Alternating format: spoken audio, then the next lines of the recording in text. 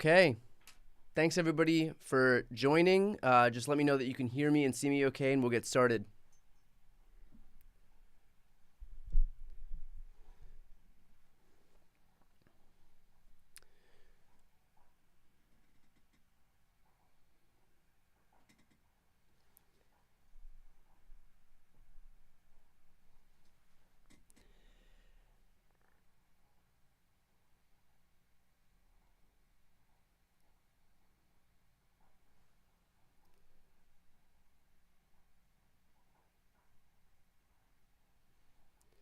Okay.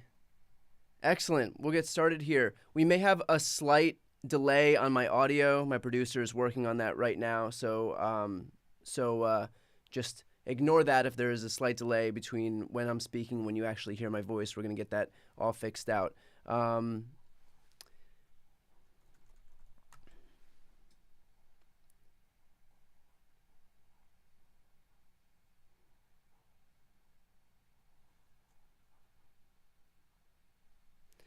Okay, so I'm going to go quiet for just a couple of seconds, and my producer is going to fix the delay in my audio, and then we'll get going.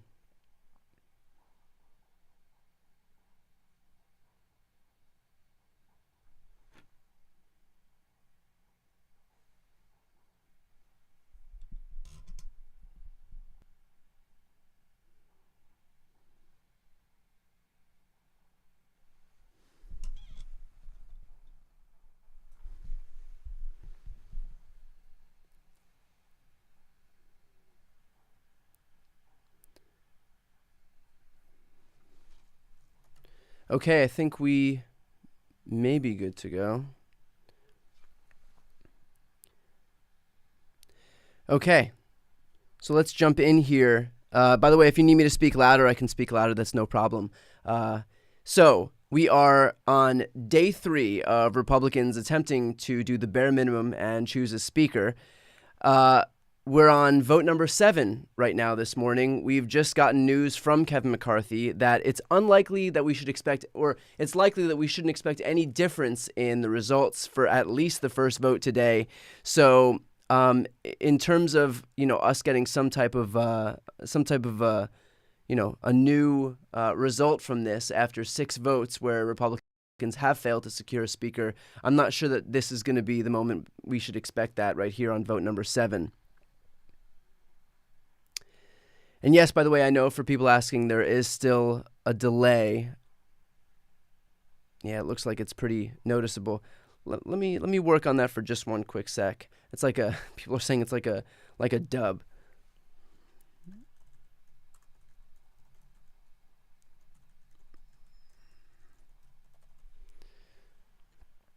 All right, we'll get this squared away in just a moment.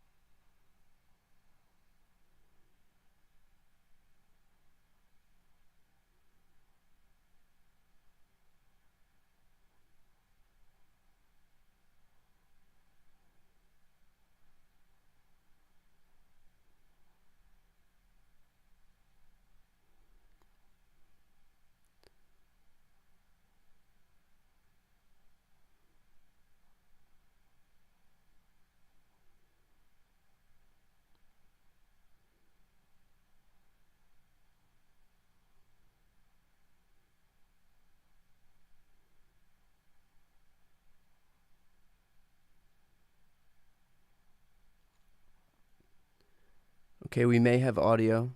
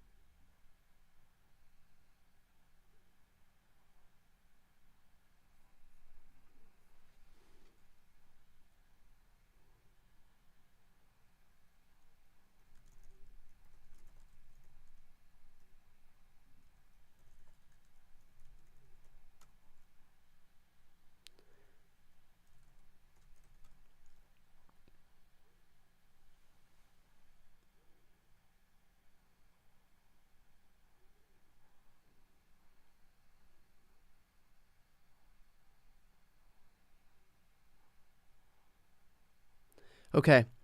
So you probably can hear me now. There may be a delay. We'll just work through it. We'll fix it for the next time. I apologize if there's a delay between when you see my lips move and when you actually hear my voice. But more important thing is just to get to it right now. So I apologize for that.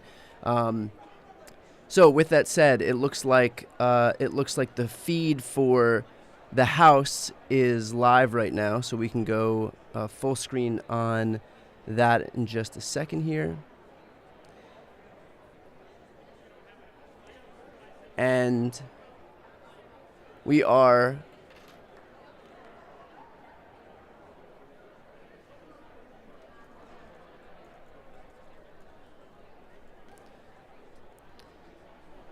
okay.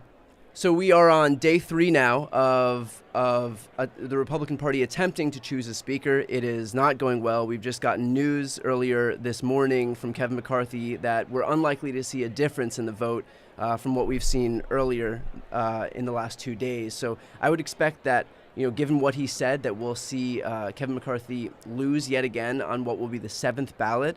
This is the first time in 100 years, in a century, since 1923, where a speaker has failed to be chosen on the first ballot, and now number 7. So in terms of, whether we'll see something happen today, it's not, for 2 reasons. The first is Kevin McCarthy has secured the support of a conservative group called the Club for Growth, and Chip Roy is a member of that. He was one of the defectors away from Kevin McCarthy. So it looks like we'll have support from certain people, Chip Roy included. But with that said, there are still a number, they believe 8 to 10 Republicans who have come out and said that even with this deal that Kevin McCarthy has struck with conservative groups like the Club for Growth, that they still will never vote for Kevin McCarthy. So there comes a point when if Kevin McCarthy can't supersede his floor of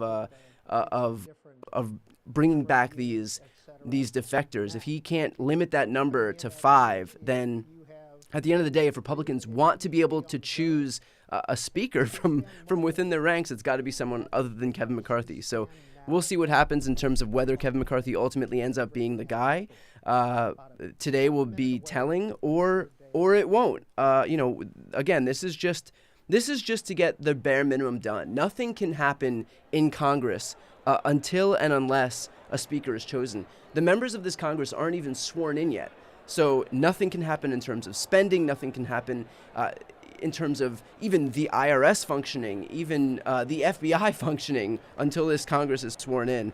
Right now, the line of succession, because there is no speaker, would be president, vice president, and then Senate pro tempore. So that's Patty Murray from Washington, because otherwise the speaker would be number 3 in the line of succession. So this, because we have no speaker, that's what it looks like right now. Some other pieces of news that we've seen, just as a quick aside while we wait for something to happen in the House, just some other quick pieces of news is that we have a retirement from Debbie Stabenow from Michigan. So the Democratic senator from Michigan has announced her retirement.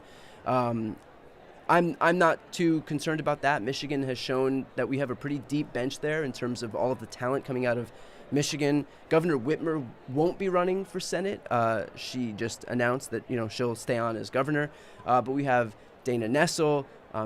Pete Buttigieg is a name that's been floated. He just moved to Michigan, although he doesn't really have ties to the state. He moved there just this past year. There is I'm blanking on other Democrats who've been in that state, but there's a deep bench of talent. Mallory McMorrow. Obviously is a young Michigander who's garnered a lot of attention, although she's come out and said that her intention is not to run for higher office, at least right now. It's to make sure that that Democrats in the state legislature, she's in the state Senate, actually can get something done. So we'll see what happens on the Michigan front, but we do have news of a retirement in 2024 in what will be a really tough year for Democrats, because, again, we're defending seats in a number of states that Republicans have won. So it looks like we might have some movement here. Silence all voices but your own, O Lord. Quiet the cacophony of counsel and still the storms of dissent. each of us would be able to hear you speak your word to us this day. Okay. Humble our hearts, that nothing we argue for or act upon would be out of selfish ambition or conceit. But in humility, may we empty ourselves in our service to you and to this nation.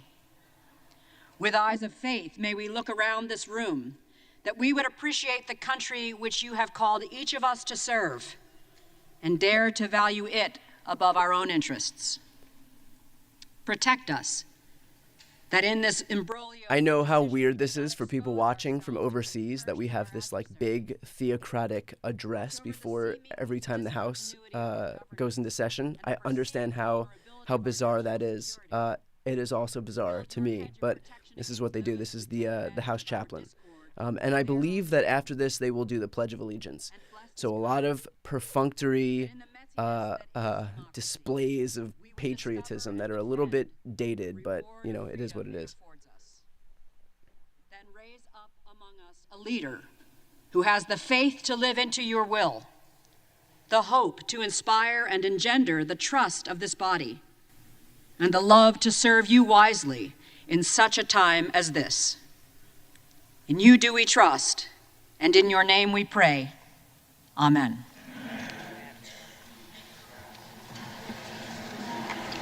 The chair has examined the journal of the last day's proceedings and announces to the House the approval thereof.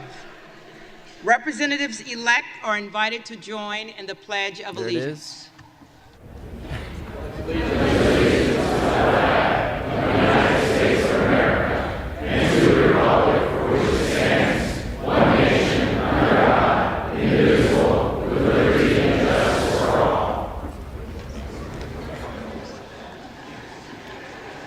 For what purpose does the gentlelady from New York wish to be recognized? Madam Clerk, I make a point of order that a quorum is not present.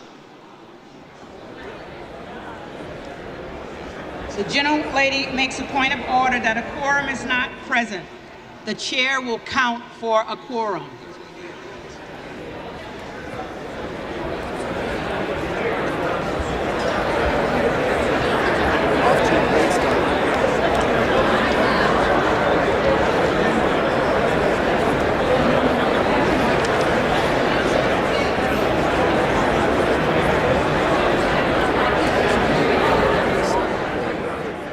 The din of dysfunction. I don't think we need to hear that on full blast right now. But it looks like they'll count the members who are present right now, see if there's a quorum, and then see if they'll be able to move forward with, I don't know, maybe choosing a speaker today, maybe not.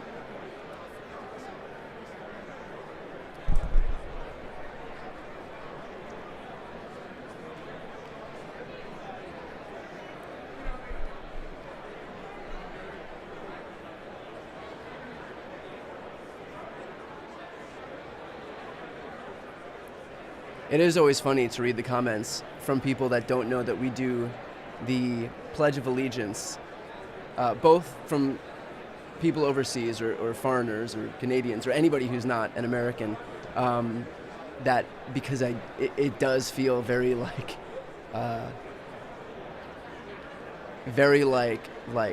hyper patriotic and a little bit weird. And also that adults do it, because I don't know if people know from, if foreigners know that we do this as kids in school. Like, we stand up every day as kids and do the Pledge of Allegiance in school. I believe K through 12. So it is kind of bizarre to see adults do something that in my mind I only have associations with being like a small child in school doing. But then again, I don't know that this is the time to draw too much distinction between what the House does and what small children do, because it doesn't look like they're able to even accomplish the most basic of tasks at the current moment.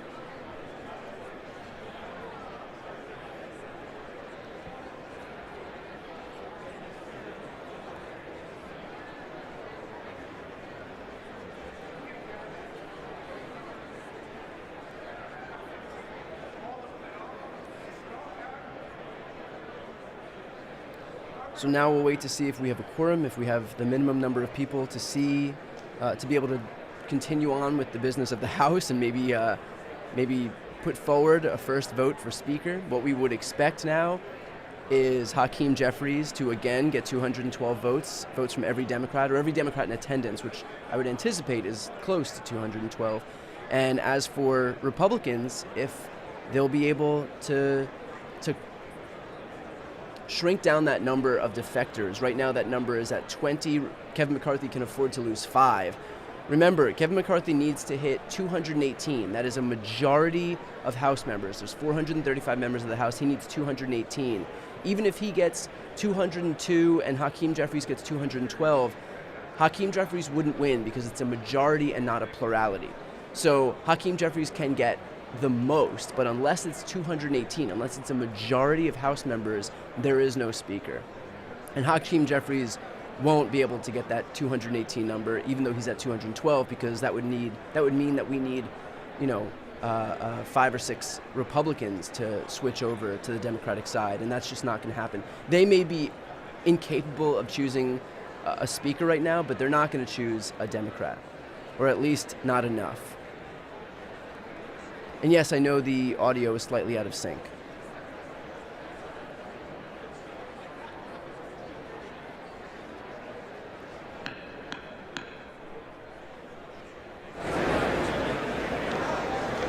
The chair counts 311 members present. A quorum is present.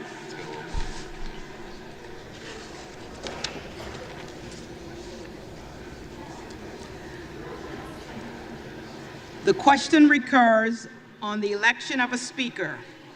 The tellers will please come forward to their seats.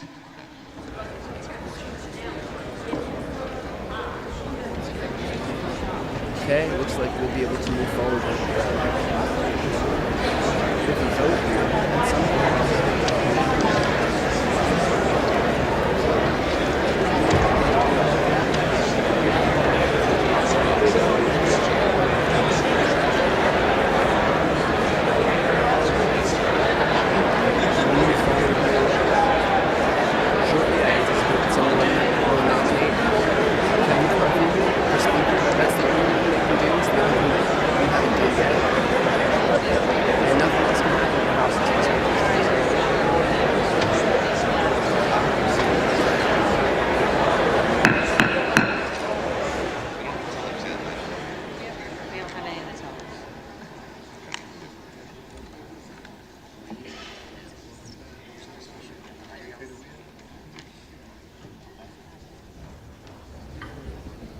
Okay, and let's see if we have any movement here.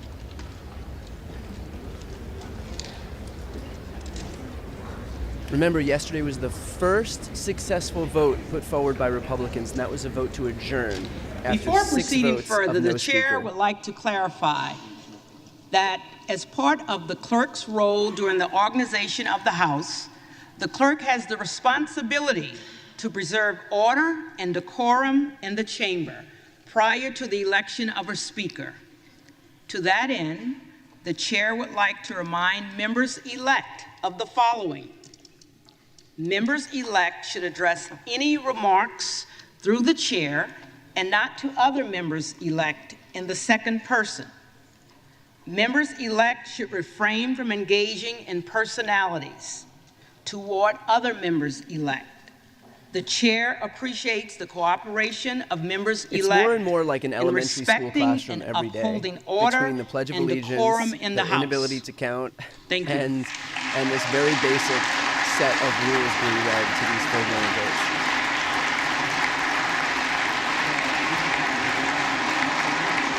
And there he is, 6-time loser, Kevin McCarthy, going for his 7th. We're witnessing a once-in-a-century humiliation by Kevin McCarthy right here. For what reason does the gentleman from Michigan rise? There you go now. Madam Clerk, I rise to nominate Kevin McCarthy, Speaker of the House. Let's see how this goes.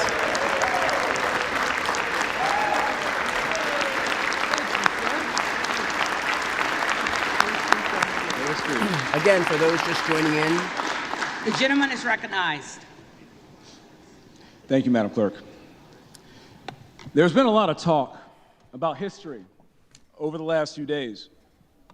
And 1856 was the last time it took longer than the votes we're having right now to find a Speaker of the House. 133 over 2 months. Without question, the issues divide us today are much less severe than they were in 1856. In fact, there's far more that unite us than divide us, regardless of our political party or our ideology. The issues today are over a few rules and personalities, while the issues at that time were about slavery and whether the value of a man who looks like me was 60% or 100% of a human being. It was a long, drawn-out, painful process, but it needed to happen. And in the end, Nathaniel Banks won by the slimmest of margins. I'm not sure he's accomplishing what he's setting out to accomplish by pointing out that the last time there was this much dysfunction was during the times of slavery. If that's what 2022 is being likened to, I'm not sure that's exactly proving the point he's trying to prove. On that day, the people who believe in freedom and self-determination won. The leading Republican nominee won then, and the leading Republican nominee will win again today.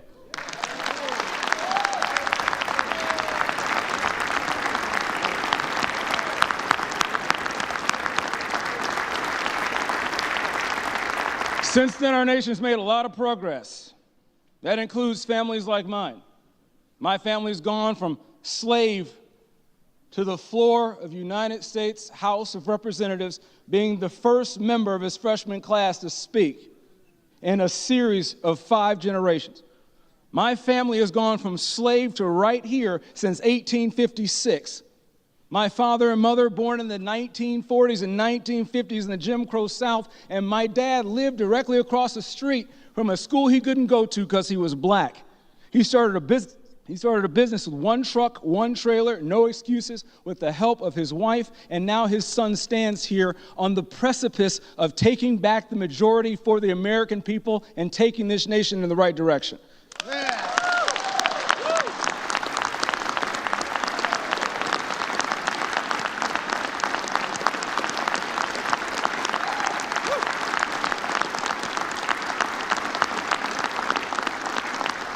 I'm a freshman. I've only been here for a couple days, but I've heard a lot of D.C. politicians tell me about how broken D.C. is. I don't need D.C. politicians to tell me how broken D.C. is. The American people have already told us how broken D.C. is by giving Republicans the majority so we can fix this mess.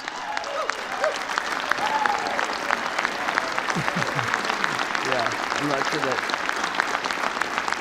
fixing it is the message we being will sent counter right the now socialist to the American movement people. of envy and confiscation with a conservative movement of access and opportunity. We will stand on the right side of history again. We will end the growth of government, and we will stop 87,000 new IRS agents from picking through your pocketbooks. We will secure our energy independence. We will ban the sale of petroleum from our strategic reserves to China. We'll establish a bipartisan select committee specifically to keep our eye on the ball in China. We'll address the crisis at the border that's killing Americans by the day and improve both our safety and our nation and our dignity for those who come here in search of a better life. But not yet.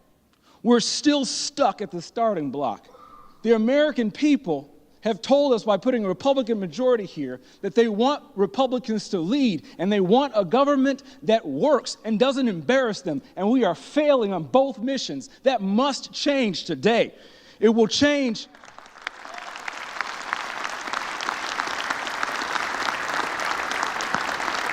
Benjamin Franklin said, "We must hang together or we must assuredly hang separate." We're stuck in a malaise, at an impasse, and we will stay here. We will not be able to fight the real conservative fights until we find a way to come together and fight that mission together. Yesterday, we experienced very briefly our first win. It's a small victory. It's a small victory. It was a motion to adjourn. It was a motion to adjourn after 6 votes of failing to be able to pick a speaker. Yikes. It was a small victory, but didn't it feel good? We've been working hard for that victory, and there's much more to come. As a cadet at West Point, I learned the phrase, and it's always been my motto throughout life, mission first, people always. And right now, the people are left out. Right now, they don't have a Congress to speak for them at the highest level of government. Right now, every individual in this room can concede that the rounds that we've taken is not what we told our constituents we'd do. We told them that we would fight the opioid crisis.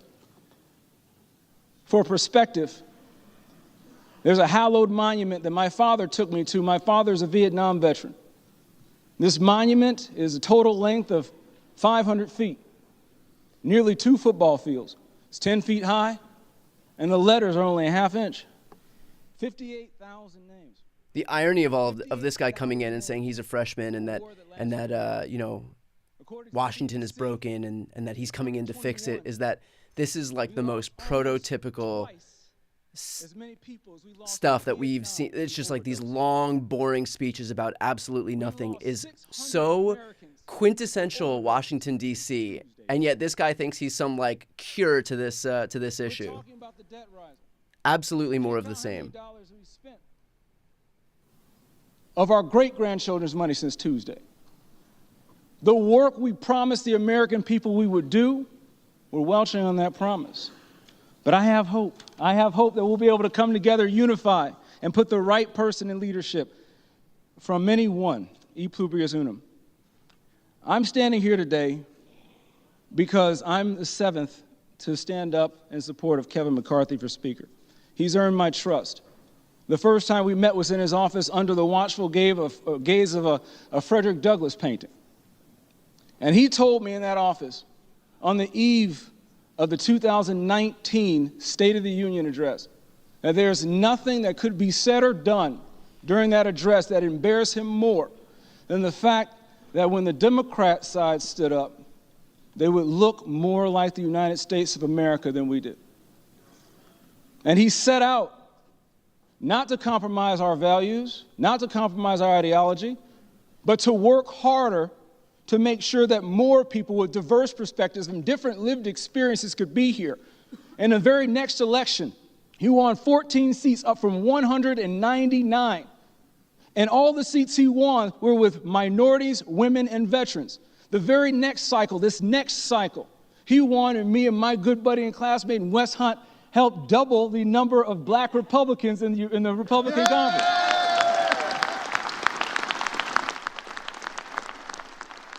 From like 2 to 4. Yikes, dude. Look, y'all, we have a long way to go, but Yikes. we've come so far. We've come so far, and we can't quit. We can't quit. You don't fire a guy who's winning. And when you look at the governor's mansions and the legislatures we've lost across the country just this past cycle, and when you look at the gains that Kevin McCarthy has made uphill, getting the gavel as a minority leader in half the time, you know, the mainstream media likes to laud the leadership of Nancy Pelosi. Kevin McCarthy won the gavel back as minority leader in half the time uphill. We want to talk about people who can win? This was supposed to be a red wave election. They were predicting 40, 50, 60 seats. That's right. Look, I'm well acquainted with snatching defeat from the jaws of victory. Y'all, we need to learn how to win. We need to learn how to take a victory. 9 seats. That's the big and by victory Kevin McCarthy's leadership, he's given us victories on rules.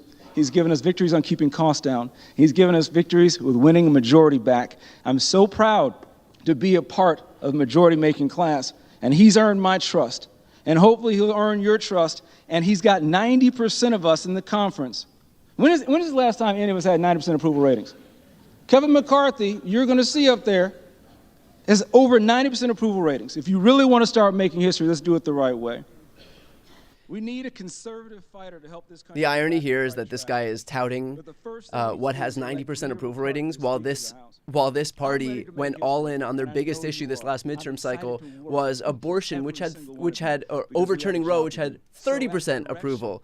So suddenly they're populists when it comes to electing a speaker within their own conference, but not exactly when it comes to issues that impact everybody in this country.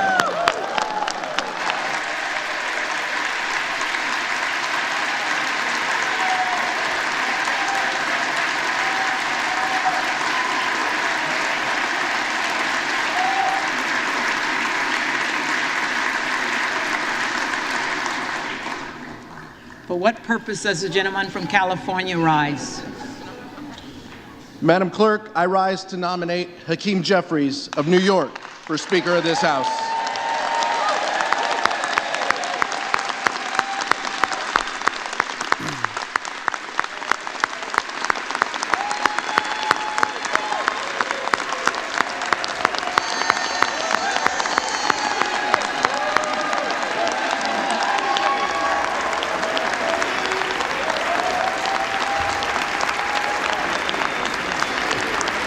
Somebody in the comments just wrote 90% of cockroaches love cockroaches. The gentleman is recognized.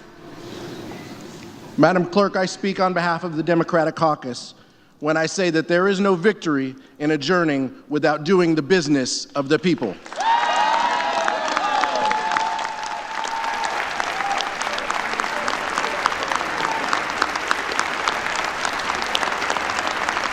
Madam Clerk, House Democrats are united behind a champion of expanding and protecting the right to vote. Since the beginning of 2021, 21 state legislatures have passed 42 restrictive voting laws. Hakeem has stood up against voter suppression and the new Jim Crow era every step of the way.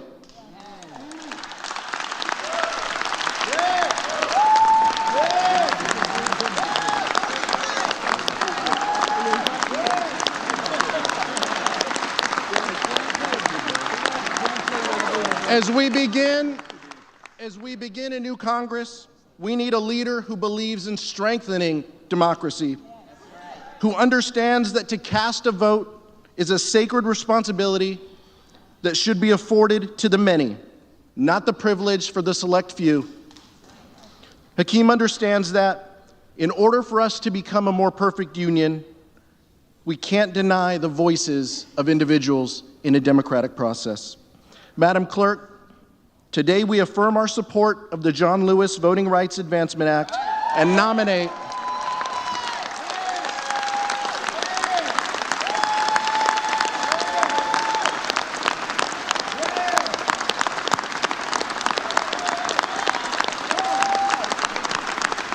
Madam Clerk, and that's why I am directed by the Democratic Caucus to advance the name of Hakeem Jeffries from New York as Speaker. Okay.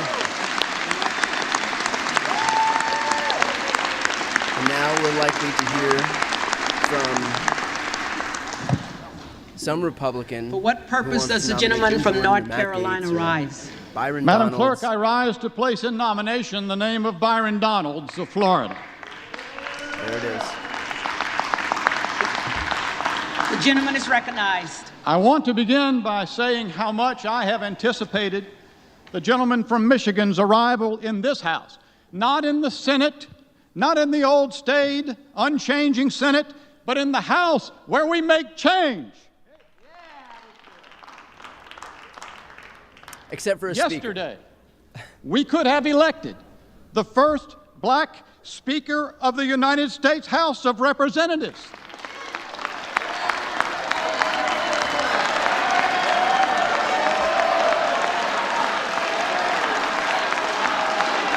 Bring it. Bring it.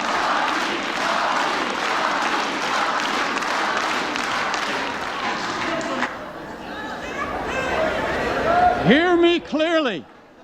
Hear me clearly. Had the cascade of votes begun, it would have extended to every member of this body. It could begin today. Last night, I sat within feet of Mr. Donalds as the tweet of another member-elect appeared on the screen. That member-elect wrote and sent out to America that Byron Donalds is a prop. I've spent a good bit of time with Mr. Donalds, especially lately. He ain't no prop.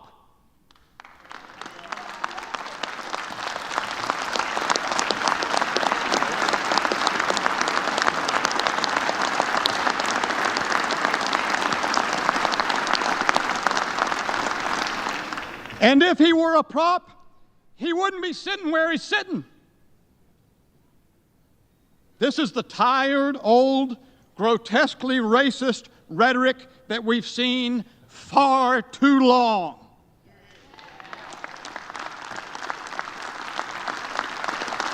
From Republicans. Today, a member-elect quote tweeted a Fox News story that incorrectly reported that I said that if I don't prevail on the question before the House, I will resign. That member-elect quote tweeted that incorrect story for his own political purposes after the story had been corrected and the actual statement contradicting that report had been provided. This is the old trafficking in lies from Washington that the American people know far too well. And by the way, I'm not leaving.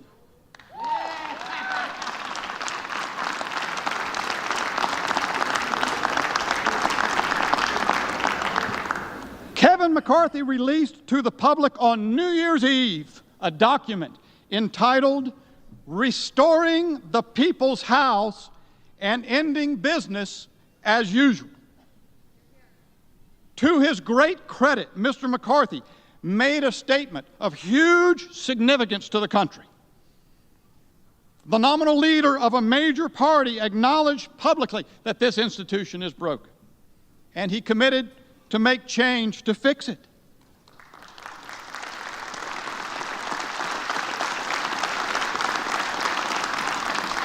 So let me help my colleagues in the minority understand we are doing the people's business.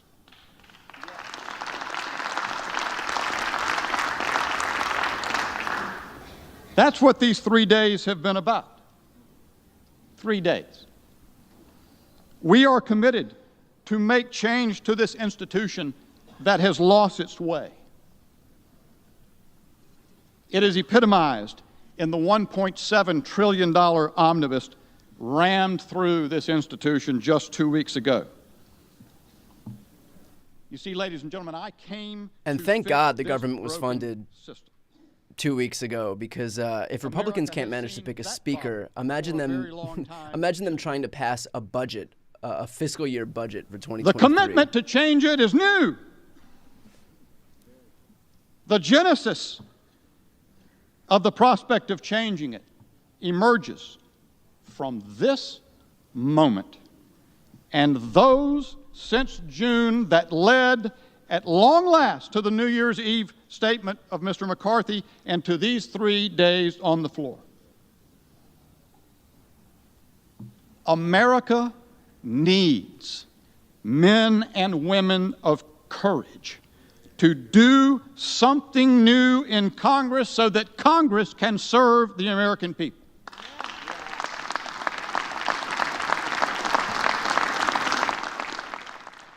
He's like, we're doing something new. We're going to have no speaker. The Lord said, "Behold, I do a new thing." We need more Byron Donaldses. I know. Here comes the theocracy. I know Byron. He's not a prop. He's a man of personal conviction. He arrived at his convictions through authentic and genuine life experience. People ask me, what is the end game? How does this end? The answer to this question is that this is a dynamic process. All of the decisions on this floor forever. Result from the coming together I live of stream minds, every day one way for 2 another. years. This is the people's business. We will resolve the people's business.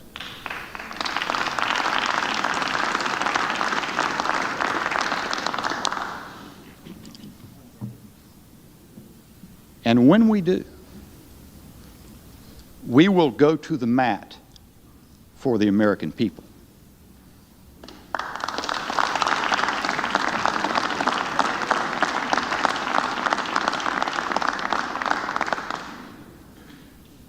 because we will be led by people of conviction,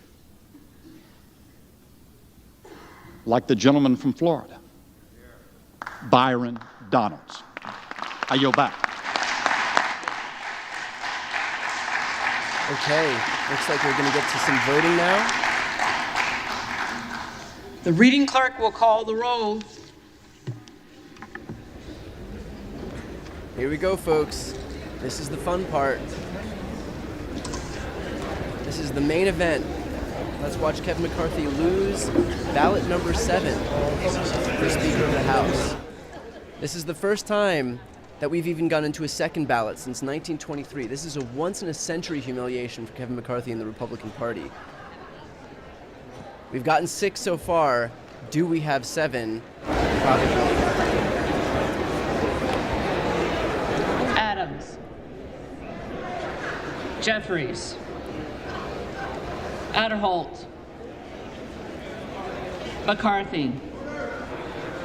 Aguilar. Jeffries. I believe the first name that you're going to want to look out for is Andy Biggs. McCarthy. Allen. McCarthy. Allred. Jeffries. Amaday. McCarthy. Armstrong. McCarthy. Arrington.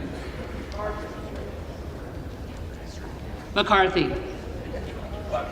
Auchincloss. Jeffries. Babin. McCarthy. Bacon. McCarthy. Baird. McCarthy. Balderson. McCarthy. Ballant. Jeffries. Banks. McCarthy. Barr. McCarthy. Barragan. Barragan. Bean of Florida. McCarthy. McCarthy. Beatty. Jeffries. Bentz. McCarthy. Barra. Jeffries. Bergman. McCarthy. McCarthy. Beyer. Jeffries. Bice. McCarthy. Biggs. Donalds. There it is. That's the first defection from a Republican. Andy Biggs chooses Bilirakis. Byron Donalds. McCarthy. Now Bishop it's gonna of be Georgia. Bishop next. Jeffries. Bishop of North Carolina. Donalds. That's 2. 2 defections. Not looking good for Kevin Blumenauer. McCarthy. Same story, different day. Jeffries. Flutt Rochester. Jeffries. Boebert. Donalds. Boebert, Donalds, that's Bonamici. number 3. Remember, Jeffries. He can afford to lose 5. Bost.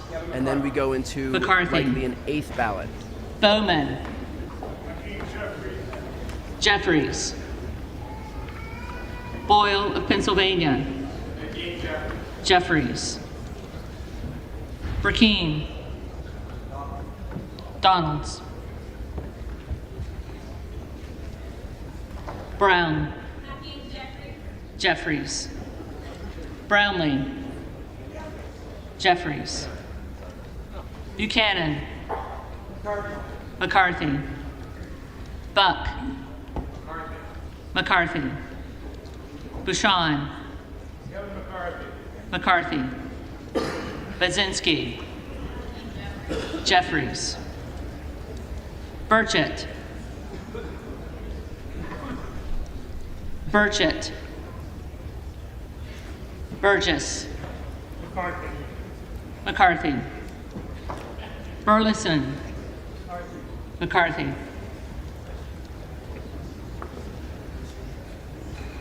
Bush, Jeffries, Calvert, McCarthy, Kamek,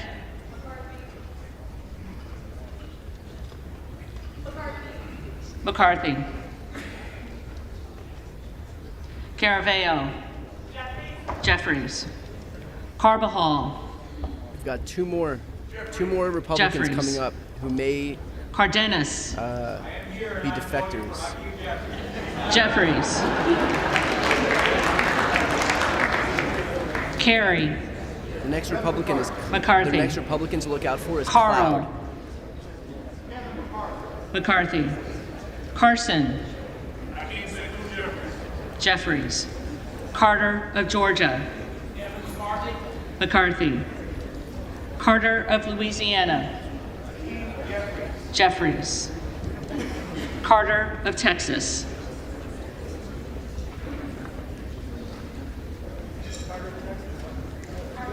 Carter of Texas, McCarthy, Cartwright, Jeffries, Kassar, Jeffries, Case, Jeffries, Caston, Jeffries, Castor of Florida, Jeffries, Castro of Texas, Jeffries, Chavez DeReamer, McCarthy, Sherfilis McCormick, Jeffries, Chu, We're getting close. Look out. Jeffries. Look out for Cloud. Cicilline, That's the next Republican to look out Jeffries, for. Siscobani, McCarthy, Clark of Massachusetts, Jeffries, Clark of New York, Jeffries, Cleaver, Jeffries, Klein, Ready? McCarthy, Cloud, Donalds, There it is. Clyburn, That's 5. Jeffries, Clyde, Donalds, There it is. I think it's official now. Doesn't look like Kevin McCarthy is going to be able Cohen. to pull it out on the 7th vote. Jeffries, But you know what they say. Cole, 8 times a charm. McCarthy, Collins, McCarthy, Comer, McCarthy, Connolly, Jeffries, Correa, Jeffries, Costa, Costa, Jeffries, Courtney, Jeffries, Craig, Jeffries, Crane, Donalds, Crawford, McCarthy, Crenshaw, It's going to be a close race in terms of who's lost more. Kevin McCarthy for Speaker or Donald Trump in Arizona? Crenshaw, Crockett,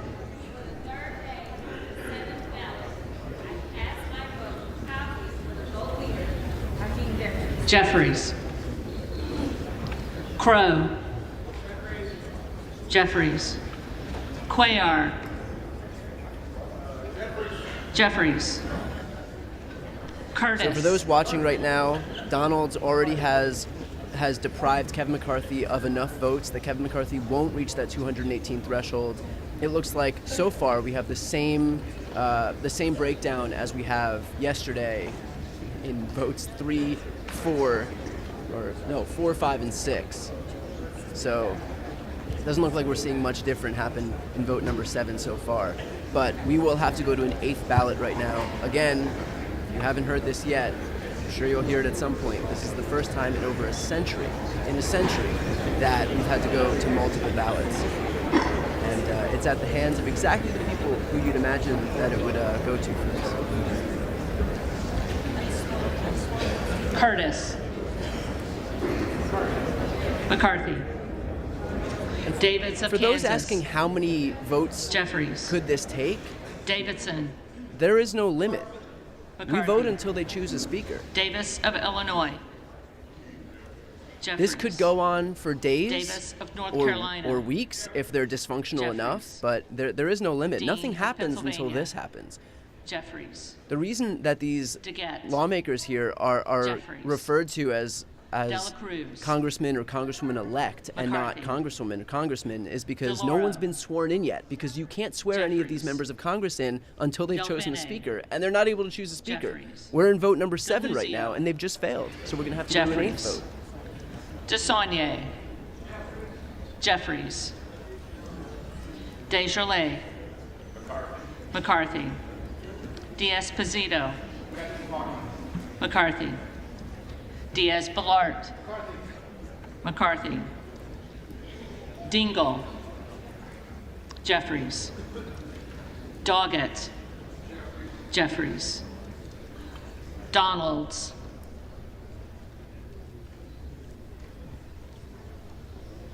Donalds. Duarte. McCarthy. That's strange. Duncan. It doesn't seem that Donald's cast a McCarthy. vote.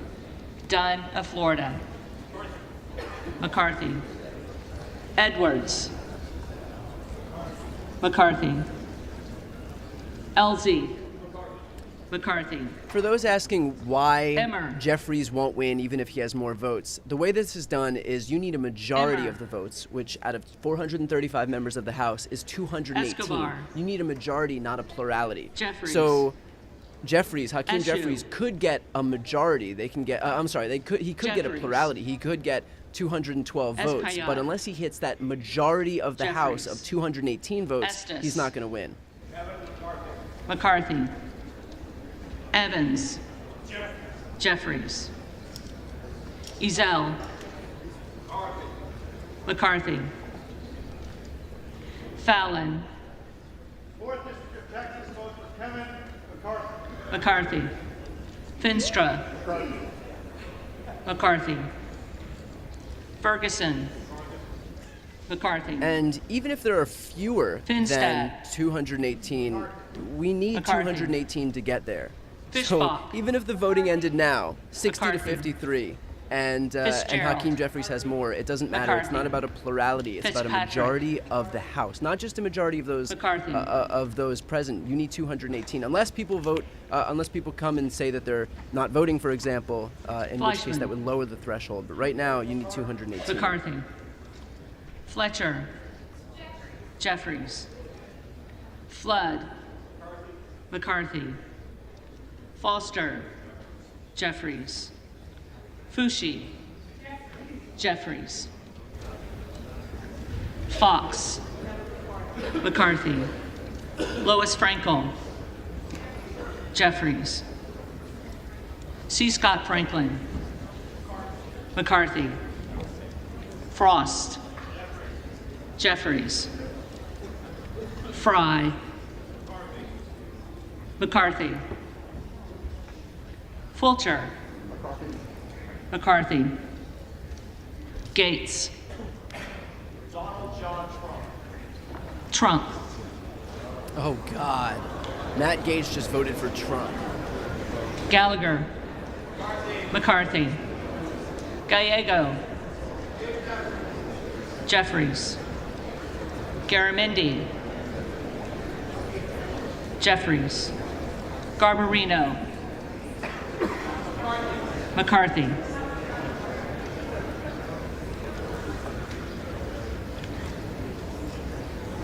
What a circus. Mike Garcia.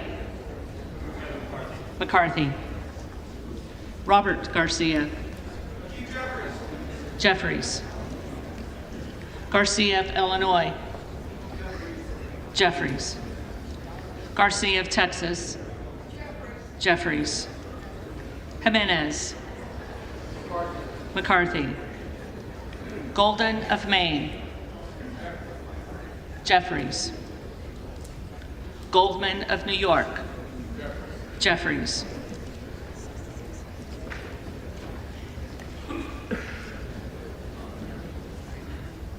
Gomez, Jeffries. Tony Gonzalez, McCarthy. Vicente Gonzalez, Jeffries. Good of Virginia, Donalds. Gooden of Texas, McCarthy. Gosar, Donalds.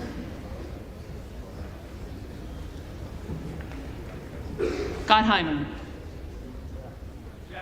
Jeffries. Granger, McCarthy. The way you know that Graves of Republicans are Louisiana. really serious about nominating the Speaker of the House McCarthy. is that Matt Gaetz just stood up and nominated Graves Donald of Trump as Missouri. Speaker of the House. McCarthy. Green of Tennessee, McCarthy. By the way, if they want to switch to a Green of plurality, Texas. which they won't do because it doesn't look like McCarthy would ever be able to supersede Jeffries for that plurality vote, they would have to vote on it. So you would need the House to vote on being able to switch from a majority to a plurality, which they're not going to do. Don't have the dog was voting right now. And I cast my vote for Keith Jeffries. Jeffries.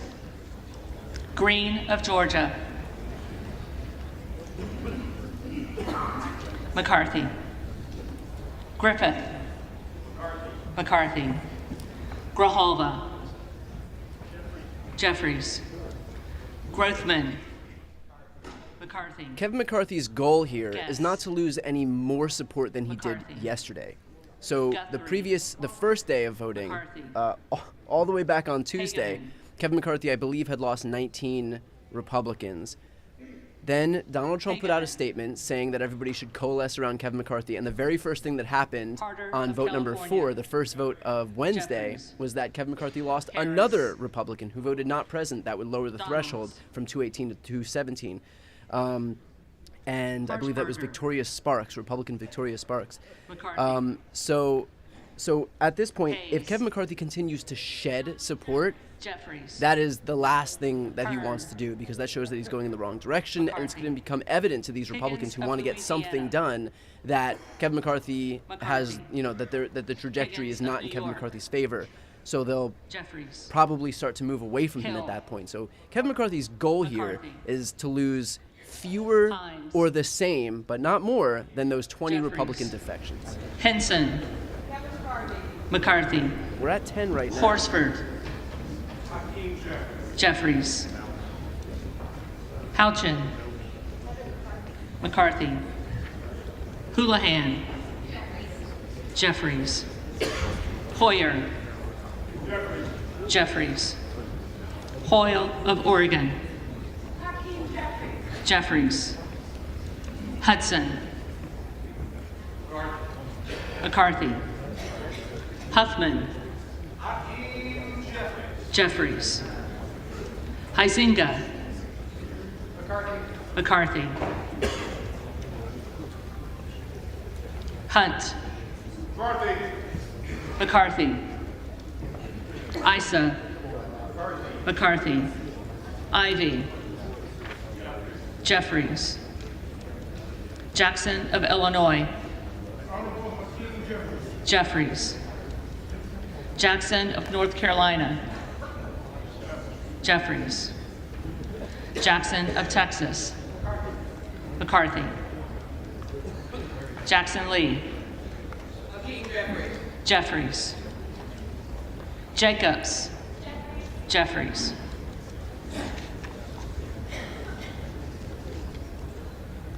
James. McCarthy. Jayapal. Jeffries. Jeffries. Jeffries.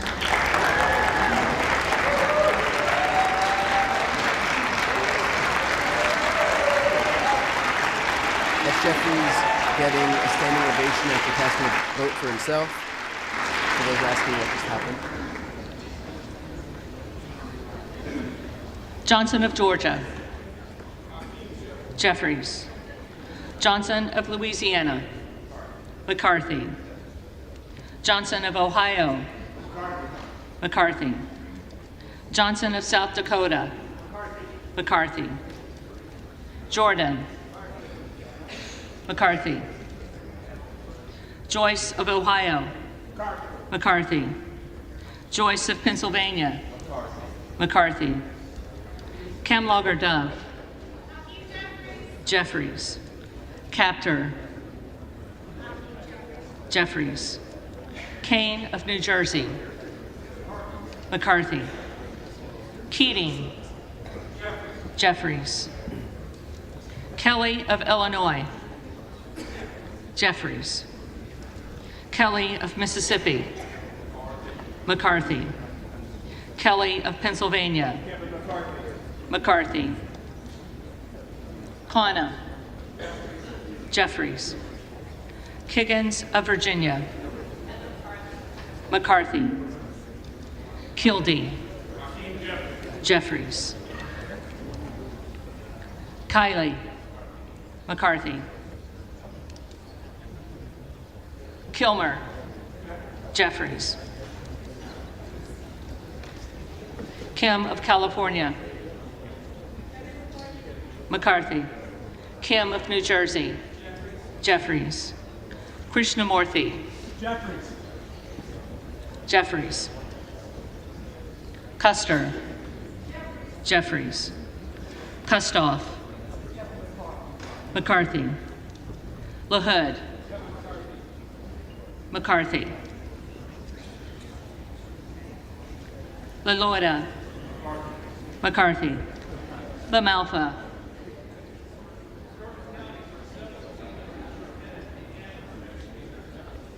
McCarthy. Lamborn. McCarthy. Landsman. Jeffries. Langworthy. McCarthy. Larson of Washington. You look to be about halfway through this Larson of vote right now. Jeffries. Bladden. Again, what we're looking for on Kevin McCarthy's behalf McCarthy. is for him not to lose LaTurner. 10 more Republicans. That would put him in, McCarthy. 9 more Republicans. Lawler. Because we have 10 for Donalds and 1, which was Matt Gaetz voting for Donald Trump, because he definitely doesn't want attention. The Honorable Kevin McCarthy. McCarthy. Lee of California. So we're about halfway through here. By the way, if you haven't yet Jeffries. subscribed to this channel, I'll be Lee live of streaming Florida. this for the next day, McCarthy. weeks, months, years, of as long as Nevada. it takes for Republicans to Jeffries. nominate a speaker. So if you haven't Lee yet of subscribed, Pennsylvania. please consider subscribing to this channel. Jeffries. Thanks. Ledger Fernandez. Jeffries. Lesko. McCarthy. Letlow. McCarthy. Levin. Jeffries. Liu. Jeffries. Lofgren. Jeffries. Loudermilk. McCarthy. Lucas. McCarthy. Lukemeyer. McCarthy.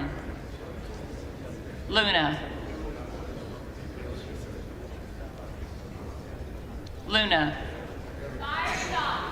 Donalds. There's another one for Donalds. Luttrell. McCarthy. Lynch. Lynch. Jeffries. Mace. McCarthy. Magaziner. Jeffries. Maliotakis. McCarthy. Mann. McCarthy. Manning. Jeffries. Massey. McCarthy. Mast. McCarthy. Matsui. Jeffries. McBath. Jeffries. McCarthy. McCarthy.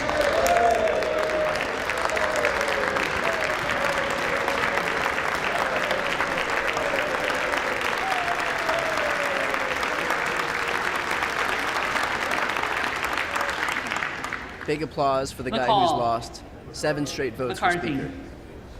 McLean. McCarthy. McClintock. McCarthy. McCullum. Jeffries. McCormick. McCarthy. McGarvey. Jeffries. McGovern. Jeffries. McHenry. McCarthy. Meeks. Jeffries. Menendez. Jeffries. Mean. Jeffries. User. McCarthy. Mfume. Jeffries. Miller of Illinois. Miller of Illinois. Donalds.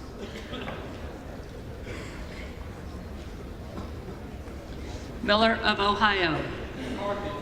McCarthy.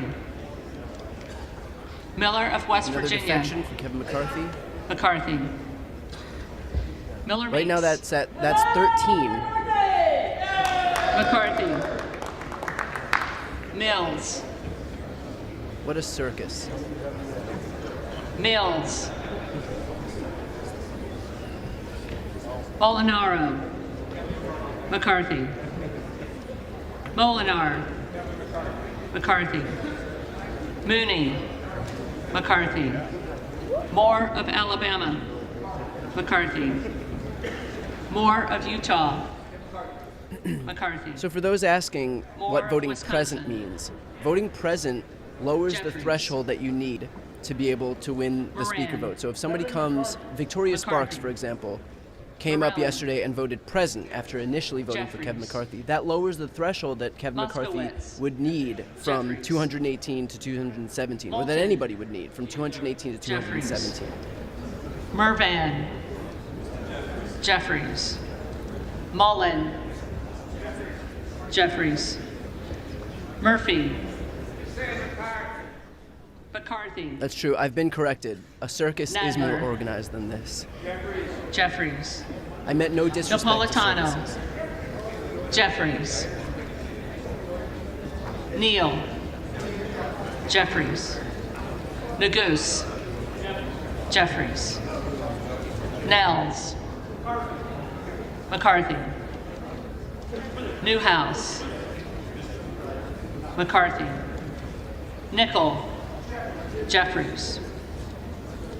Norcross. Jeffries. Norman. Donalds. None of Iowa. McCarthy.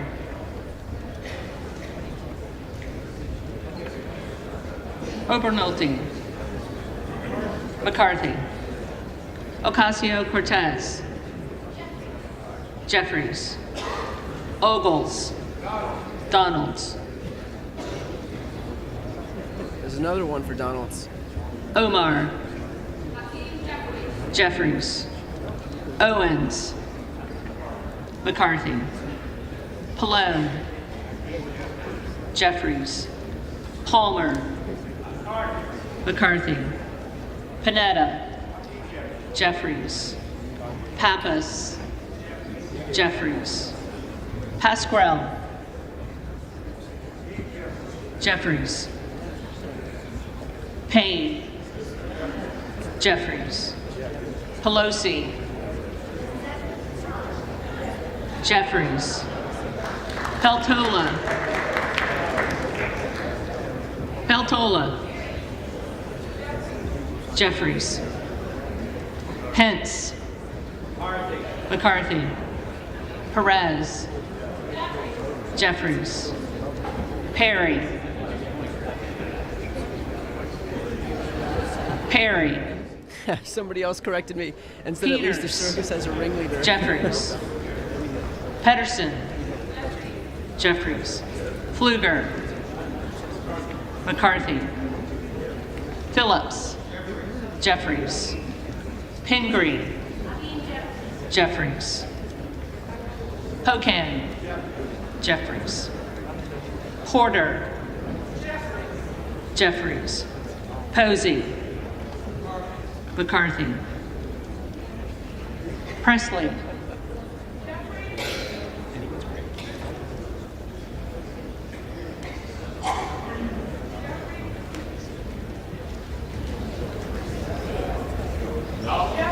Jeffries.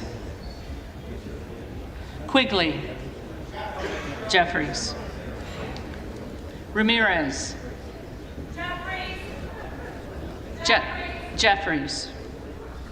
Raskin. Jeffries. Reschenthaler. Reschenthaler. Rogers of Washington. McCarthy. Rogers of Alabama. McCarthy. Rogers of Kentucky. McCarthy. Rose. McCarthy. Rosendahl. Donalds. Ross. Jeffries. Rouser. McCarthy. Roy. Donalds. Ruiz. Jeffries. Ruppersberger. Jeffries. Rutherford. McCarthy. Ryan. Jeffries. Salazar. McCarthy. Salinas. Jeffries. Sanchez. Jeffries. Santos. Santos. McCarthy. Sarbanes. Jeffries. Scalise. McCarthy.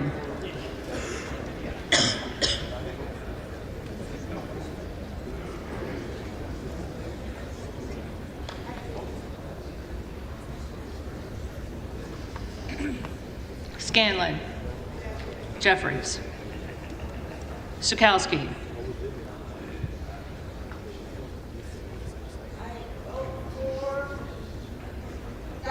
Jeffries. Schiff. Jeffries. Snyder. Jeffries. Skolton. Jeffries. Schreier.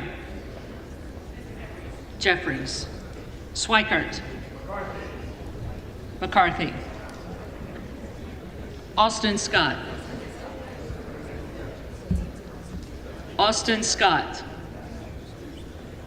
David Scott. Jeffries. Scott of Virginia. Jeffries. Self. Donalds. Wait, I'm just catching this now. Did George Santos miss his name again? Sessions. McCarthy. Sewell. Jeffries. Sherman. Jeffries. Sherrill. Jeffries. Simpson. McCarthy. Slotkin. Jeffries. Smith of Missouri. McCarthy. Smith of Nebraska. McCarthy. Smith of New Jersey. McCarthy. Smith of Washington. Jeffries. Smucker. McCarthy. Sorensen. Jeffries. Soto. Jeffries. Spamberger. Jeffries. Sparks. Sparks. Stansberry. Jeffries. Wow, looks like she didn't vote at all. So Sparks had voted for Kevin McCarthy the first Stanton. time, the first 3 votes. Jeffries. And then she decided to vote Stauber. then she decided to vote McCarthy. present after that. Steele. It doesn't look like she voted at all. McCarthy. This time. Stefanik. McCarthy. Style. McCarthy. Stubbe. McCarthy. Stevens. Jeffries. Stewart. McCarthy. Strickland. Jeffries. Strong. McCarthy. Swalwell. Jeffries. Sykes. Jeffries. Takano. Jeffries. Tenney.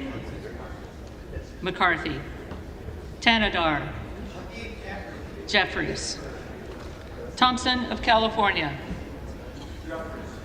Jeffries. Thompson of Mississippi. Jeffries. Thompson of Pennsylvania. McCarthy. Tiffany. McCarthy. Timmons. McCarthy. Titus. Jeffries. Tlaib. Jeffries. Takuda. Jeffries. Tonto. Jeffries. Torres of California. Jeffries. Torres of New York. Jeffries. Trahan. For those just tuning in, Jeffries. you are watching Kevin Trim. McCarthy lose on the 7th ballot to Jeffries. become Speaker right Turner. now. We are definitely going to move on McCarthy. to an 8th ballot. Underwood. Kevin McCarthy's goal right now is just to Jeffries. try to keep his losses Valadeo. to the same as they were yesterday, which is to McCarthy. say 20 defections from Van his own Drew. party. Right now, Byron Donalds has 17 votes. Matt Gaetz nominated Donald Trump, so that's another one. So now we're at 18 votes lost McCarthy. for Kevin McCarthy. He's Van trying to Dyne. keep that number to either fewer than McCarthy. 20 or at 20. Van If he starts Orden. losing more than 20, he's going in the wrong direction. McCarthy. Vargas. Vargas. Jeffries. Velasquez. Vasquez. Jeffries. VC. Jeffries. Velasquez. Jeffries. Wagner. McCarthy. Wahlberg. McCarthy. Waltz. McCarthy. Wasserman Schultz. Jeffries. Waters. Jeffries. Watson Coleman. Jeffries. Weber of Texas. McCarthy. Webster of Florida. McCarthy. Winstrup. McCarthy. Westerman.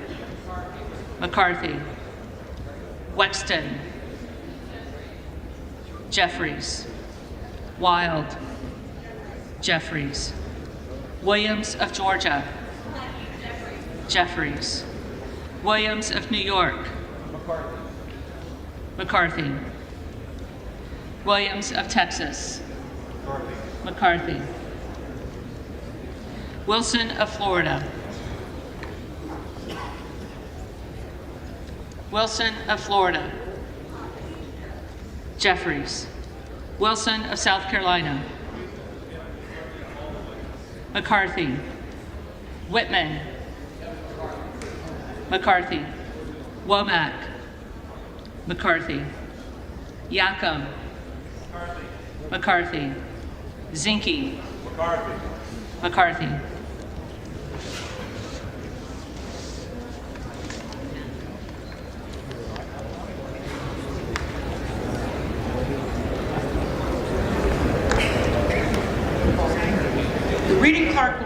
call the names of the members-elect who did not answer the first call of the roll.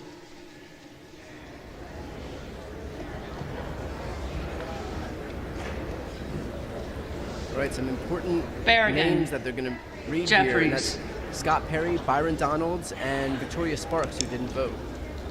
They were defections yesterday. Remember, you need 218 to win, not just a majority. Not just a plurality. 218, a majority of McCarthy. the entire House.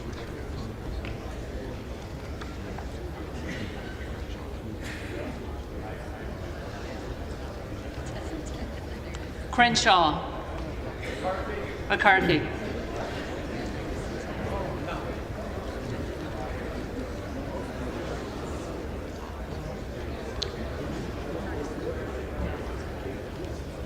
Donalds. Donalds. Donalds votes for himself. That's another one lost by Kevin McCarthy. We're at 19 in total. Yesterday was 20. That's the number he's Emmer. looking to keep it at and not lose more than 20. McCarthy.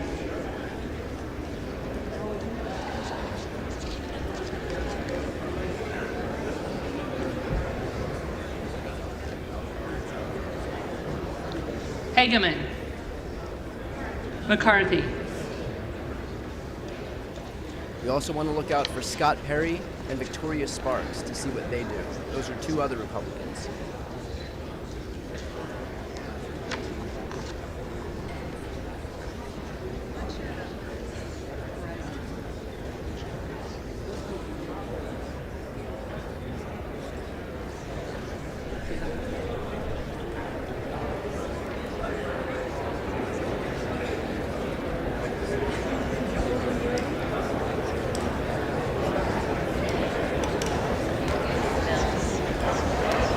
Mills.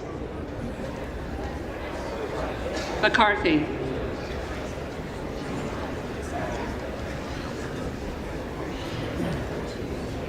Perry.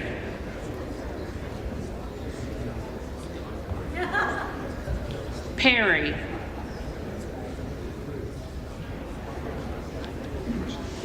Rushenthaler. McCarthy.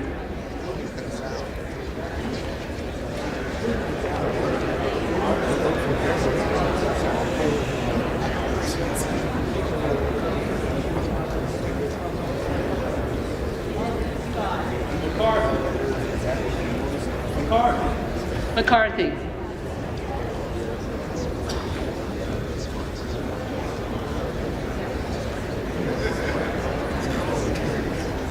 Sparks. Present.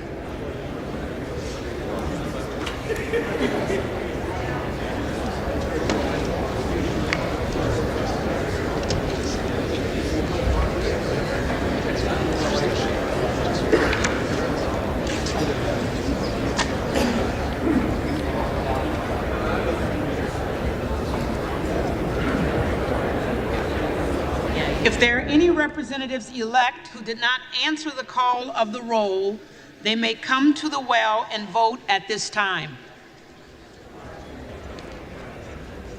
By the way, the reason that Scott Perry didn't vote is because he's doing a TV hit for Fox right now. It's never about the business of governing or making this place work. It's about self-promotion and getting on TV as much as humanly possible.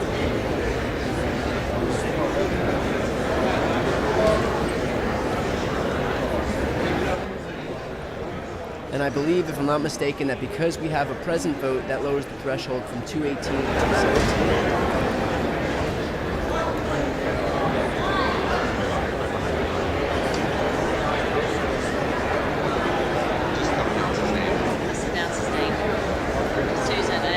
It looks like this is Scott Perry. Too busy doing a Fox cable hit. Mr. Perry, you are not recorded. You are not recorded. Donalds.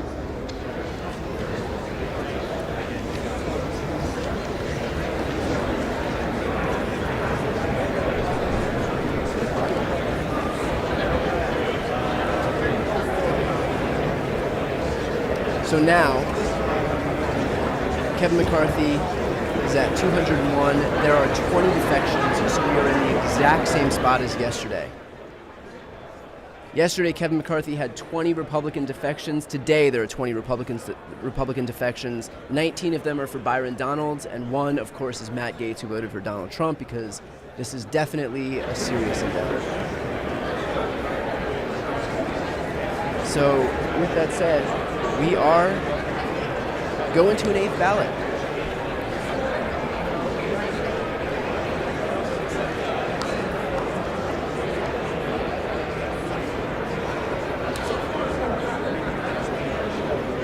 Wait, did I say 21? 21 defections.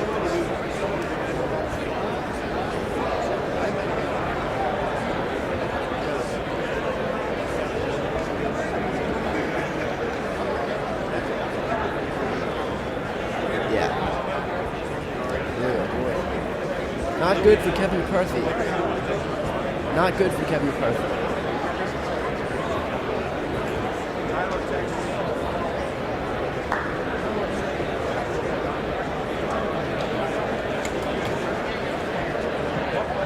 In the last 3 days, Kevin McCarthy has gone from losing 19 Republicans to now losing 21 Republicans.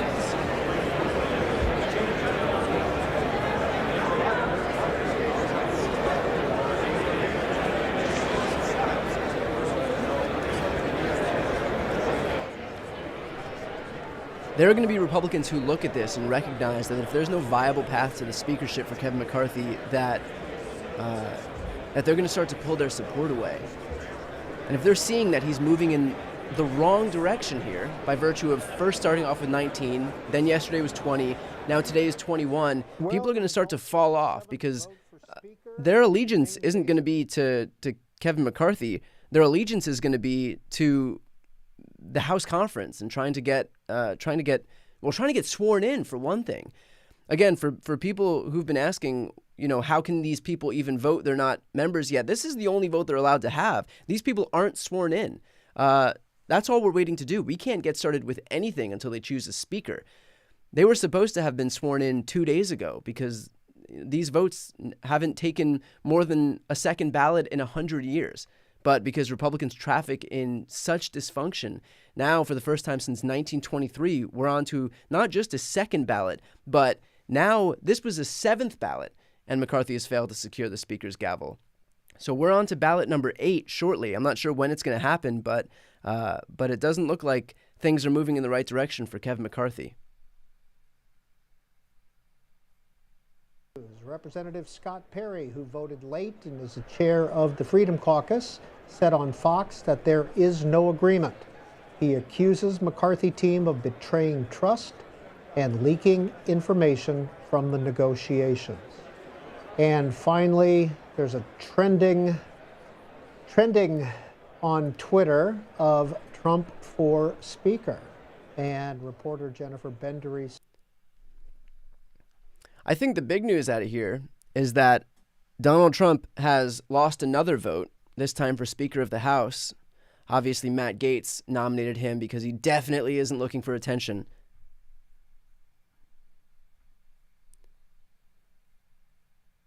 Scott Perry just tweeted, "A deal is not done. When confidences are betrayed and leaks are directed, it's even more difficult to trust. Totally unsatisfied. I will not yield to the status quo."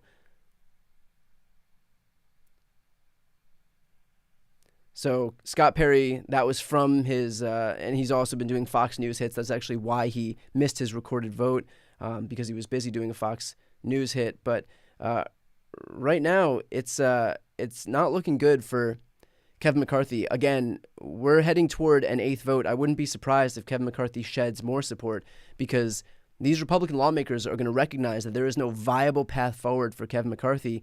And again, their allegiance isn't to McCarthy himself. It's to the conference. So, at some point, they're going to recognize that if they want to start, not only governing, but getting sworn in themselves, and they're going to have to choose somebody who actually has a viable path to 218. And it's looking less and less like that's going to be Kevin McCarthy, unless he can secure some support from some of these defectors. which are growing now by the day.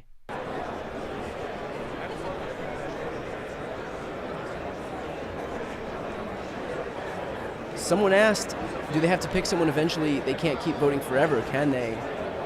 Yeah, they can keep voting forever. This is going to last as long as it takes until they get it done. There's no way around this. And I know some people have been saying, oh, well, why don't Democrats come forward and negotiate some deal with Republicans? First of all, Republicans are not going to choose Hakeem Jeffries. And so people are saying, well, why don't Democrats come forward and choose a moderate Republican? First of all, the Democrats have somebody who they've offered up, and that's Hakeem Jeffries. If Republicans want to strike a deal with Democrats, they can just as easily vote for Hakeem Jeffries as opposed to Democrats coming in to save Republicans by voting for some moderate Republican. If they can't get their shit together and nominate somebody on their own side, the Democrats have put forward an alternative, and that's Hakeem Jeffries. So if Republicans need help from Democrats, that's who they can throw their support behind. He's the only candidate here who's gotten unified support in every single one of these 7 rounds.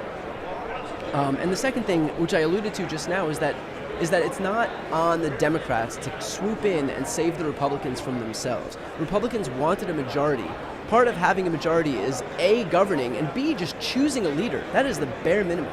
If Republicans can't do that, it's not on the Democrats to come in and save them. It's on Republicans to figure it out, get their act together, and learn how to govern for themselves, and at least choose a speaker so that we can move forward with all this. But this doesn't fall on the Democrats. Democrats have an option they put forward. It's Hakeem Jeffries. If Republicans want to cross over the aisle and defect to Hakeem Jeffries, Democrats would be more than happy to have them. Otherwise, this is on the Republicans. They wanted the majority. Now do something with that majority.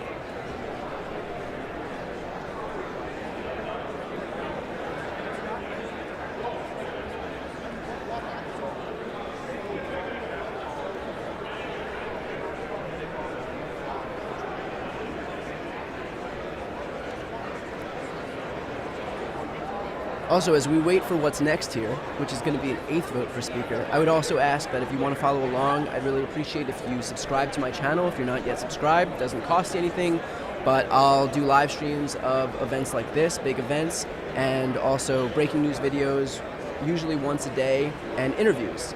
So I've done interviews with everyone from President Biden to Elizabeth Warren, Katie Porter, Jamie Raskin, and on and on. For Speaker, right now it looks like 201, 212, 19, and then 2 other votes. Representative Scott Perry, Republican, Pennsylvania, Chair, House Freedom Caucus, tweet, "A deal is not done," he tweets. "When confidences are betrayed and leaks are directed, it's even more difficult to trust. Totally unsatisfied, I will not yield to the status quo." And according to Jake Sherman at Punch Bowl, some of the issues that they are negotiating or debating within the Republican conference include a 1-member motion to vacate. The GOP leader appears to have finally acquiesced to a demand to lower the threshold needed to force a vote ousting a speaker to just 1 member. It's essentially a no confidence vote. Number 2, Rules Committee seats for the Freedom Caucus. McCarthy is prepared to give the House Freedom Caucus 2 seats on the powerful House Rules Committee, which oversees the amendment process for the floor. A vote on term limits. This is a key demand of Representative Ralph Norman of South Carolina, who has proposed a constitutional amendment limiting lawmakers to 3 terms in the House. And finally, one of the other items being negotiated, major changes to the appropriations process. Fears of another $1 trillion-plus omnibus spending bill have been a major driver of the conservative backlash to McCarthy. Those are some of the issues within the... Do you know what's ironic here is that, first of all, we're talking about a faction of 20 people out of 222. That's this House Freedom Caucus faction here who are basically making it so that we can't move forward with any of this, or that Republicans can't move forward with any of this. But what's so ironic is that while they're demanding all these spots on committees, while they're demanding all of their negotiation points get brought up by Republicans, none of these people have actually earned any of their power, they just expect it to be handed to them. They expect to be handed these spots on committees by virtue of taking everybody else hostage. And it kind of does show the whole insurrectionist mentality that happened on January 6th is just repeating itself right here. These people realize that if they can just cause pandemonium, they can demand what they want. They can demand the power that they haven't earned, but that they're trying to get just by virtue of preventing anything else from happening until they're given that power. And so in the same way that on January 6th, they didn't win the election, Donald Trump didn't win the election, but they decided to just, create pandemonium and mayhem and demand it anyway. They're doing the same thing right here. These are just a small faction of people who haven't put in their time. They haven't gotten their leadership positions by virtue of earning them, but they just want to be seated on these committees. They just want to be given these rules committee spots anyway, just because they were the ones who decided to hold everybody else hostage, and so they feel entitled to all of it. And in a way, it kind of makes sense that they're doing this because every step of the way, someone like Kevin McCarthy has enabled these people, and because all the while he was vying for their votes for speaker, but he's enabled these people and just kind of allowed them to think that this kind of stuff was okay, even by virtue of failing to reprimand any of these people or hold them accountable for perpetuating the events of January 6th. Every step of the way, Republicans have basically been validated in their efforts to cause this mayhem and break government so that they can get what they want from it, so they can achieve power by any means necessary. And someone like Kevin McCarthy is the chief enabler of that. So the fact that they're doing it now against him is poetic, but not surprising.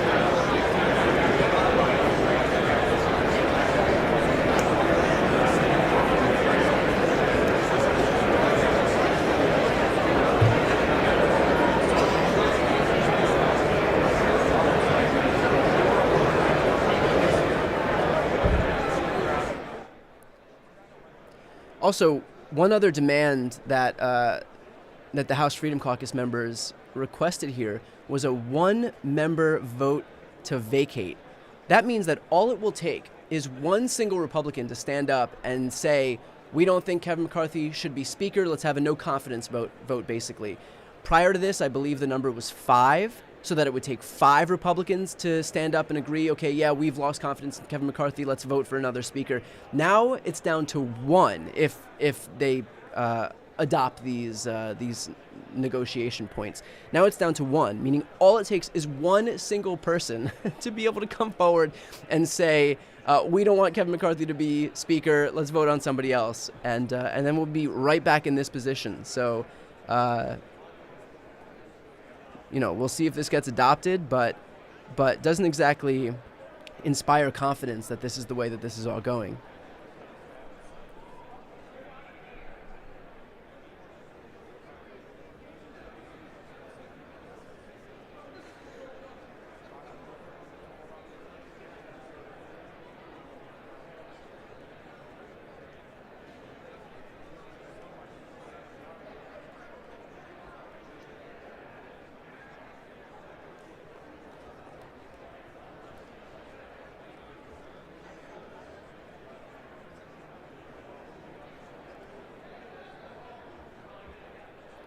By the way, just to be clear, I know that we traffic in a lot of dysfunction in American politics, but this, even for us now, I know that I have a lot of people from overseas and from abroad watching this right now. This is not normal.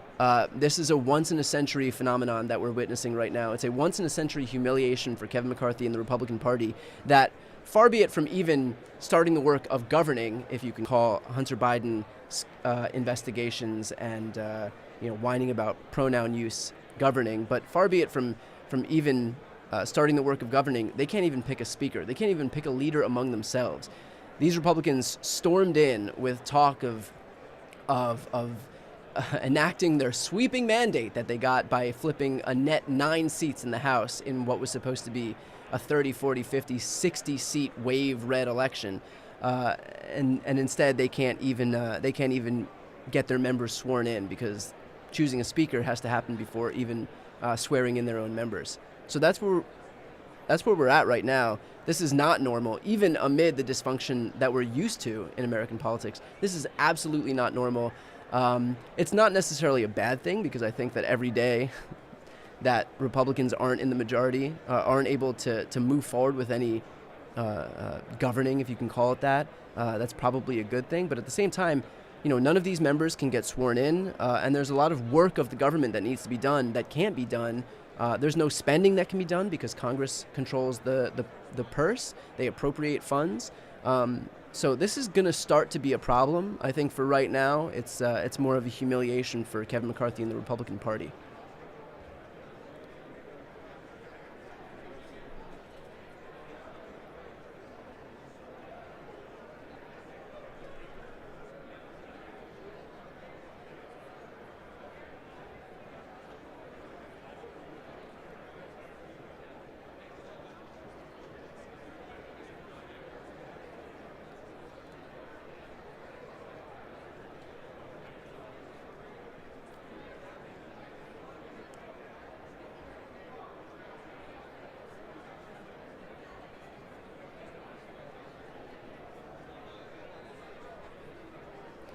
The irony here, too, is the reason that we're in this mess in the first place is that Kevin McCarthy caved to these far-right lunatics in the House Freedom Caucus. And that's not actually proving to benefit him. It's just proving to embolden their cause. Again, he's moving in the wrong direction. So maybe there's a lesson here about caving to insurrectionists and caving to far-right House Freedom Caucus members, that it may not be in your best interest, and it may not have been in your best interest for the last few years, to embolden the exact people who aren't taking yes for an answer and who are screwing over the entire Republican Party themselves. Maybe let this be a lesson to Republicans that emboldening all of these people and failing to hold any of these people accountable and failing to condemn any of these people, who were the ones who promoted the January 6th insurrections, who are the ones who continue to spout this MAGA America First agenda. Maybe emboldening them for the last few years, but especially even in this negotiation, isn't the brilliant strategy that you thought it was, because they're the ones that are holding Kevin McCarthy out from being Speaker right now. And the only reason that they are emboldened is because Kevin McCarthy proved that he was so weak that he would do nothing to hold these people accountable and give them platforms. All the while because he was hoping that they would back him as Speaker. But all he did was show himself to be too weak to actually lead any of these people. For those asking, by the way, no, there's no limit to how many times we can have these votes. We can continue voting for days or weeks, I guess. I mean, there will come a point where the number of votes will be unprecedented. We're not there yet, but for right now, all we can do is just vote. Nothing happens until they choose a Speaker. No members of Congress are even sworn in until they choose a Speaker.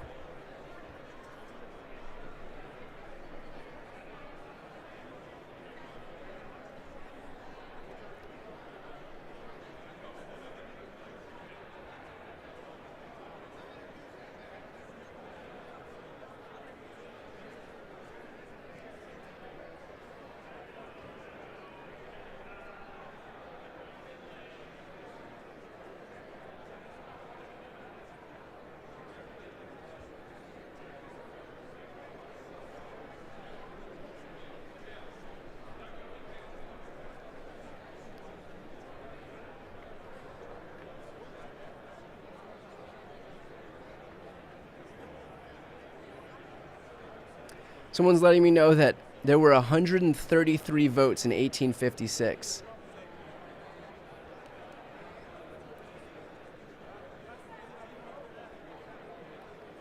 So, tell you what, we're on track.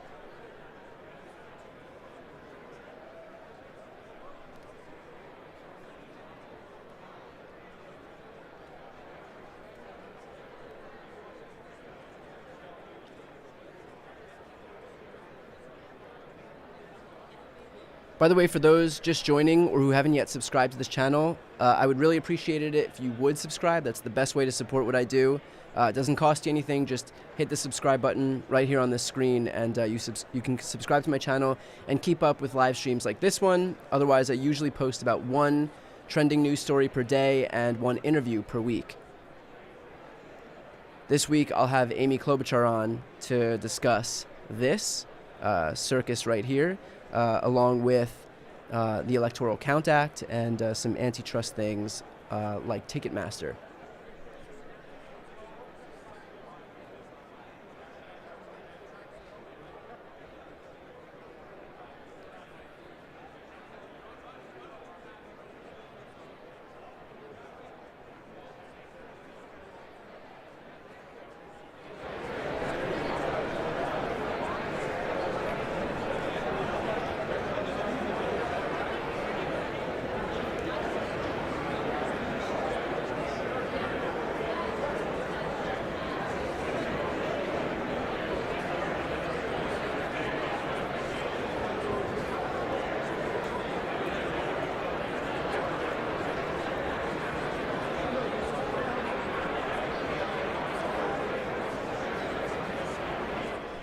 We are still awaiting the official results of the 7th speaker vote to happen, and there's been talk about potential adjournment. But according to Aidan Quigley of CQ Roll Call, who tweets out that an 8th vote for speaker is forthcoming, rather than a move to adjourn. Steve Scalise says, quote, "We'll be going another round." Well, yeah, could have told you that. Steve Scalise with the breaking news. Will be going another round.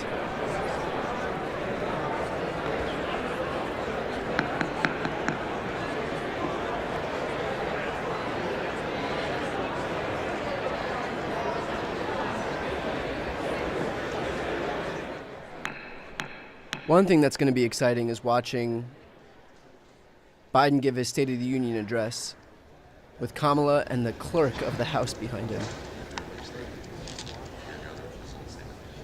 All right, we may have some movement now.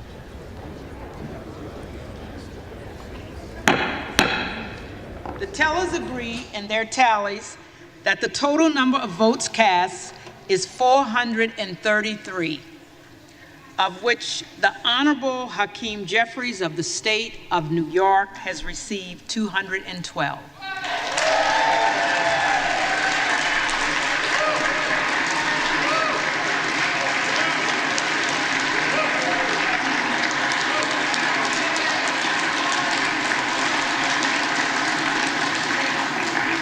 The Honorable Kevin McCarthy of the state of California has received 201.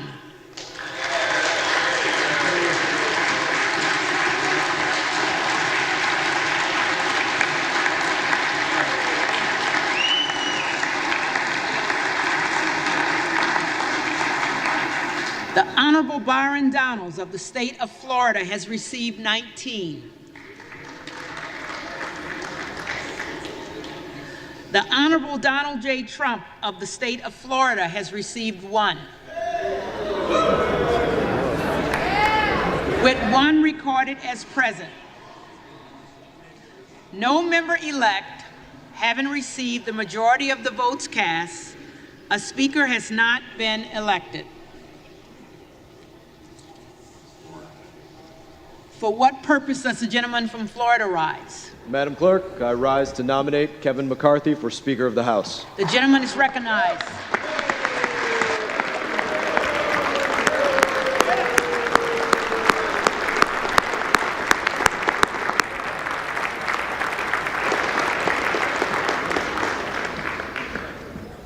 I think at this point we've all heard about Kevin McCarthy in length.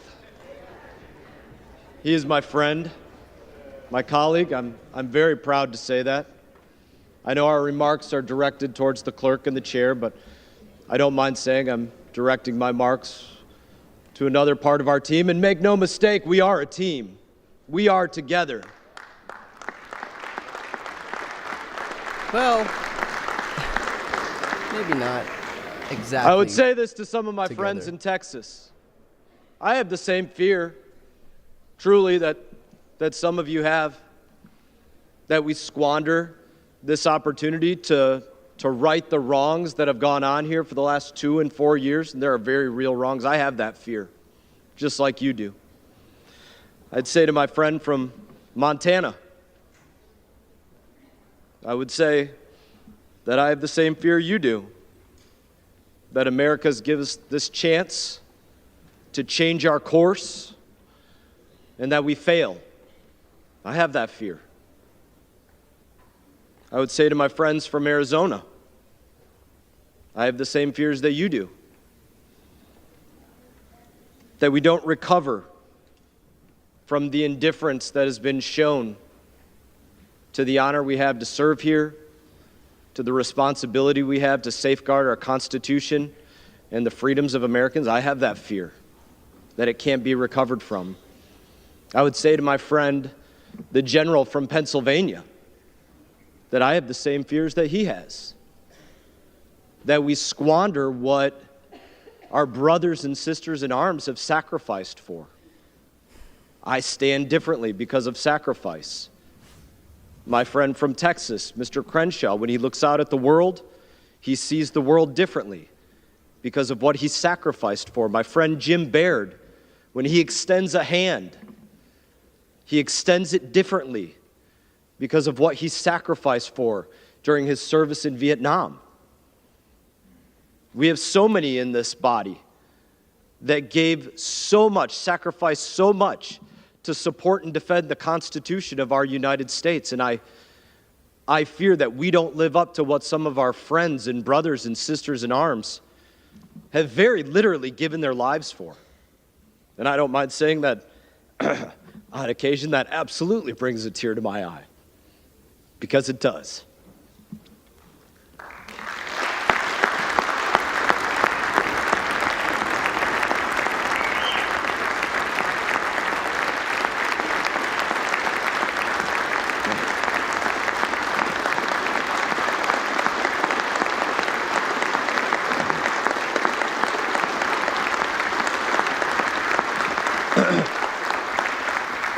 It's not for that. My friend from Texas, my colleague, Mr. Roy, he and I, we've stood on this floor together, arguing on the same team about life and death issues for the United States of America, with so few people in here that you could hear an echo.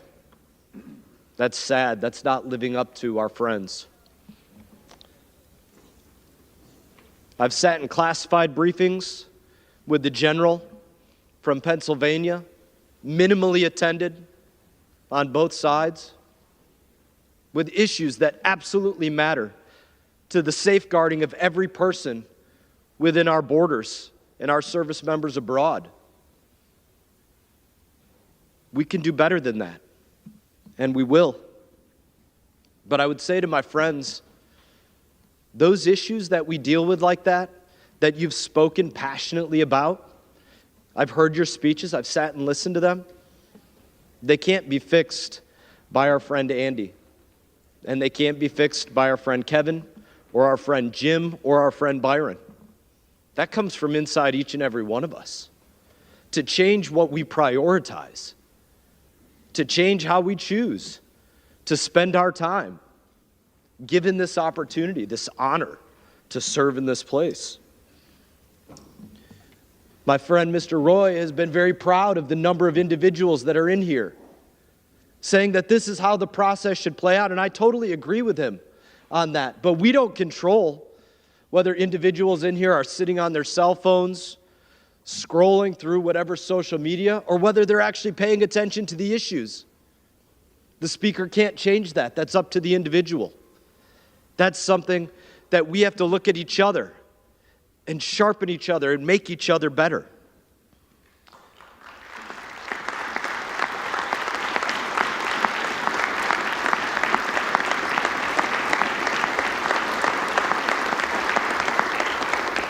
When we started this process months ago, behind closed doors, as leadership for the minority was being chosen behind closed doors, leadership for the majority was being talked about and debated and chosen behind closed doors, I said to my friend, Mr. McCarthy, I said, please don't look at us and see me as your friend, or all of us as your friends. Don't look at us and see us as your colleagues. Don't look at us and see us as individuals that are votes for Speaker of the House. look at us as individuals that are looking out to our communities, our neighborhoods, our friends, our neighbors, in our country, and telling them that we vouch for you, because that is what we are doing. We are vouching for you, and I couldn't be more proud to stand here today and vouch for you, my friend.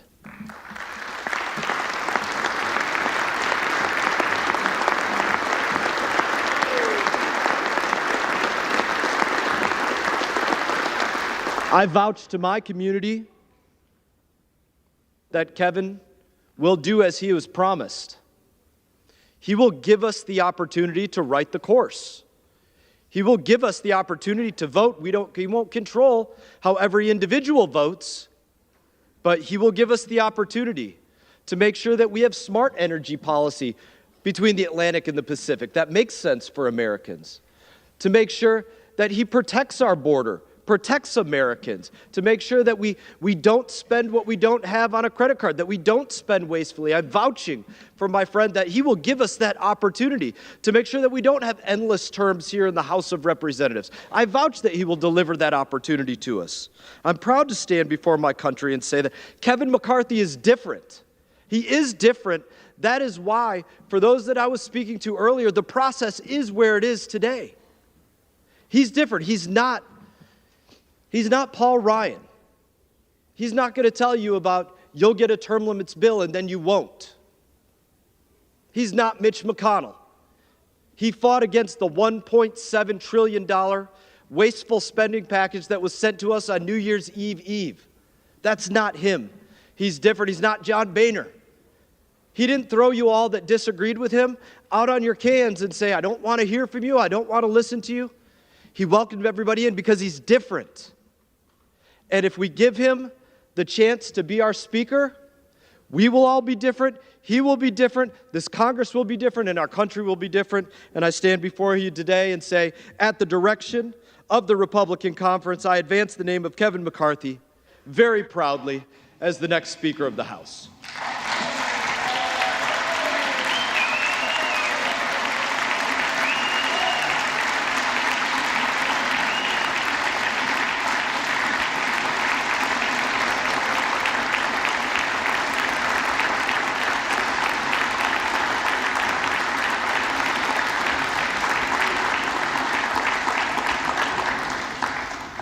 For what purpose does the gentlewoman from Massachusetts rise?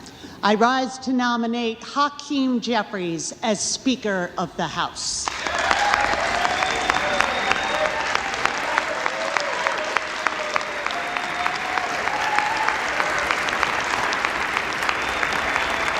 The gentlewoman is recognized.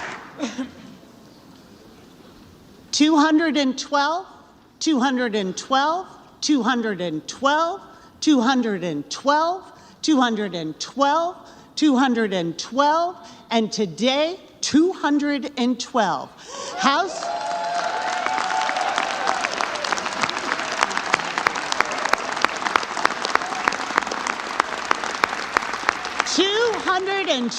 House Democrats stand united behind our leader because Hakeem Jeffries stands united for the American people.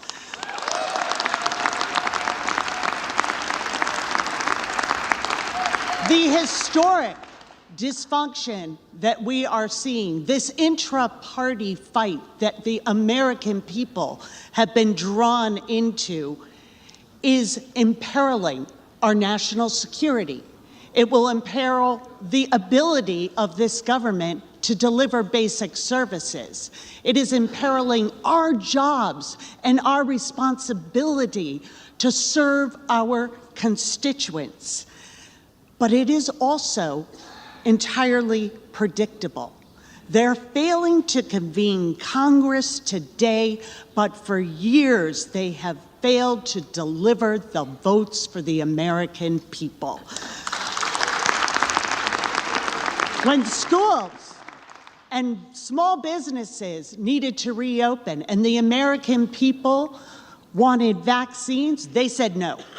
When we capped insulin costs for seniors at $35 a month, they said no. When we lowered health care costs and premiums for working families, they said no. When we defended the civil rights of LGBTQ plus Americans, they said no. When we protected lives from senseless gun violence, especially in the wake of the horrors of Buffalo and Uvalde, they said no. When we stood up for women and reproductive freedom, they said no. When we brought manufacturing back to America, they said no. When we answered the urgent call to protect our planet and invest in clean energy and create tens of millions of good-paying jobs, they said no. When we said women deserve equal pay for equal work, they said no. When we said that childcare and paid family leave should be available to every worker in this country, to every family, they said no. When we secured the fundamental right to vote for every single American, they said no. When we stood by our veterans and expanded their access to health care, they said no. When we defended our democracy 2 years ago tomorrow from a tyrannical president following the January 6th insurrection, they said no. House Democrats will stand together. We will stand for the American people. It is our job and our responsibility to elect a speaker who stands with them, and with great pride, I nominate Hakeem Jeffries.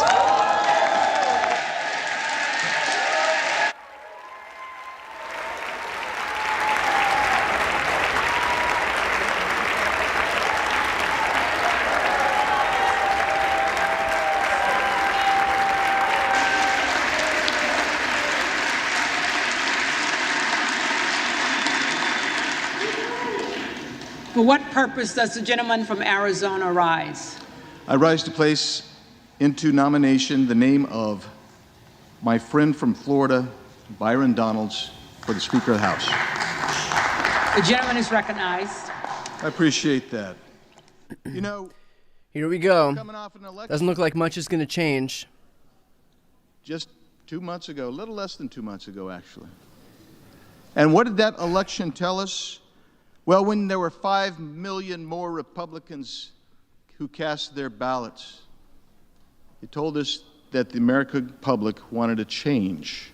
They wanted a change from the policies of the left that has taken over the Democrat Party.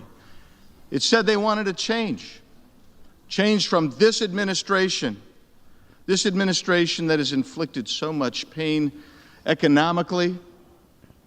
We've seen crime explode. We've got an administration that won't even acknowledge that there's a crisis on the border. I tell you to go on down to the border. I've invited this administration to come with me to the border. Let's see it firsthand. Biden will be at the border said this they want to week. change. They want something new. Literally, They this want week. something different. And we are on a path that just continues. Where were we just 12 years ago? An $11 trillion national debt. You know where we are today? Do you know what's ironic about the fiscal conservatism argument is that when Republicans had full control of government during the Trump administration, they added $7.8 trillion to the debt. We have to bring that under control. You bring that under control. This is what they do. They parade themselves around as these fiscal conservatives, but when they're actually given power and they actually have the opportunity to govern, all they do is blow up the deficit even more because they're so desperate to give millionaires and billionaires tax cuts. That's it. And this is all like the Venn diagram between what Republicans say and what they actually do when they have power is just two completely separate circles. An expression of support for people you want to be your leader in the next Congress. I think it's incredibly healthy, actually. for the American people to see that we're on the floor, something that my colleagues across the aisle so rarely like to be. They enjoy the proxy voting, I guess. They've sat there, I'll give it to you.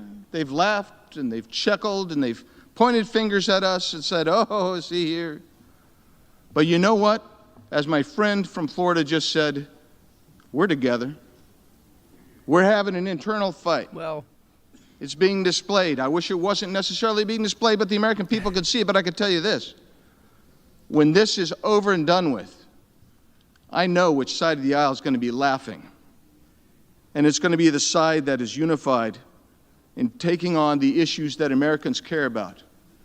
The issues that this side has not only ignored, cut to 47 votes later, put upon the American people.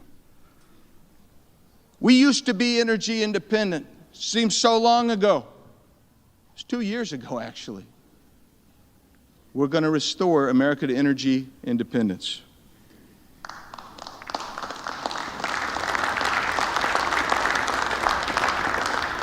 You know how you reduce inflation? You stop devaluing your currency. You stop blowing out the waters by spending $1.7 trillion on an omnibus bill that has... This is crazy. Inflation was 0.2% in November, and also every other country in the world had inflation as the result of this pandemic and the recovery from the pandemic. They're pretending that it was the $1.7 trillion omnibus package that was passed like a month ago that was the result of this worldwide inflation. We had less inflation than most of the industrialized countries around the world. Europe had 10% inflation. And then there were some countries that had 30, 40, 50, 60% inflation. We had 8% inflation, and the most recent numbers were 0.2% for the month of November. Annualized, that's like 2% inflation. You bring your border back under control, and this side is going to bring that border security under control. We recognize it's a crisis. It's a crisis when in 2020, the Yuma sector had 9,000 encounters, not for a 5-day period, but for an entire fiscal year. Under this administration, with these policies, that 9,000 encounters is about a 5-day period in the Yuma sector today. You don't know what it's like unless you see that happening. We're on a suboptimal path. It has to change. And to make a change, it can be difficult. It can be short-term, uncomfortable. But when you move to the correct path, all of a sudden things ease up and you can start having success. The direction here, in my opinion, is to someone like a Byron Donalds, a man who is living the American dream and is the example and the mentor for millions who need hope. Here is a man that has worked his way up. He is not a novice. He has the experience. He has the chops to be the speaker. He is a man. He has a lovely family, and they are politically engaged. They know what's going on. Byron Donalds is qualified to be speaker because he has a lovely family and they're politically engaged. So vote for Byron Donalds. That a leader needs. I look around this body today, and I know it's hard for you to believe. I know it's hard for me to believe sometimes when I'm here and I have the great honor and privilege of serving with you. But you represent the cross-section of America, the great American experiment. The experience that you bring, the knowledge that you bring, is unique. The road to recovery is through this body. I believe if you want to make change, you have to make change. Maintaining status quo is not an option today. I believe we've reached an existential crisis in this country. I look across and I see the left has captured virtually every institution. It is time that we reassert ourselves. Maybe it's because the left has won elections. And the person who I think is most capable, which is what Andy Biggs, as a January 6th sympathizer, is aiming is lead us back that way. Pretty against is my friend from Florida, the Honorable Byron Donalds, whom I am pleased and proud to nominate as the next Speaker of the House of Representatives.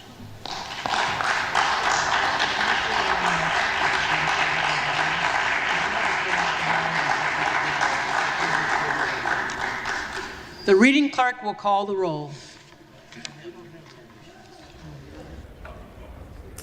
Here we go, folks. Vote number 8.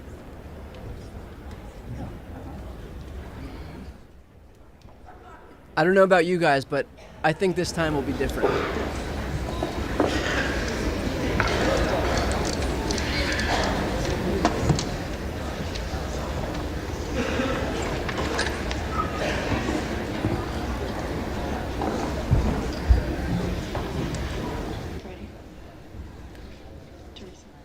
And just as a quick aside, if you haven't yet subscribed to my channel, please consider subscribing. Doesn't cost anything. Jeffries. Appreciate it. Adderholt. McCarthy. Aguilar. Jeffries. Alford. McCarthy. Allen. Allen. Allred. Jeffries. Amodei. McCarthy. The first names that you want to look out for, which were Republican defections, are going to be Andy Biggs, Harrington. Bishop, Basheen, McCarthy. Cloud, Clyde. Those are the first 5. Jeffries. If I remember correctly. Babin. McCarthy. Bacon. McCarthy. Baird. McCarthy. Balderson. McCarthy. Ballant. Jeffries. Banks. McCarthy. Barr. McCarthy. Bedagan. Jeffries. Bean of Florida. McCarthy. Beatty.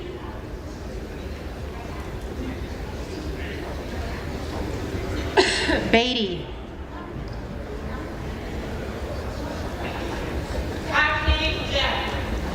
Jeffries.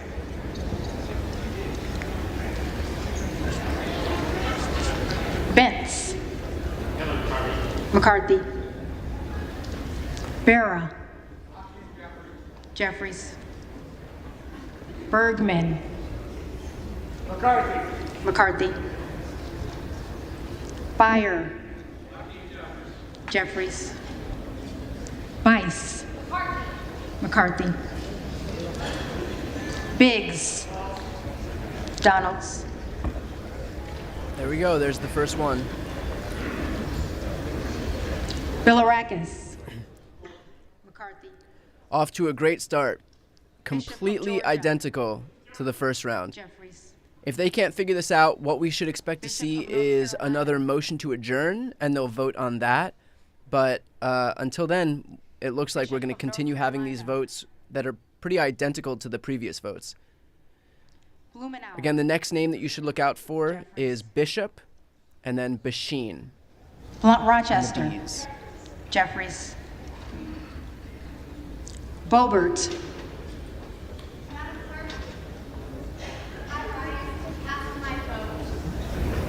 Remember not of the Freedom Caucus, but for Kevin, the unanimously elected chairman of the Republican Study Committee, a businessman from humble beginnings, a leader, a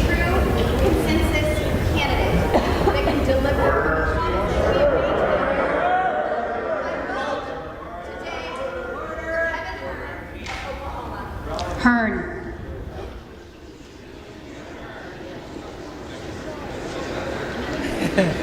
What a circus. What a circus. So this was obviously a big show. Jeffries. I don't know what Kevin from Oklahoma, who Kevin from Oklahoma is. He's obviously some other Republican congressman.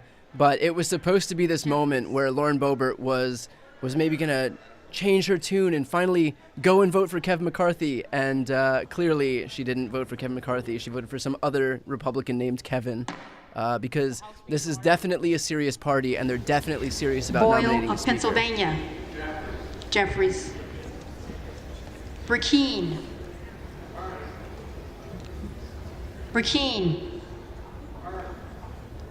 Hearn. It's Kevin Hearn. That's the Kevin she voted for. And Basheen voted for Hearn as well. So now we have 2 votes for Kevin Hearn. Jeffries. Brownlee. I don't know who Kevin Hearn is. I don't know anything about him. I know that he's not Kevin McCarthy. Buck. McCarthy. Bouchon. McCarthy. Budzinski. Jeffries. Burchett. McCarthy. Burgess. So it's important to note that Kevin Hearn is clearly not running for speaker. Kevin Hearn himself voted for Kevin McCarthy. But the only thing that seems to be different here is that Byron Donalds seems to be losing support. So far, Byron Donalds has lost the support of Lauren Boebert and Basheen, both of whom had supported Byron Donalds previously. But it doesn't look like anything's changing on the Kevin McCarthy front, which is where we need to see some changes one direction or another if we're going to have any different result than the result that we've had in the previous 7 ballots. Jeffries. Cardenas. Jeffries. Carey. McCarthy. Carl. McCarthy. Carson. Jeffries. Carter of Georgia. McCarthy. Carter of Louisiana. Jeffries. Carter of Texas. McCarthy. Cartwright. Jeffries. Kassar. Jeffries. Case. Jeffries. Caston. Jeffries. Castor of Florida. Jeffries. Castro of Texas. Jeffries. Chavez DeReamer. McCarthy. Shirphyllis McCormick. Jeffries. Chu. Jeffries. Cicilline. Jeffries. Siscomani. McCarthy. Clark of Massachusetts. Jeffries. Clark of New York. Jeffries. Cleaver. Jeffries. Klein. McCarthy. Cloud. Cloud.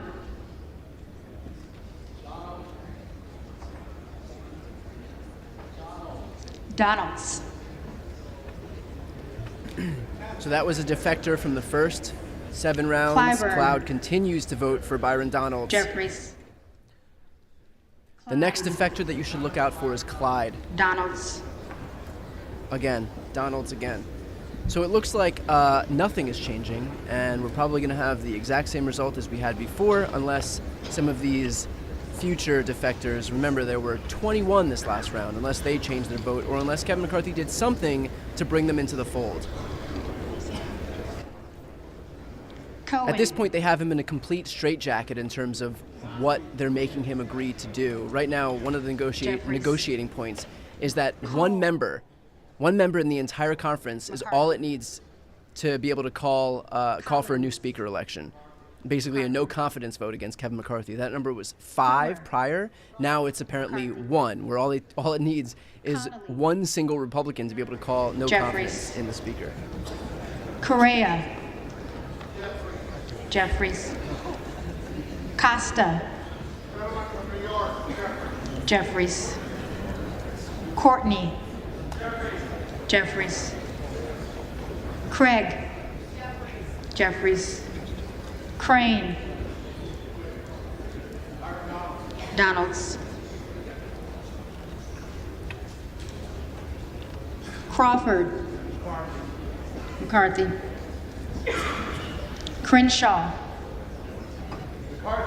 McCarthy.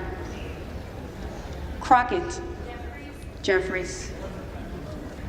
Crow. Jeffries. Cuellar. Jeffries. Curtis. McCarthy. Davids of Kansas. Jeffries. Davidson. McCarthy. Davis of Illinois. Jeffries.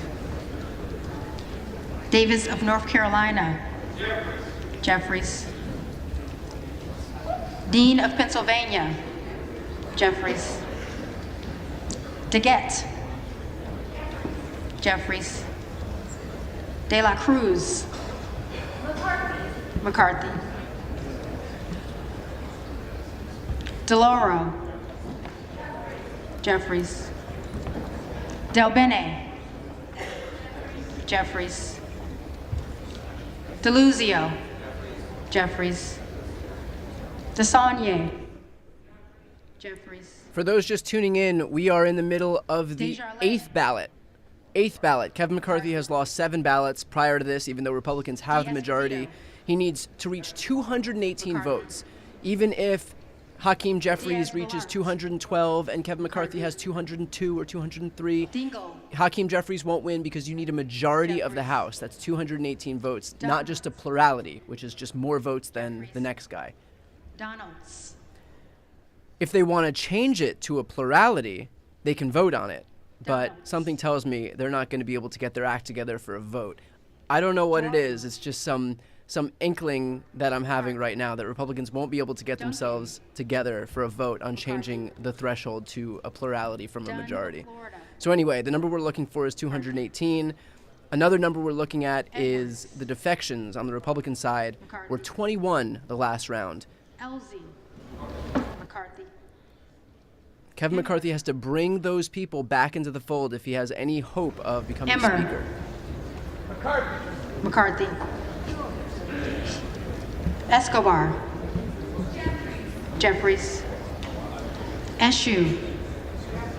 Jeffries. Espaillat. Jeffries. Estes. McCarthy. Evans. Jeffries. Ezell. McCarthy. Fallon. McCarthy. Feenstra. McCarthy. Ferguson. McCarthy. Finstad. McCarthy. Fishbach. McCarthy. Fitzgerald. McCarthy. Fitzpatrick. McCarthy.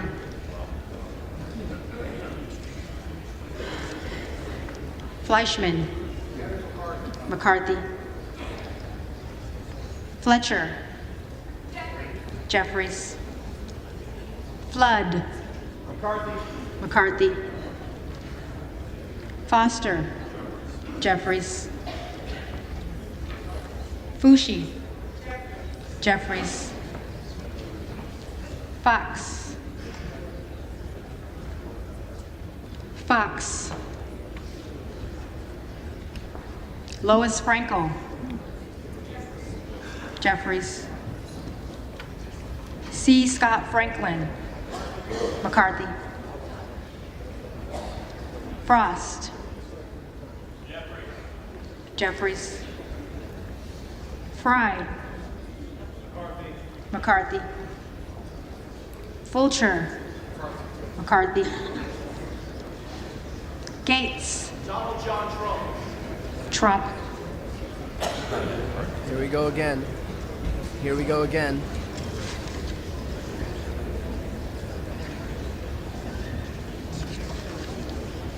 Gallagher. McCarthy. Gallego. Jeffries. Garamendi. Jeffries.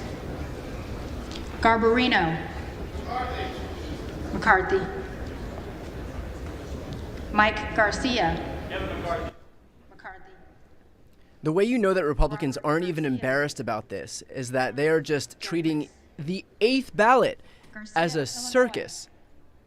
Matt Gaetz just again nominated Donald Trump. Lauren Boebert made this whole meal of nominating Kevin, who's not Kevin McCarthy, but Kevin Hearn. I mean, it is just an absolute dumpster fire right now. And it doesn't seem like any of these Republicans, who, by the way, Kevin McCarthy emboldened by doing nothing to hold any of these people accountable and ceding to all their demands, you know, it doesn't seem like they have any intention of slowing down. So we're going to see more of this over and over and over again. The fact is that the reason that this is happening is because we've emboldened people who don't believe that government should work. They have an inherent opposition to the very system itself. And so, of course, they're going to do whatever they can to continue breaking it because they don't believe in government. These are small government, no government people. They think the government is the problem. So, of course, they're going to do whatever they can to break it so that they can then look to the American people and say, look at that government. It's broken. We told you it doesn't work. You need to continue shrinking it down. What they don't tell you is that the reason it's broken is because they themselves are the ones who broke it. But they're just hoping that we lose faith in the entire system by breaking it and then pointing to that thing that they just broke and saying, look, see, we told you it can't work. Jeffries. And that Americans who aren't paying attention will go, yeah, you're right. It is always dysfunction in government. We should just burn the whole thing down. But the only reason it doesn't work is when we have people in power who are committed to making sure that it doesn't work. If you look at the last 2 years prior to this, it worked. We added 10.5 million jobs. We kept the unemployment rate to a 50-year low. Allowed the government to negotiate lower drug prices, funding for climate change. The CHIPS Act added, hundreds of billions of dollars of investments into this country. With the PACT Act, we have health care for veterans, the American Rescue Plan, the infrastructure bill, the first gun law in 30 years. It can work when there are people in there who believe in government itself. And when there are people who have the majority who don't believe in government, this is what you get. Grijalva. Jeffries. Grothman. McCarthy. Guest. McCarthy. Guthrie. McCarthy. Hageman. McCarthy. Harder of California. Jeffries. Harris. Harris. Donalds. Another vote for Donalds. Harshbarger. McCarthy. Hayes. Jeffries. Hearn. McCarthy. Higgins of Louisiana. McCarthy. Higgins of New York. Jeffries. Hill.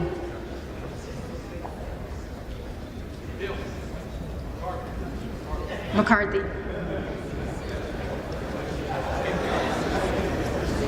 Himes. Jeffries. Hinson. McCarthy. Horsford. Jeffries. Houchin. McCarthy. Houlihan. Jeffries. Hoyer. Jeffries. Hoyle of Oregon. Jeffries. Hudson. Hudson.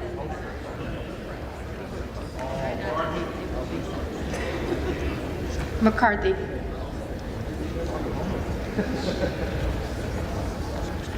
Huffman. Jeffries. Huizinga. McCarthy. Hunt.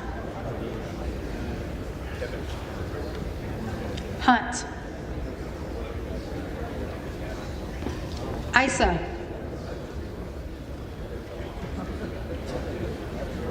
Issa. McCarthy. Ivy. Ivy. Jeffries. Jackson of Illinois. Jeffries. Jackson of North Carolina. Jeffries. Jackson of Texas. McCarthy. Jackson Lee.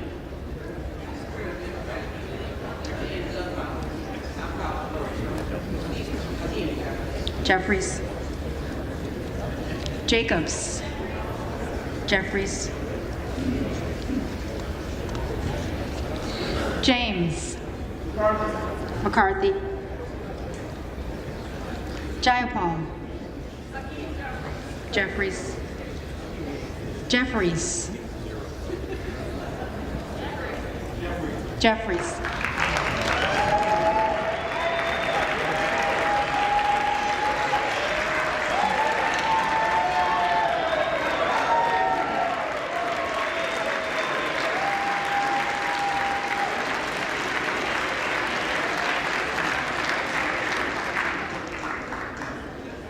Johnson of Georgia. Jeffries. Johnson of Louisiana. Johnson of Louisiana.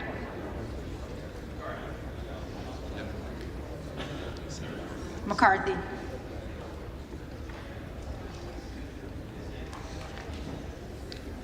Johnson of Ohio. McCarthy. Johnson of South Dakota. McCarthy. Jordan. McCarthy. By the way, I should have noted, Kevin McCarthy has lost on this eighth ballot. He's lost the bid for Speaker on this ballot as well. He could afford to lose 5 Republicans. He's already lost 10. So we're on to ballot number 9 after this. For those of you just joining in, Kevin McCarthy, on his 8th attempt to become Speaker, has failed. We're on to ballot number 9 after this. I don't know if that's going to happen today. I don't know if it's going to happen tomorrow. They'll likely vote to adjourn, if they could even get the votes together for that.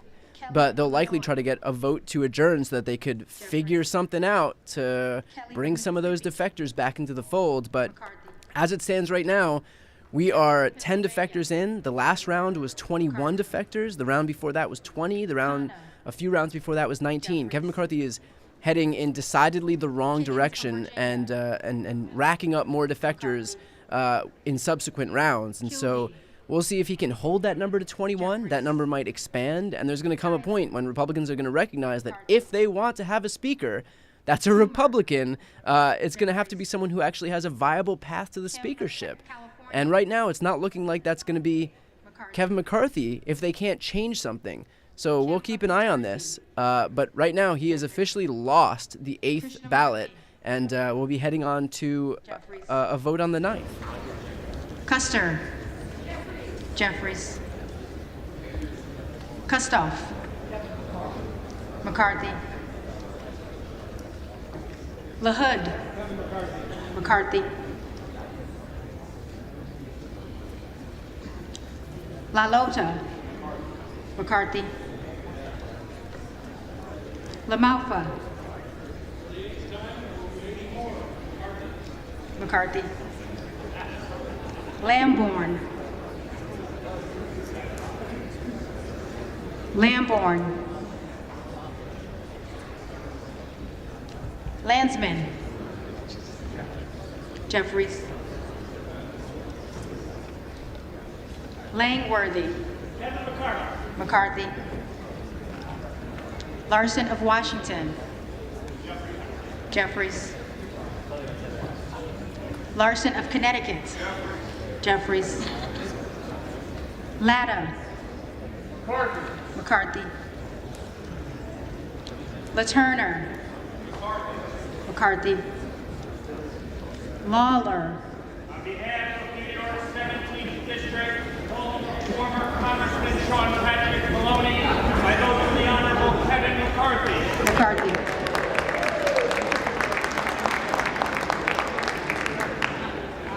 Lee of California. Jeffries. Lee of Florida. McCarthy. Lee of Nevada. Jeffries. Lee of Pennsylvania.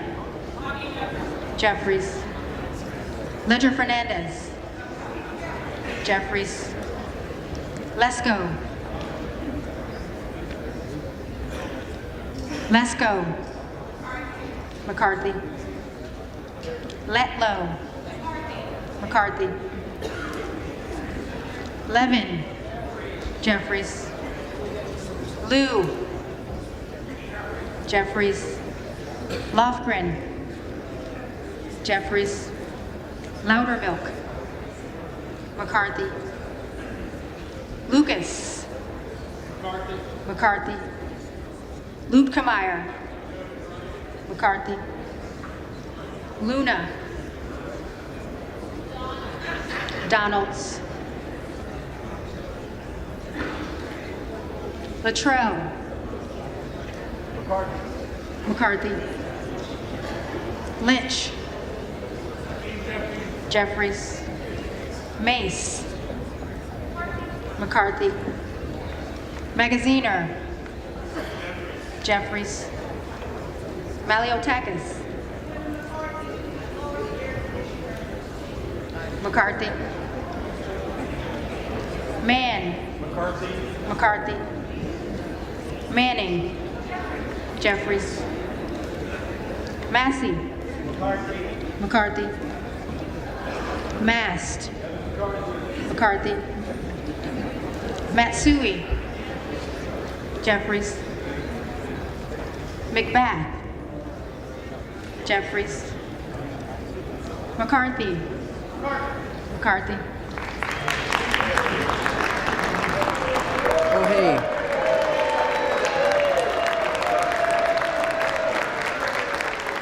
Big ovation. Big ovation for the Republican who's just lost his 8th ballot in a row for the Speaker's gavel. Big ups, man. McCarthy. Good work. McLean. McCarthy. McClintock. If you needed any indication of the extent to which Republicans fail up, it is Kevin McCarthy getting a standing ovation after 8 straight ballots, a once-in-a-century humiliation for the Republican Party. McCarthy. McGarvey. Jeffries. McGovern. Jeffries. McHenry. McCarthy. Meeks. Jeffries. Menendez. Jeffries. Mang. Jeffries. Muser. McCarthy. Mfume. Jeffries. Miller of Illinois. Miller of Illinois. Donalds. Miller of Ohio. McCarthy. Miller of West Virginia. McCarthy. Miller Meeks. McCarthy. Mills. McCarthy. Molinaro. McCarthy. Molinar. McCarthy. Mooney. McCarthy. Moore of Alabama.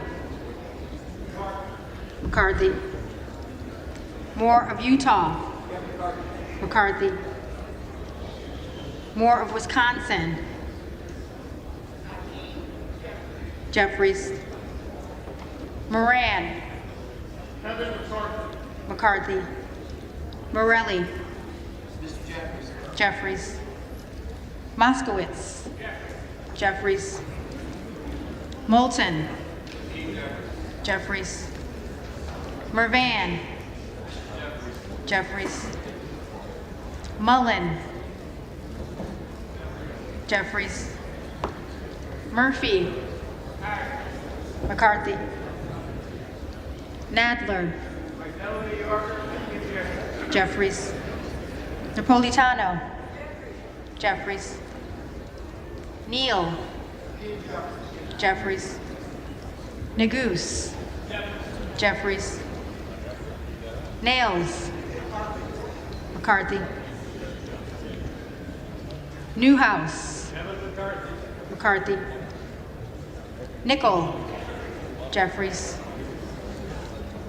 Norcross. Jeffries. Norman. Donalds. None of Iowa. McCarthy.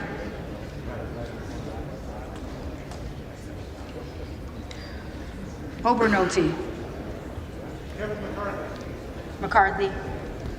Ocasio-Cortez. Jeffries. Ogles. Donalds. Omar. Jeffries. Owens. McCarthy. Pallone. Jeffries. Palmer. McCarthy. Panetta. Jeffries. Pappas. Jeffries. Pascrell. Pascrell. Jeffries. Payne. Jeffries. Pelosi. Jeffries. Peltola. Jeffries. Pence. McCarthy. Perez.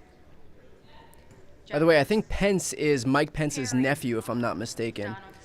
So what we're waiting for right now, we're about, I think, 2/3 of the way through.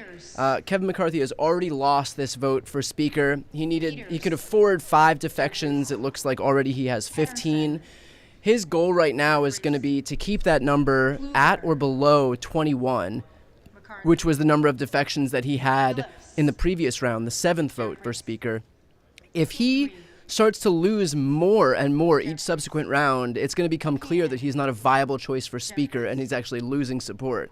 So if he can't keep that number at 21 for today, or start even bringing back some of those people who defected, it's going to become clear that they're going to have to choose somebody else, whether it's Steve Scalise or Byron Donalds or just somebody. But at some point, Republicans are going to want to get sworn into Congress. And they can't do any of that until a speaker is chosen. They can't begin the work of Congress until a speaker is chosen. So right now, we're on day 3 of Republicans just trying to do the bare minimum, just elect a speaker. Something that they haven't, something that Congress hasn't had to go to a second ballot to do in a century. Last time this happened was 1923. For those asking what the most votes was, I believe in 1856 there was 133 ballots. So that's where we're at right now. In the throes of like Civil War time America and slavery was what the Republican Party has dragged itself back into now. That's the degree, the level of dysfunction that we're dealing with right now. Rouser. McCarthy. Roy. Donalds. Ruiz. Jeffries. Ruppersberger. Jeffries. Rutherford. McCarthy. Ryan. Jeffries. Salazar. McCarthy. Salinas. By the way, I would just ask right now, if you haven't yet subscribed to this channel, I'll be live streaming this as long as I need to live stream it. But I would just ask that you please subscribe to this channel. Doesn't cost anything. That is the single best way to support what I do. So please hit the subscribe button if you haven't yet subscribed. Would appreciate it. Thanks. Sarbanes. Jeffries. Scalise. McCarthy. Scanlon. Jeffries. Schakowsky. Jeffries. Schiff. Jeffries. Schneider. Jeffries. Skolton. Jeffries. Schreier. Jeffries. Schweikert. McCarthy. Austin Scott. McCarthy. David Scott. Jeffries. Scott of Virginia. Jeffries. Self. Donalds.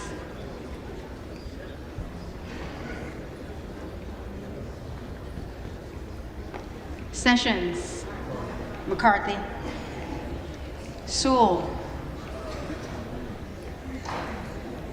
Sewell. Sherman. Jeffries. Sherrill. Jeffries. Simpson. McCarthy. Slotkin. Jeffries. Smith of Missouri. McCarthy. Smith of Nebraska. McCarthy. Smith of New Jersey. McCarthy. Smith of Washington. Jeffries. Smucker. McCarthy. Sorensen. Jeffries. Soto. Jeffries. Spanberger. Jeffries. Sparts. Sparts. Stansbury. Stansbury. Jeffries.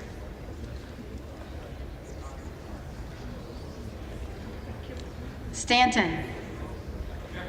Jeffries. Stauber. McCarthy. Steele. McCarthy. Stefanik. McCarthy. Style. McCarthy. Stubbe. McCarthy. Stevens. Jeffries. Stewart. McCarthy. Strickland. Jeffries. Strong. McCarthy. Swalwell. Jeffries. Sykes. Jeffries. Takano. Jeffries. Tenney. McCarthy. Tanadar. Jeffries. Thompson of California. Jeffries. Thompson of Mississippi. Thompson of Mississippi. Jeffries. Thompson of Pennsylvania, McCarthy. Tiffany.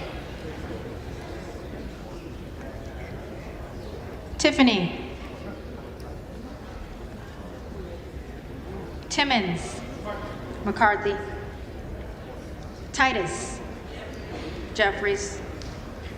Tlaib, Jeffries. Takuda, Jeffries. Tonko, Jeffries. Torres of California, Jeffries. Torres of New York, Jeffries. Trahan, Jeffries. Troon, Jeffries. Turner, McCarthy. Underwood, Jeffries. Valadeo, McCarthy. Van Drew,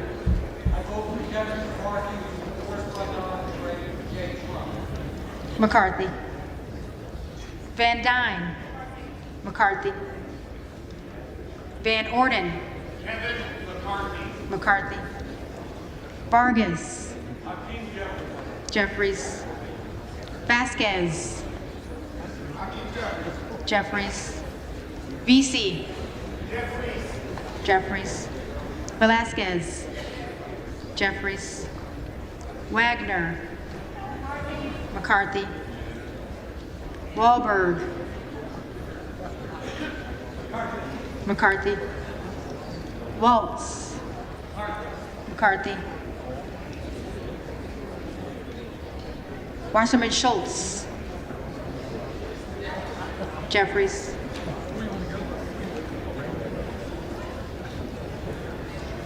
Waters, Jeffries. Watson Coleman, Jeffries. Weber of Texas,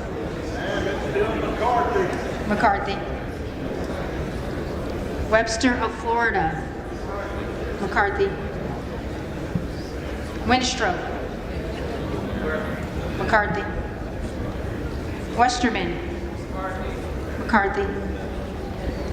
Wexton, Jeffries. Wild, Jeffries. Williams of Georgia, Jeffries. Williams of New York, McCarthy. Williams of Texas,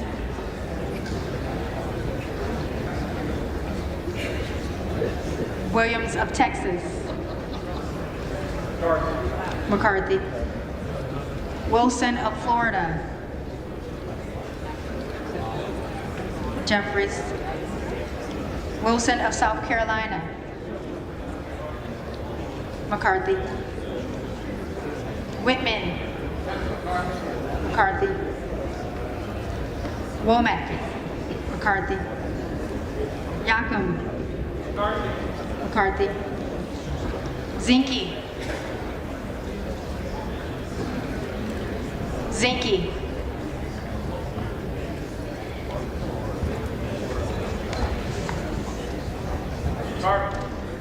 Okay.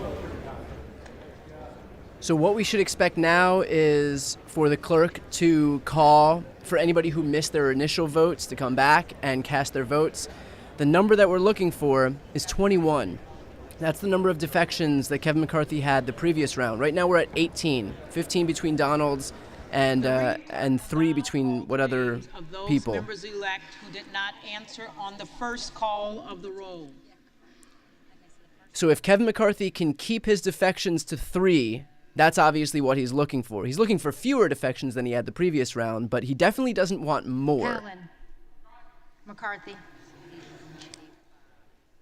The ceiling for Jeffries will be 212. That's what we're expected to see right now. But keep an eye on that number between Donalds, others, and present. There's another one for Donalds.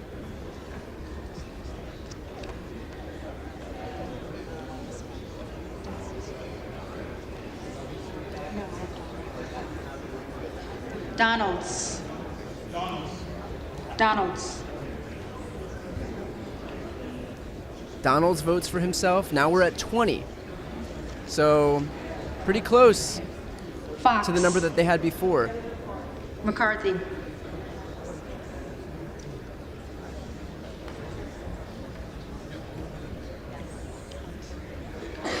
Hunt. McCarthy.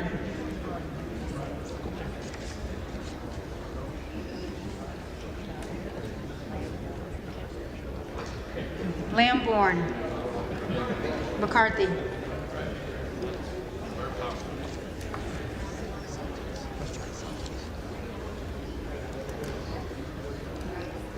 Santos. McCarthy. Oh, Santos remembered his name. That's exciting. Sewell. Jeffries. So that seems to be the ceiling right now for Jeffries. Sparks. Now we'll see if McCarthy. So there we go. Now we're at 21. This is Victoria Sparks, who voted present in previous rounds. She had previously been a Kevin McCarthy supporter. Now she's voting present to try to get some movement here. That lowers the threshold from 218 to 217 to try to get something done. She's basically withholding her support for McCarthy until he shows that he could be a viable enough candidate to get to that 218, 217 mark. Zinke. McCarthy.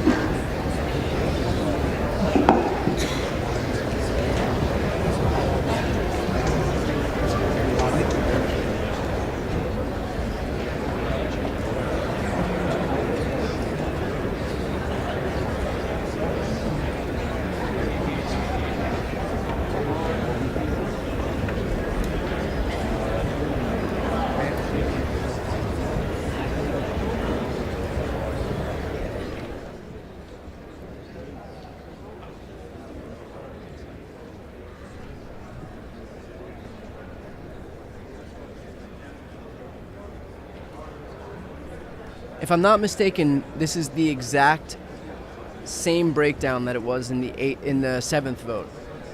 We're now on to vote number 8, and we're going to need a vote number 9.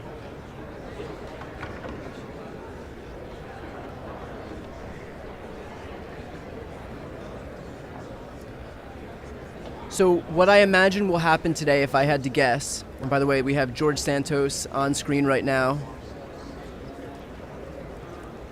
What I would imagine today is that we'll either see another vote right now because the definition of insanity is doing the same thing and expecting a different result, or we'll see a motion to adjourn either until tonight or until tomorrow, and this way that gives Republicans more time to figure their shit out and hopefully strike some type of a deal where they can either bring some of those defectors back into the fold to vote for Kevin McCarthy, or just choose somebody else who can actually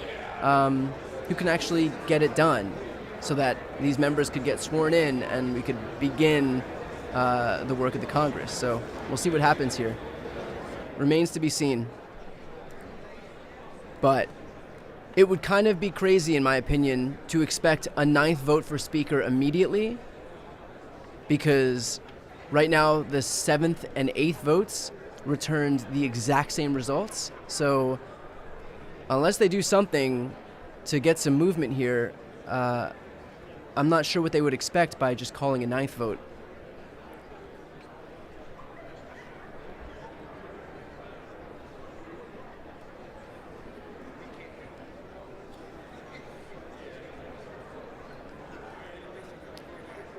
So while we wait for what happens next, I would just ask if you're enjoying the coverage and you want to get more, make sure to subscribe to this channel. That is the best way to support what I do. It doesn't cost you anything, but you'll be able to tune in to live streams like this one, where I'll cover this stuff for as long as it takes, and I also do interviews and trending news stories on this channel as well. So please hit the subscribe button and stick with me for as many hours, days, weeks as this thing is going to take. Not change. Hakeem Jeffries again at 212. Kevin McCarthy retains 90% of the Republican conference with 201 votes. Few small changes below. Byron Donalds down to 17 votes. Kevin Hern, Republican from Oklahoma in his fourth term, picked up 2 votes, one from Lauren Boebert and the other one from Representative-elect from Oklahoma, Josh Brecheen. Matt Gaetz, once again, Donald Trump, and Victoria Spartz of Indiana, once again, present. So those are the unofficial totals. We're waiting on the official tally in just a minute. You probably saw during that last vote, Kevin McCarthy doing some lobbying on the floor. We have our own cameras in there for the opening of Congress, so we're able to show you some different floor shots. We don't have just the standard house cameras, so it's always a lot of fun when we have our own cameras in there.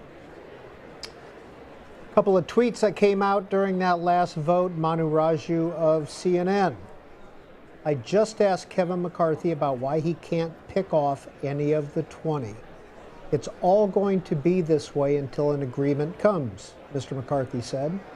Asked why it's been so hard for him, McCarthy said, quote, I think it's great if you think it's so hard. When it comes, I want to see what you write. And Manu Raju tweeted another, asked at what point will he make a realization that the outcome won't change, McCarthy told Manu Raju, after I win. Representative Don Bacon, Republican, Nebraska, McCarthy supporter. He has been reported to be working with the Democrats, trying to potentially find a bipartisan speaker candidate. But he sent out a tweet. My office was informed by an agency today that they cannot communicate with my staff regarding active casework because we are not sworn in. The handful holding up the speaker election is not helping Americans, but directly hurting them. And Lauren Boebert, who has not voted for Kevin McCarthy in all 8 votes, and then led 2 people to vote for Kevin Hern, tweeted out, we are not making a point, we are making a change. Don't know whether 9th vote is coming up or whether the potential adjournment is coming up, but we're waiting on the official tally of the 8th vote.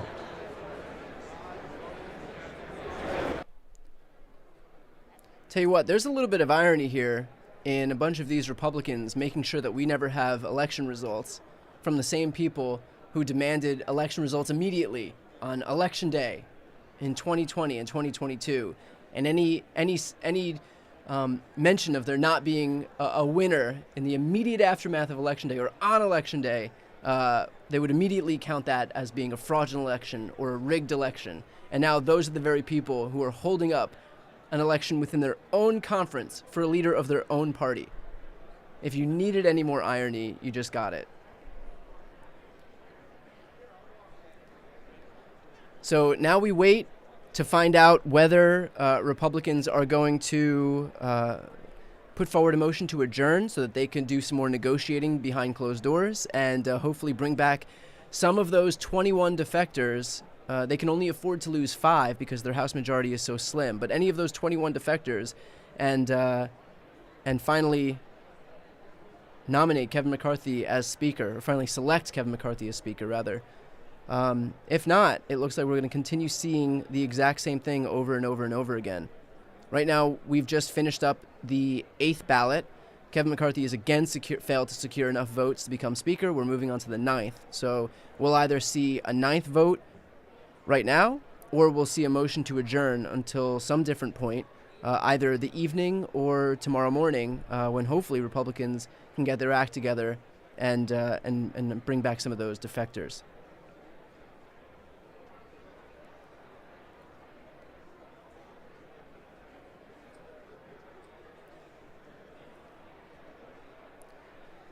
I think what's great about this C-SPAN footage, by the way, maybe not this this view right here, but the reason that we're able to see all of these reactions by people in the crowd, by these different lawmakers and whatnot, is because C-SPAN is currently controlling C-SPAN's own cameras. Once a speaker is selected, that party will then control the cameras, and they'll usually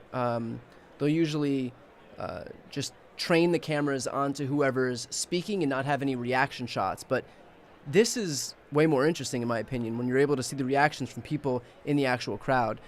They'll keep that to a minimum once they actually take over the chamber, once they're able to appoint a speaker and take over the chamber. But for now, because they don't want to be able to see any dissent, they just want to focus it. They want to keep it boring, basically. But this is a lot more interesting right now. So, but who knows? I mean, at this rate, in terms of picking a speaker, we may have this view for days or weeks or months if they're not able to pick a speaker at the end of the day. So we'll see what happens, and we'll continue to get good views like this one, watching people behind the scenes. We had views yesterday of AOC talking to both Matt Gaetz and Paul Gosar.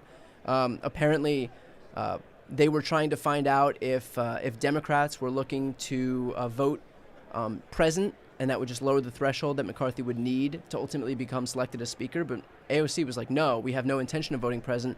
We're going to all be here in unison voting for Hakeem Jeffries. If you want the Democrats to participate in any of this, we're participating by offering up someone who we think would be a viable speaker. That's Hakeem Jeffries. If you want this whole shit show to end, you could come on board with us. We have a perfectly viable candidate who we're all united behind. But otherwise, don't expect Democrats to bail out Republicans when Republicans have the majority. Democrats aren't going to move forward and nominate a moderate Republican like Liz Cheney or Adam Kinzinger or somebody like that.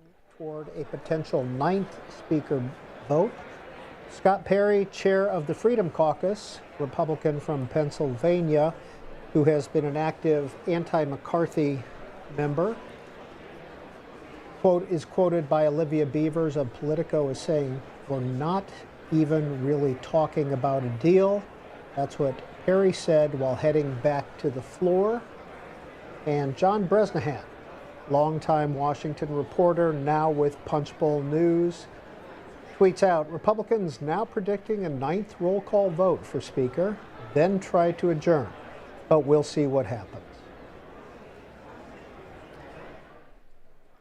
So there we go. If that's what happens, we're going to see if there are any changes with a 9th vote right now. So far, we've had votes number 7 and 8 today, and they've been pretty much identical, other than 2 Republicans switching their vote from Byron Donalds, who has no chance of becoming Speaker right now, to Kevin Hern. And the only reason that they changed their vote to Kevin Hern is because Lauren Boebert wanted to make a big show of nominating Kevin, who is from Oklahoma and not California. So that was the whole thing. I mean, it's just political theater, like just self-serving political theater for the sake of just sowing more dysfunction in an already dysfunctional conference. So that's what we're waiting for right now.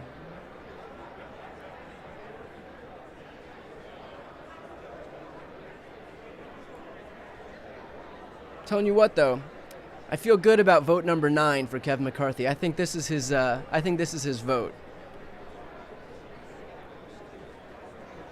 I think everything changes on the 9th ballot for sure.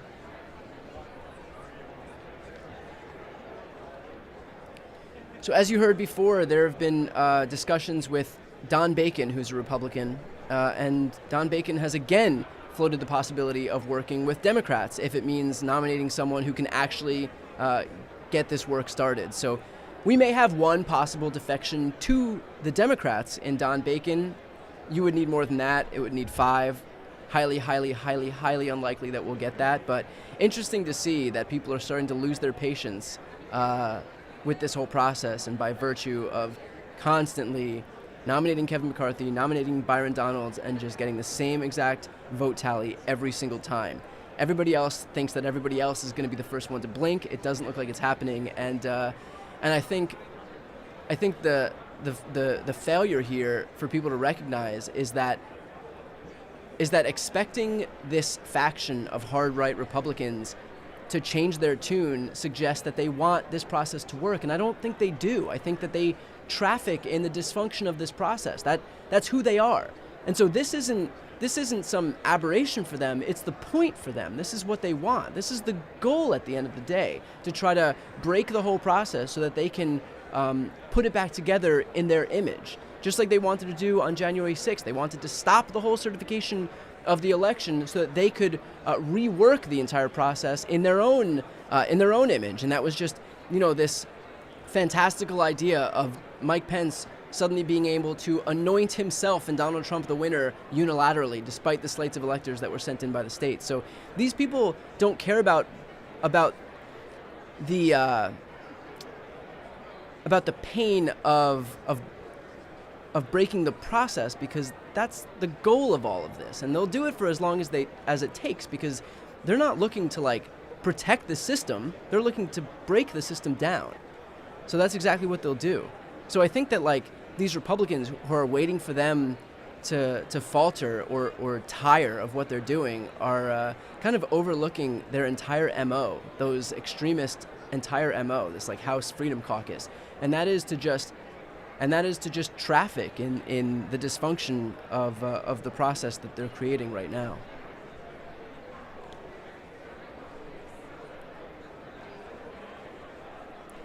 Someone asked, how much of this showboating is deliberate undermining of citizens' confidence in government? And I think that's the point, and I spoke about this before. A lot of what the Republican Party is trying to do is to show that the government doesn't work, because what they stand for is small government or no government, and they want to eliminate the Department of Education, they want to eliminate the EPA, they want to eliminate the Department of the Interior. They want none of these regulatory agencies that have objectively made our lives better, made our air quality better, made our education system better over the last centuries. They want them to go away because they believe in no government oversight whatsoever. And so their goal here is to just do whatever they can to break the entire process so that they can then talk to the American people and say, look at that. We told you the entire government can't function, it's broken. Continue to elect people who believe in small government, because this is a government that can't work. But what they're not telling you is that they themselves are the ones who are breaking it. So they break something, point to the thing that's broken, and say, look, we told you you shouldn't have confidence in government. We told you that this thing right here is broken. You should continue to elect people who don't believe that government is the solution, who believe that government is the problem, even though the actual problem here are the people who are breaking the government. Of the 8th ballot for Speaker, it looks like there will be a 9th. Aidan Quigley, CQ Roll Call, tweets out that Steve Scalise again says it looks like they will take another vote instead of adjourning now. We are heading to a 9th ballot. And Steve Kornacki, MSNBC, NBC, puts it into context, saying, with a 9th ballot assured, this is now tied for the 8th longest Speaker election in history, tying the 1923 vote that ended with Frederick Gillette winning on the 9th ballot. And finally, Kelly McManus, we're here until at least tomorrow, and then we'll see what happens. The Politico reporter was quoting Patrick McHenry, R of North Carolina, who told reporters that as he headed back into talks on the Speaker's race. Maggie Haberman, who writes for the New York Times and has written a biography on President Trump, has tweeted out that Trump facilitated a direct call between Scott Perry and Kevin McCarthy on Tuesday night, which he was also on, and he pressed Perry. Perry is part of the negotiations with McCarthy, but has voted against him multiple times. Maggie Haberman goes on to tweet that, quote, Kevin is not perfect, Trump has said to one lawmaker after another. He has been making calls but not putting a hard sell on, even when some hardliners have told him they would vote for Kevin McCarthy if he asked directly.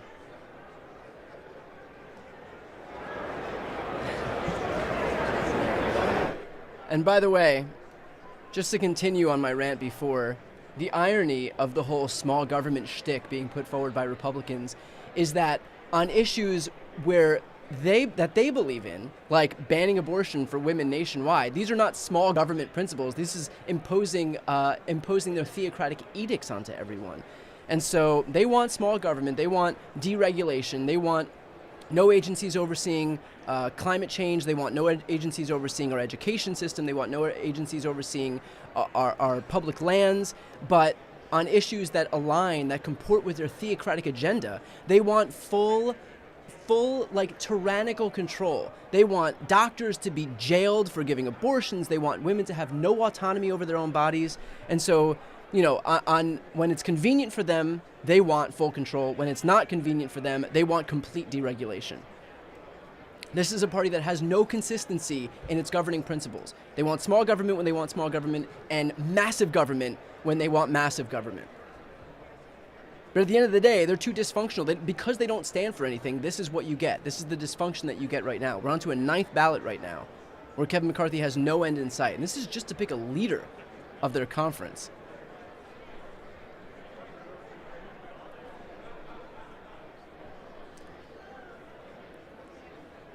The announcer here for C-SPAN was just talking about Donald Trump. The one ironic point of all of this is that Trump had sent a tweet out after day 1 of 3 ballots and basically said, okay, everybody should coalesce around Kevin McCarthy now. Let's see if I can pull this tweet up, or I'm sorry, this post from Truth Social. So this was yesterday morning. Some really good conversations took place last night, and it's now time for all of our great Republican House members to vote for Kevin, close the deal, take the victory, and watch crazy Nancy Pelosi fly back home to a very broken California, the only speaker in U.S. history to have lost the House twice. And he put House in quotes because I don't know that he knows how to use quotes. Republicans, do not turn a great triumph into a giant and embarrassing defeat. It's time to celebrate. You deserve it. Kevin McCarthy will do a great job. So I wonder if this counts as an embarrassing defeat, because that was after 3 votes, and we're now on to vote number 9. So do you think that Donald Trump would consider triple that amount of votes that he already had warned about being an embarrassing defeat? Do you think that he would consider this the embarrassing defeat right now? But the more important point to recognize here is that Trump came in and hoped that he would issue this clarion call to his minions in the Republican Party, and that they would all follow suit and drop their objections to Kevin McCarthy and immediately nominate him or elect him as Speaker. And instead what happened is that Kevin McCarthy had 20 defections on the first day. Had 19 defections on the first day. The very next vote after Donald Trump issued this statement, he had 20 defections.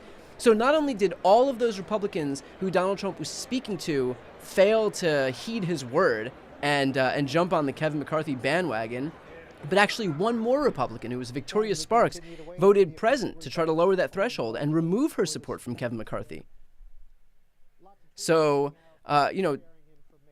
in terms of Trump's power in the Republican Party, if this guy wanted to use this moment where he issued this tweet as some validation of his power over these people, he didn't get it. In fact, he pretty much did the opposite of what he was intending to do and proved his weakness by not only failing to flip any of those people who he was trying to flip, but he actually lost another Republican in the House when Victoria Sparks took her support, withdrew her support from Kevin McCarthy. So, not a great move for Donald Trump either, where he thought he would just and here's why he thought he would do it. He figured, okay, these House Freedom Caucus members had their fun, but Kevin McCarthy is the obvious favorite. And so I'm just going to issue one of my 11th hour endorsements. And then if and when Kevin McCarthy is inevitably elected as Speaker, I'll just take all the credit myself. And he's done this before. This is Donald Trump's move. He wants to endorse, quote unquote, all of these Republicans who are in safely red districts so that they can pad his resume, his endorsement resume, so that it won't look so bad when the actual candidates who he endorsed, who weren't sure things, who weren't running in R+50 districts, when those people lost. And I'm talking about Doug Mastriano and Christina Caramo, Dr. Oz, Herschel Walker, Carrie Lake, all of these Republicans who were in tight races that Donald Trump endorsed. All of them lost. Every single gubernatorial candidate, every single Secretary of State candidate in a swing state, every single one of them lost their elections. I think he just had a couple of wins in other swing states. He had endorsed J.D. Vance, who he had initially endorsed by calling, I can't even remember. He mixed up the names and just basically endorsed J.D. Vance and his and I can see his face in my head right now. He endorsed J.D. Vance and J.D. Vance's other primary opponent by combining both of their names. So this guy has a terrible record when it comes to endorsement, and so all he has to do is pad that endorsement resume by endorsing a bunch of Republicans in like safely red districts. And so he'll endorse Todd Young in Indiana, he'll endorse Mitch McConnell in Kentucky, he'll endorse, Kevin McCarthy in his district in California. These aren't wins for him. This is Donald Trump saying that the guy who's already 1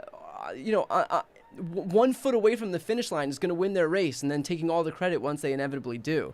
So that's what Trump had hoped to do here with this McCarthy endorsement. He wanted to pad his resume by showing that he has power and that he can bring these people over the finish line. And instead, it completely backfired on him, because all it did was show that when Donald Trump piped in and tried to get all of these defectors to come back to Kevin McCarthy's side, not only did he fail to do that, but he lost another Republican in the process. So, Trump hoping to score some easy win to show that he has power over that party, and instead he just kind of shows how weak he is and how much of his power is waning within the Republican Party at the worst time for him, because his power has been waning since the moment he announced that he was running for president. And it probably says something, too, that his only big announcement since announcing his run for 2024 was that he was hawking $99 photoshopped NFTs of his face while he was standing on the moon. Like, that's his big announcement, just bilking his supporters for some money in what may very well be some money laundering scheme. Who knows?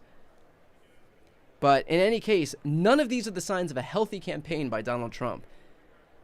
That in the very, very, very few instances where he's actually spoken up, if not to complain about the litany of ongoing investigations into him, in those very few instances of him speaking up, he's either embarrassed himself or proved his own impotence within the Republican Party.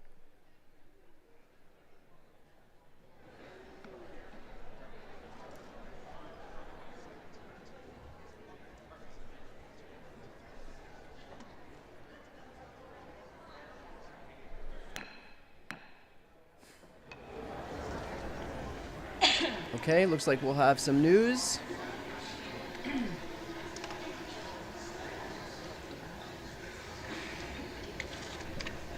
The tellers agree in their tallies that the total number of votes cast is 433, of which the Honorable Hakeem Jeffries of the state of New York has received 212.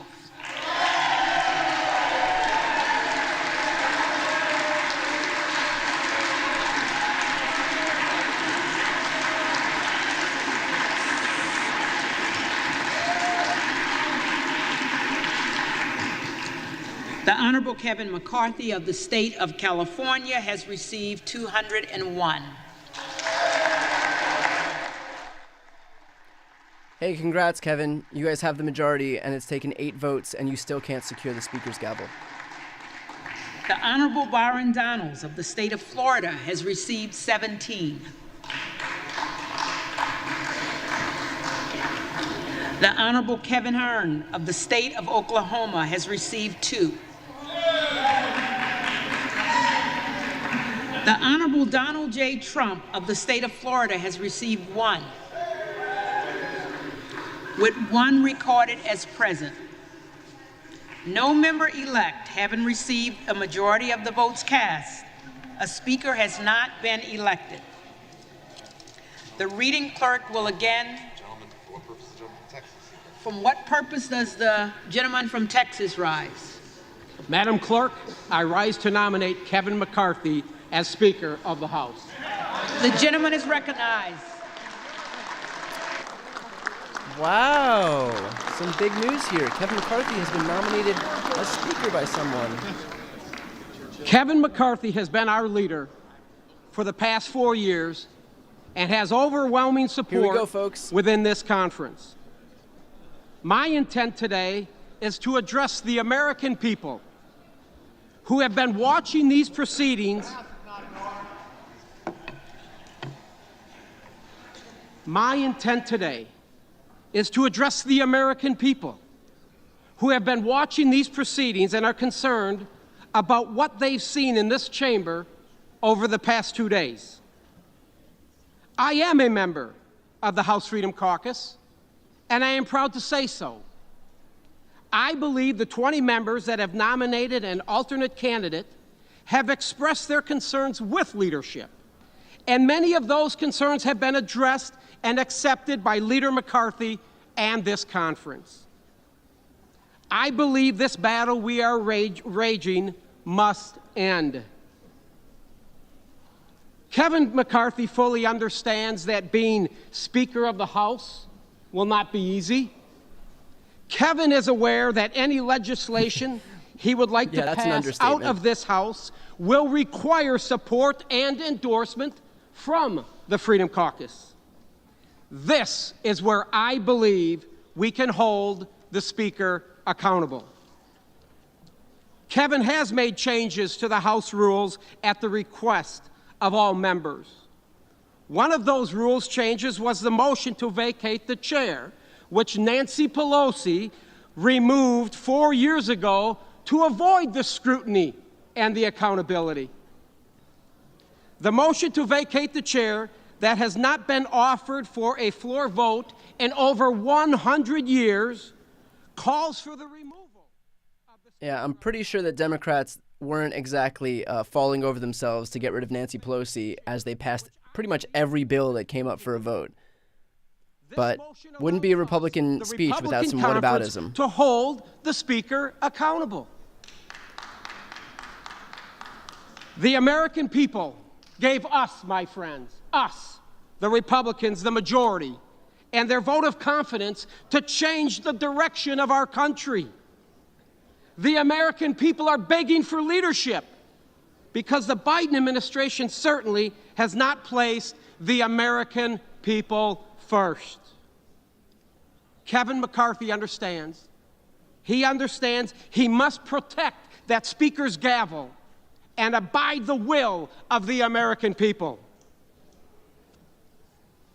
The decisions we make in the 118th Congress are critical to the future of our country. The decisions we make, the legislation we pass as a Republican majority must have the support of the American people. We have a crisis on every corner in America, and the American people are expecting Republicans to bring this much-needed change. We must come together today and implement that change. To those of you outside of Washington that are watching, Kevin McCarthy and this Republican majority understand your pain. We understand your pain. We feel it. We understand we must secure our southern border. We must unleash our energy sector and become energy independent. We must curb inflation by reducing spending. And we must support our law enforcement officers, folks. We got to get crime under control. So they want to reduce spending, even though when Republicans had complete control of government, they added $7.8 trillion to the debt. They want to support law enforcement, even though the last big event to impact law enforcement was an insurrection at the Capitol that the House Freedom Caucus itself was supportive of. So again, like, don't listen to what these people say. Watch what they do. And what they've done when they've had power is the complete antithesis of what they're saying in public right now. Accountable. And the Washington bureaucrats who have infringed and abused the rights of the American people and their families long enough. Under Speaker McCarthy, they will be held accountable. They will be held accountable. So today, let's do what's in the best interests of the American people. Let's get to work. Let's elect Kevin McCarthy as Speaker of the House. And at the direction of the Republican Conference, I advance the name of Kevin McCarthy as the next Speaker of the House for the 118th Congress.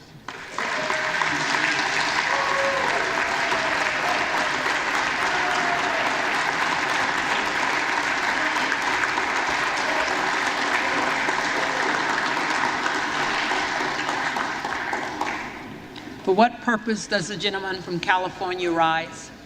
Madam Clerk, I rise today to nominate Hakeem Jeffries for Speaker of the House. The gentleman is recognized.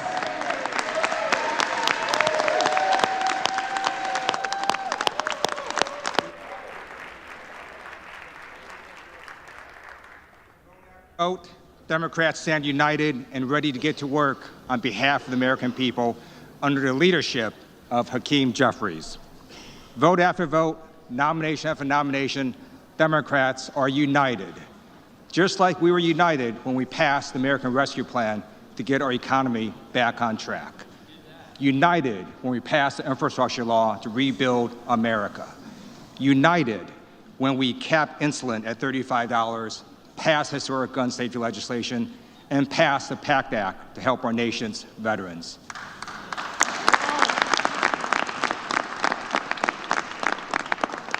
United when Democrats passed the CHIPS and Science Act to bring manufacturing back to America. United when Democrats passed the Inflation Reduction Act to reduce our deficit and protect our environment. Democrats are unified to tackle the climate crisis while Republicans are mired in their own leadership crisis. Madam Clerk, House Democrats are ready, willing, and able to get to work for the American people. We will do so under the leadership of Hakeem Jeffries, who has a plan for the American people. Therefore, as Vice Chair of the Democratic Caucus, I am directed by the vote of our caucus to present for election to the office of Speaker of the House of Representatives for the 118th Congress, Representative-elect from the state of New York, Hakeem Jeffries.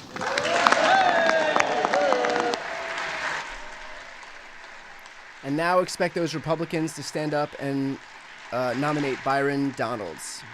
And we will just continue to go around and round in the same circle. For what purpose does the gentleman from Montana rise? Thank you very much, Madam Clerk. I would like to nominate the name of Byron Donalds to Speaker of the House of Representatives. There it is. The gentleman is recognized. Let me begin by stating that it is an absolute privilege to be here standing and serving with each and every one of you. I know we have differences of opinions, and I know we have differences of agendas that we would like to pursue. But I will tell you that we all are representing the United States of America in the best fashion that I know that we truly believe in. So thank you, and it is a privilege. Yikes. When I walk out every evening from the Longworth office building, I will tell you that as I look back on the Capitol with the lights gleaming upon it, that I recognize the honor, the privilege, and the responsibility that each one of us has taken on to be in this place that we are right now, and the obligations that we have to the districts that we represent back home. It is an incredible privilege, but it is also an incredible responsibility, and I do not take it lightly, and I know that no one in this room does. We are participating in a system that has endured 247 years, through drought and through flood, through world wars and through a civil war. And and an insurrection incited by those members of his own party that he's sitting among. To serve the people of the United States of America. But unfortunately, over the past 15 years, the process that we use has been dramatically broken. The voices that were sent here to equally represent each of the 435 districts across this nation have become diminished. This through the consolidation of power into the hands of the Speaker and a fortunate few who happen to serve on the Rules Committee, which control every aspect of legislation that travels through this body. The debate and the discussion has been all but eliminated, and the balance of us are left to vote yes or no. Those are our options, and that is what has led to the disintegration of the relationships that we see across this floor. That is not equal representation, which is guaranteed by our Constitution and expected by our constituents. I don't know about all that. I think the big issue here is that Republicans don't want Americans to vote if their votes aren't for Republicans, and they had an insurrection to try to prove their point. So I think that's probably a bigger issue for the than whatever he's last talking 2 about. years. And it's healthy. It absolutely promotes the collegiality that everyone is striving to obtain. We're having discussions not just within our own party, but amongst each other as we walk around and start planning for the legislation that we will need to address over the next 2 years in the 118th Congress, that sooner or later, yes, sooner or later, we will begin to function as. Those are the good days. And guess what? Our constituents think, as they watch us on C-SPAN today, that this is how every day functions. They think that this is how every bill gets addressed in this body. And they will be shocked to learn, the ones that you have not disclosed the little nasty secret to, that unfortunately, that's not how it works around this place. That under the current rules and under the current leadership construction, that on fly-in days, typically Monday at the beginning of the week, the leadership on both sides of the aisle negotiate a number of bills, 15 to 20 pieces of legislation, that one Democrat and one Republican stand on this floor, they discuss momentarily, and then they say the magic words, without objection, we will pass this by unanimous consent. And there are two people standing on the floor passing pieces of legislation that oftentimes are the naming of buildings that don't really bother anybody or affect one's life, but in many circumstances spend millions and tens of millions of dollars that the taxpayers are obligated to cover, and their representative was not even here to vote upon it. And that, my friends, is wrong. It is wrong.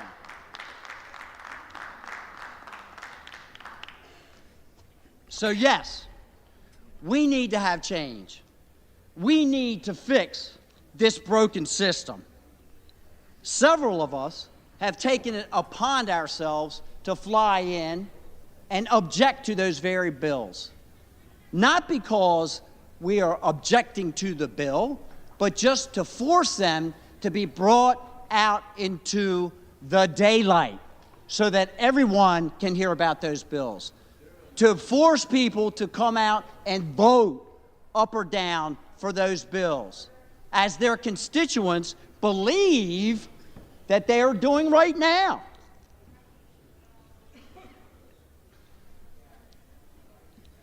That's just one of the little secrets. And it demonstrates, again, how broken this system is. Last summer, we began to negotiate, a group of us, in good faith, a list of changes, amendments to the rules of this body, not to empower ourselves, not to bring personal benefit to ourselves, but to empower you, and you, and you, Maxine, and you, and everyone sitting in this chamber equally. There's no rules. I did not use anyone's name. Everyone should be... Excuse me. Maxine. Member, literally direct said your Maxine. remarks to the chair, please. I will, Madam Chair. Thank you.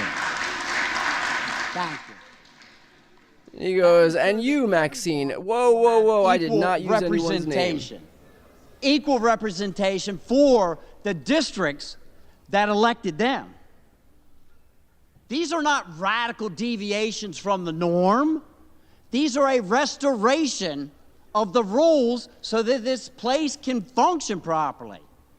Things like single subject legislation that most state houses utilize right now so that we don't have 4,000-page documents that we are given a matter of hours to review that are filled with many, many subject matters that are trillions of dollars in cost.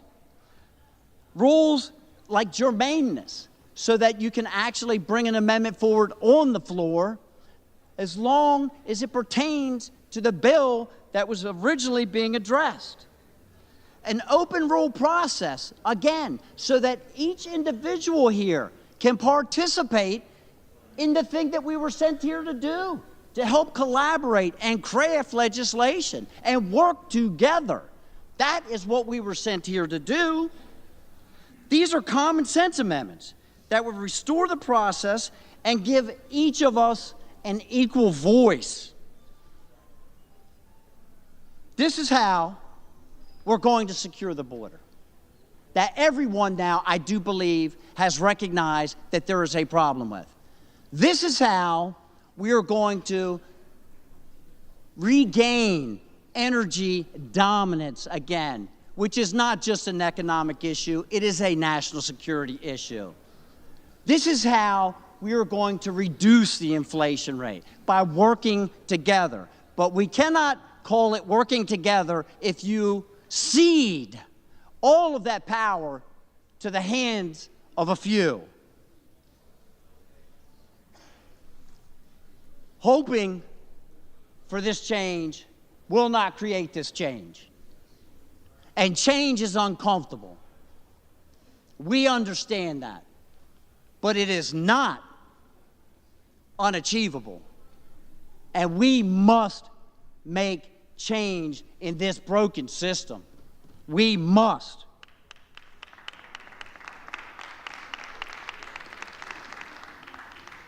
The current leadership that is in place will continue and support the use of earmarks in this body. And that is the golden trail to corruption. The golden trail to corruption. It is a way to buy votes and spread money around this body from places outside of this city that leads to bad legislation and bad decisions. The current leadership, I was told, I should not be so concerned with these suspension bills that get passed every week, because now they have made an amendment. We keep hearing about these amendments and the concessions that were made. The concession was that they will not ask for anything to be suspended that costs more than $100 million.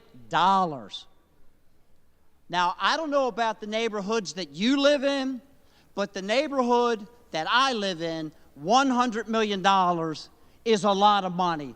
And my constituents expect me to vote upon $100 million bills and $80 million bills and $10 million bills so that they know what in the world is in them and what is going on. And they do not expect them to be passed by unanimous consent with no one on the floor. I made a living developing down to property. one single clap. And as many of you probably know, it takes a while to take a piece of ground from bare earth to a community. And my mother, God rest her soul, came out to one of my projects. And I had just opened it up, and it had been 2 years since the time I had bought the property. And by the time we went out, I had a nice entrance built, and the streets were built, and the street lights were there, and they were just starting to build homes. And she said, "My goodness, Matthew, you must really, really be pleased to finally see your project coming up out of the ground. And I said, I think that he just wants to hear himself speak at the end of the day, because I don't even know what we're talking about right now. We're waiting for our 9th vote for Speaker. It's going to fail. This guy is the reason that it's going to fail, because he's part of a faction of Republicans that are backing non-viable candidates like Byron Donalds. And now he's talking about his mom and him going on to some plot of land that he bought to build into a house. Maybe a podcast would be a good idea for Matt Rosendale. Again, at that time, we will be able to call it truly the people's house again. I have been here just 2 years, and I have watched Byron Donalds during that time and previously as he proudly served in the Florida legislature. And I can tell you this, he's a man of intellect, he is a man of integrity, and he is a man that I am proud to nominate as the next Speaker of the House of Representatives.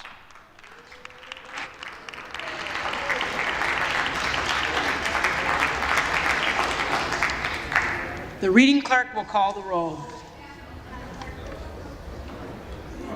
Here we go. For what purpose does the gentlewoman from Colorado rise? Madam Clerk, I rise to nominate Kevin Hern as Speaker of the House. The gentlewoman is recognized. Thank you, Madam Clerk. We have been accused of not having a plan. Well, we've presented many plans and are even presenting 2 plans simultaneously right now for Speaker of the People's House.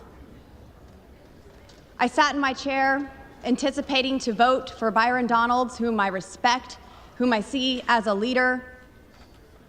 And there was a gut check that said, we need someone that is going to convince my colleagues on this side of the aisle that it's time to get going. It's time to build momentum. Many of you have said it.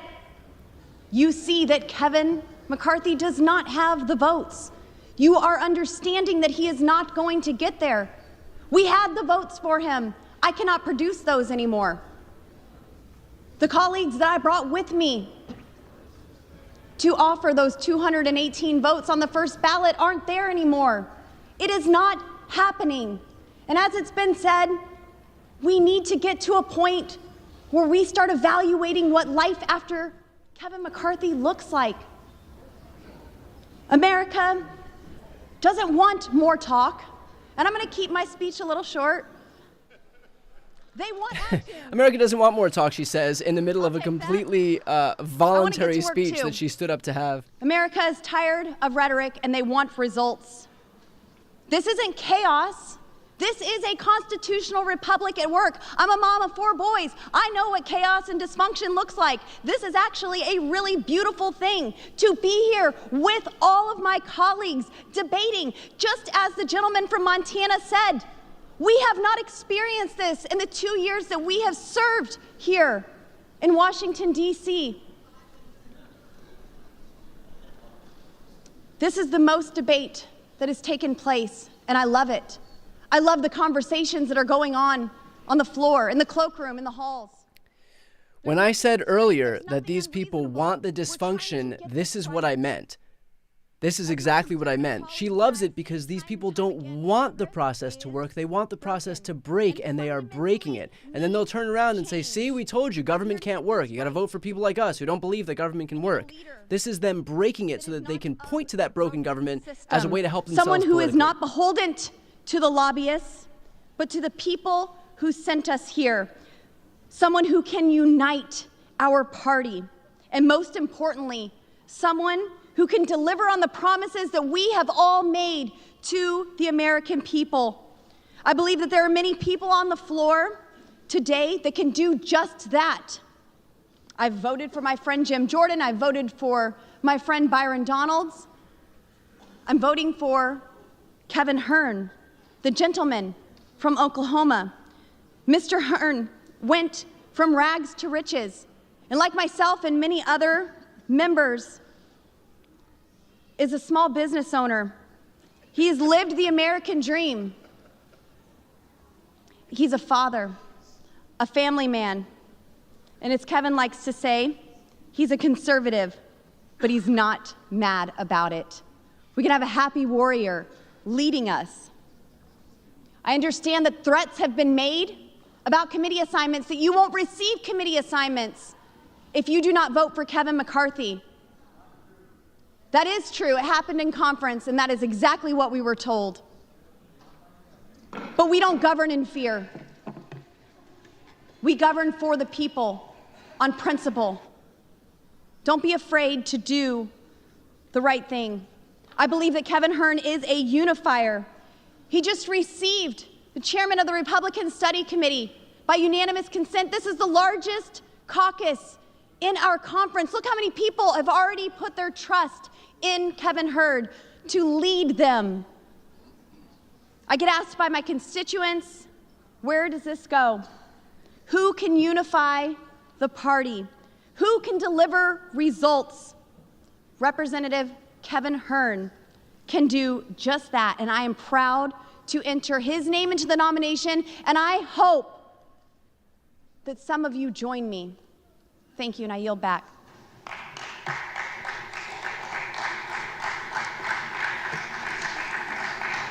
The reading clerk will call the roll.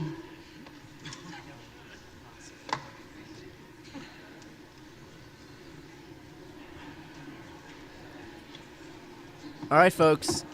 Welcome to ballot number 9. I think this one will be different.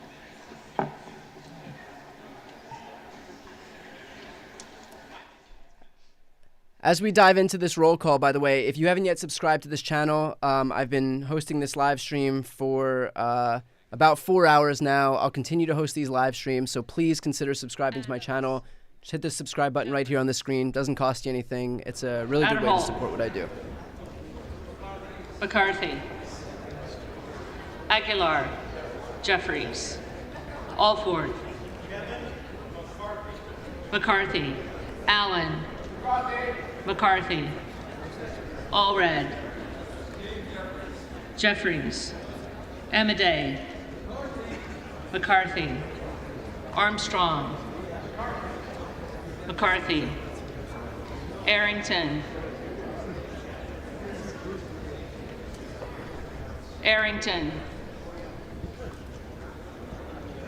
Auchincloss, Jeffries, Babin, McCarthy, Bacon, McCarthy, Baird, McCarthy, Balderson. So there are a few names to look out for here. The first one is going to be Andy Biggs. After that, it's going to be Bishop, then Brashin. Those are the Bs. All of those are McCarthy. defectors. Barr, McCarthy, Barragan,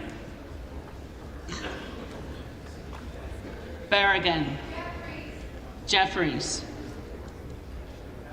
Bean of Florida, McCarthy, Beatty, Jeffries, Bent, McCarthy, Barra, Jeffries, Bergman, McCarthy, Beyer, Jeffries, Bice, McCarthy, Here we Biggs, go. Donalds, There's the first one for Donalds. Bilirakis, McCarthy, Bishop of Georgia, Jeffries, Bishop of North Carolina, Donalds, Blumenauer, Jeffries, Blunt Rochester, Jeffries, Boebert, Hern, Bonamici, Jeffries, Bost, McCarthy, Bowman, Jeffries. Boyle of Pennsylvania. Jeffries. Burkeen. McCarthy. Wow. So Burkeen. Hearn. Ah. Well, there you go. I thought Burkeen said McCarthy, but he had said Hearn. He was Brown. one of the defectors away from McCarthy. Jeffries. So it looks like Kevin McCarthy is Brownlee. not bringing in anybody who he lost Jeffries. before. Buchanan. McCarthy. Buck. Buck. Bouchon. McCarthy. Oh, Marjorie Taylor Greene and George Brzezinski. Santos. Jeffries. Just some of the immeasurable talent we Burchett. have coming out of the Republican Party. MTG and George Santos. An insurrectionist and a pathological Burgess. liar. McCarthy. Burleson. McCarthy. Bush. Jeffries. Calvert. McCarthy. Kamek. Kamek. McCarthy. Caraveo. Jeffries. Carbajal. Jeffries. Cardenas. Jeffries. Carey. McCarthy. Carl. McCarthy. Carson. Jeffries. Carter of Georgia. McCarthy. Carter of Louisiana. Jeffries. Carter of Texas. McCarthy. Cartwright. Jeffries. Kassar. Jeffries. Case. Jeffries. Caston. Jeffries. Castor of Florida. Jeffries. Castro of Texas. Jeffries. Chavez DeReamer. McCarthy. Sherfilis McCormick. Jeffries. Chu. Jeffries. Cicilline. Jeffries. Siscomani. McCarthy. So next we're looking for Clark of Cloud and Massachusetts. then Clyde. Jeffries. Clark of New York. Jeffries. Cleaver. Jeffries. Klein. McCarthy. Cloud. Donalds. There we go. Clyburn.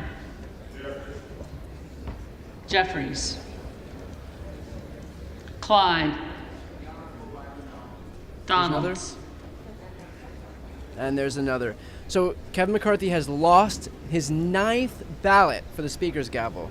Cohen. Jeffries. Cole. McCarthy. Collins. McCarthy. Comer. Comer.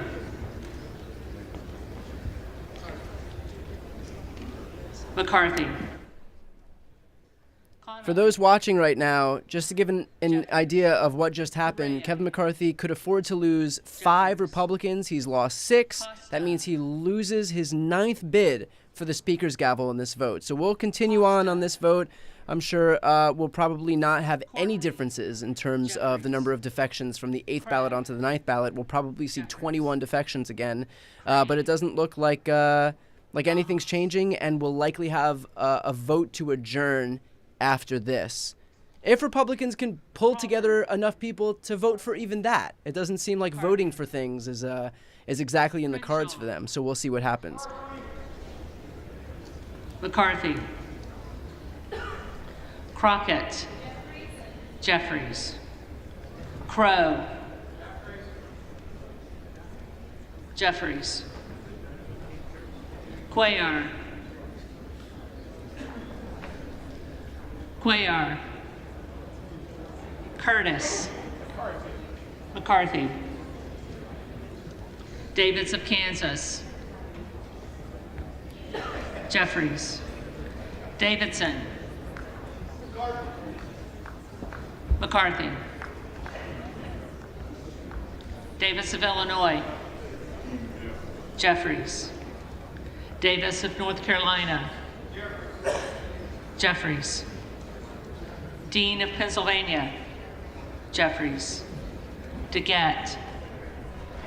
Jeffries. Dela Cruz. McCarthy. By the way, for those asking how many times they can vote, the limit does not exist. They will keep voting until they elect a speaker because they can't do anything else until they have a speaker. None of these lawmakers are even sworn in right now. They're all lawmakers-elect because nobody's been sworn in. You need a speaker first. This is the very first order of business. And so until they have a speaker elected, nothing else moves forward. There's no spending, there's no bills, there's no swearing in. So that's what we're waiting for right now. There's no limit. Back in 1856, I believe, there were 133 different ballots before they finally landed on a speaker. And I guess we're headed in that direction. Because we will need a 10th ballot. Doggett. Doggett. Donalds. Donalds. Duarte. McCarthy. Duncan.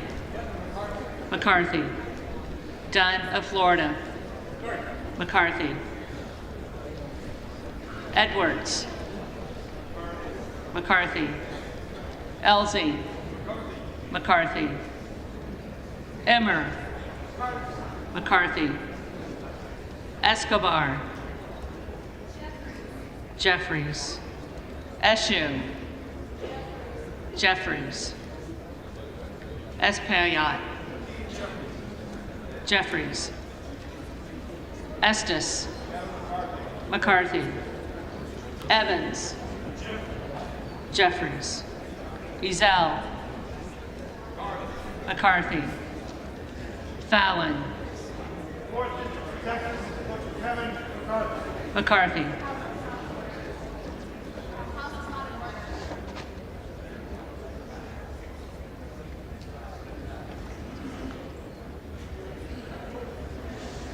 Finstra. McCarthy. Ferguson. McCarthy. Finstad. McCarthy. Fischbach. McCarthy. Fitzgerald. McCarthy. Fitzpatrick. McCarthy.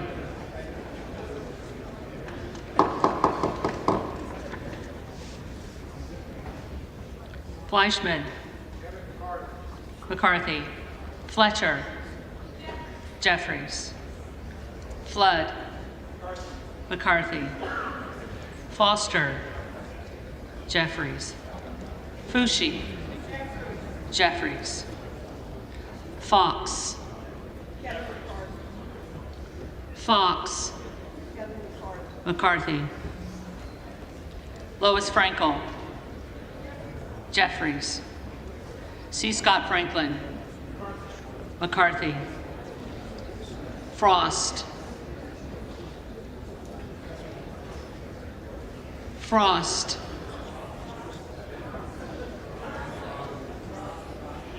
Jeffries. Fry. McCarthy. Fulcher. McCarthy. Gates. Hearn. Gallagher. McCarthy. Gallego. Jeffries. Garamendi. Jeffries. Garbarino.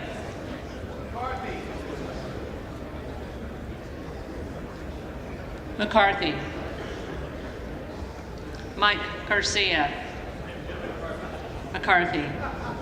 Robert Garcia. Jeffries. Garcia of Illinois. Jeffries. Garcia of Texas. Jeffries. Jimenez. McCarthy. Golden of Maine. Jeffries. Goldman of New York. Will the House be in order? Jeffries.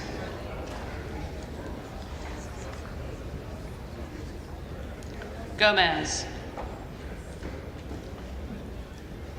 Gomez. Tony Gonzalez. McCarthy. Vicente Gonzalez. Jeffries. Good of Virginia. Donalds.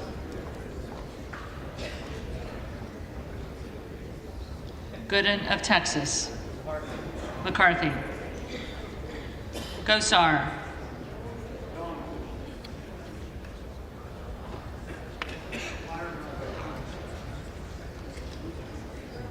Donalds. Gottheimer. Jeffries. Granger. McCarthy. Graves of Louisiana. McCarthy. Graves of Missouri. McCarthy. Green of Tennessee. Green of Tennessee. Green of Texas. And still our rise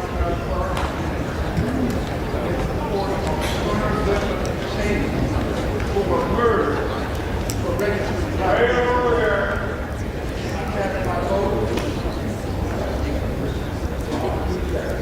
Jeffries. Green of Georgia. McCarthy. Griffith.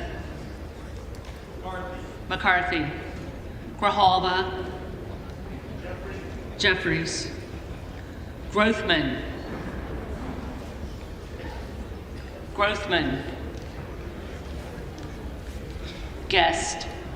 McCarthy. Guthrie. McCarthy. Hageman. McCarthy. Harder of California. Jeffries. Harris. Donalds. Harshbarger. McCarthy. Hayes. Jeffries. Hearn. McCarthy. Higgins of Louisiana. McCarthy. Higgins of New York. Jeffries. Hill. McCarthy. Himes. Jeffries. Hinson. McCarthy. Horsford. Jeffries. Houchin. McCarthy. Houlihan. Jeffries. Hoyer. Jeffries. Hoyle of Oregon. Jeffries. Hudson. McCarthy. Huffman. Jeffries. Huizinga. McCarthy. Hunt. McCarthy. Issa. McCarthy. Ivy. Jeffries. Jackson of Illinois. Jeffries. Jackson of North Carolina. Jeffries. Jackson of Texas. McCarthy. Jackson Lee.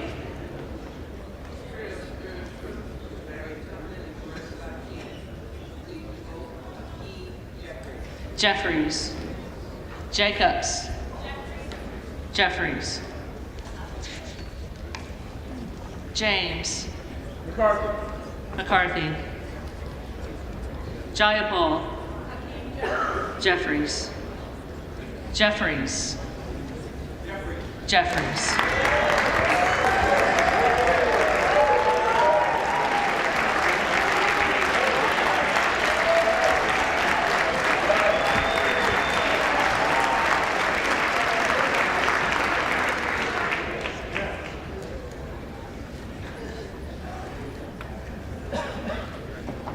Johnson of Georgia. Jeffries. Johnson of Louisiana. McCarthy.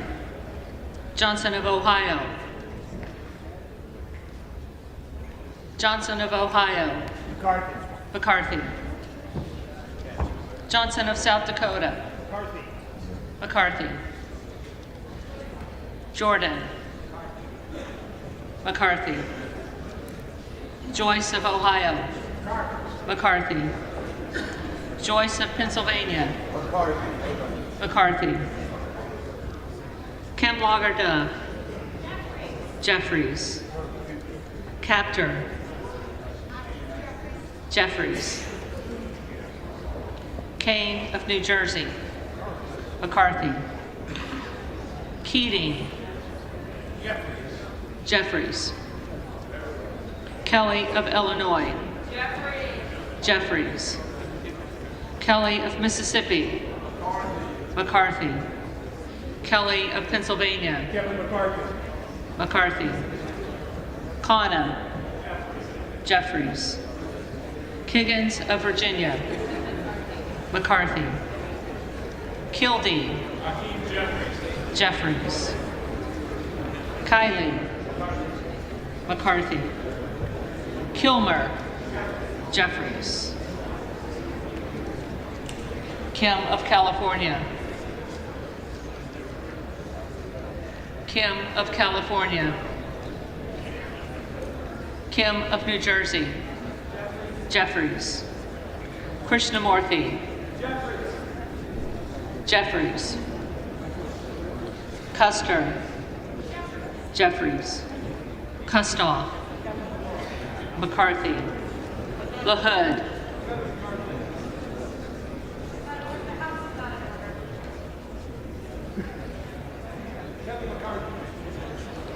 McCarthy.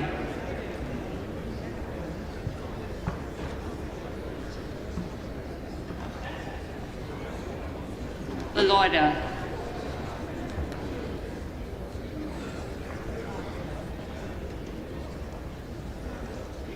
LaLoida. McCarthy. LaMalfa. For those just tuning in, we are about halfway through the ninth vote for Speaker. Kevin McCarthy has already lost this ballot. We'll need to go on to a 10th ballot. He could afford to lose 5 Republicans. We've already lost 11. So nothing has changed today. He'll just try at this point to keep his defections to 21 or below, because that's the number of defections that he had in the previous 2 votes today. So that's what we'll expect for the rest of, as far as the rest of this vote is concerned. After this, I would anticipate that Republicans would put forward a motion to adjourn. They'll either adjourn until later tonight, but it's already 4 p.m. Eastern, so more likely is that they'll adjourn until tomorrow, and then they'll spend the rest of today, doing their backroom deals and seeing if they can get any movement here. and if they can even manage to get enough Republicans to vote in favor of the motion to adjourn, because it doesn't look like they're having too much success in terms of getting Republicans to vote for the things that they want them to vote for. So we'll see what happens, but we're about halfway through this vote right here. Already, Kevin McCarthy has lost on the 9th ballot for the Speaker's gavel, and we're headed to a 10th vote. When that vote's going to be remains to be seen. In the meantime, I'll continue to cover this stuff live as it happens, and if you want to keep on top of this stuff with me, please subscribe to this channel. It doesn't cost you anything. That's the best way to stay on top of this stuff and to support what I do. So thank you very much. Jeffries. Loudermilk. McCarthy. Lucas. McCarthy. Lukemeyer. McCarthy. Luna.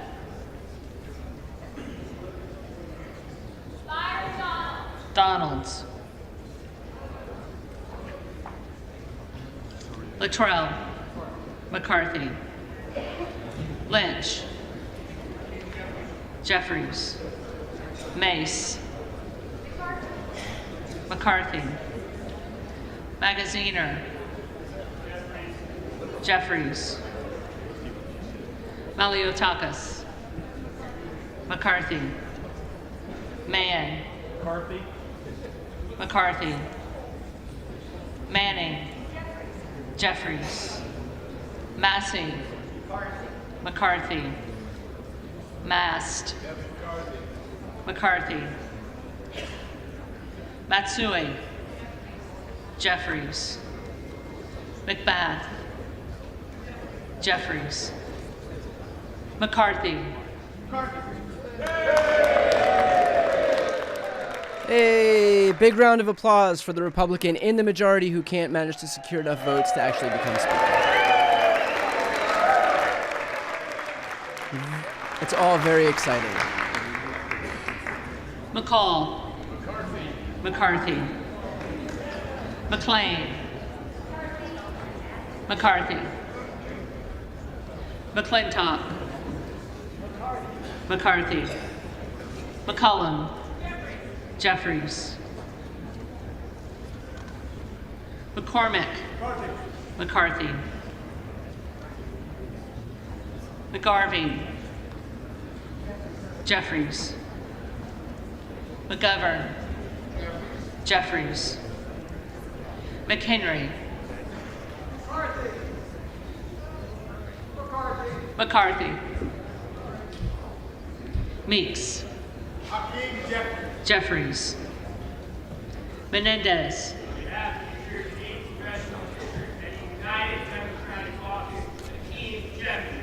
Jeffries. Mean. Jeffries. Muser. McCarthy. Mfume. Jeffries. Miller of Illinois. Donalds. Another defective Miller vote. of Ohio. McCarthy. Miller of West Virginia. McCarthy.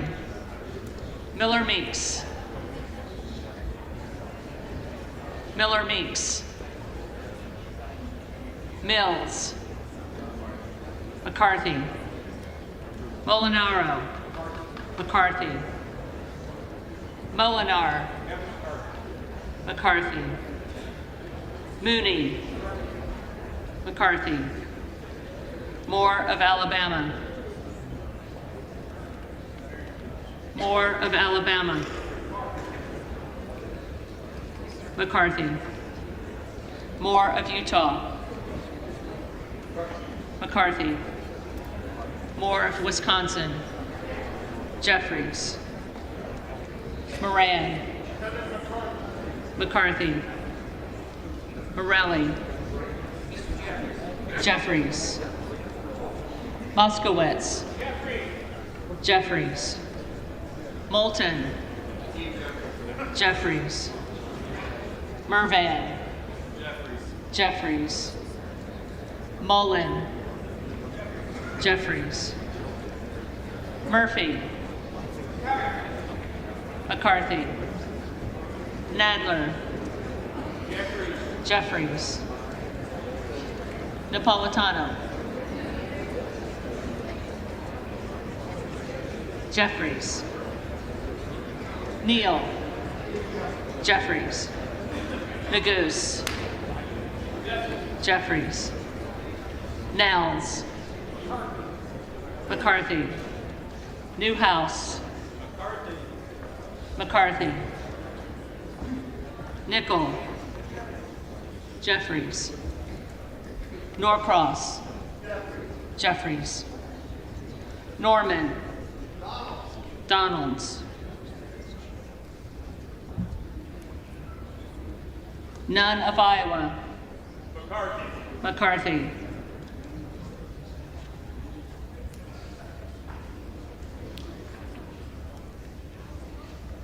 Obernolte.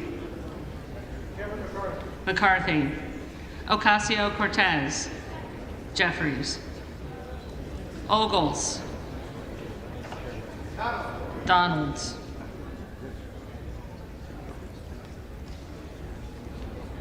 Omar. Jeffries. Owens. Owens. Hello.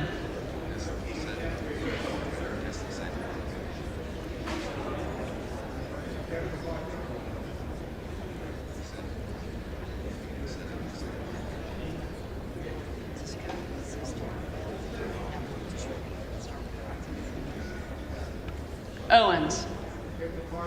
McCarthy. Hello. Jeffries. Palmer. McCarthy. Panetta.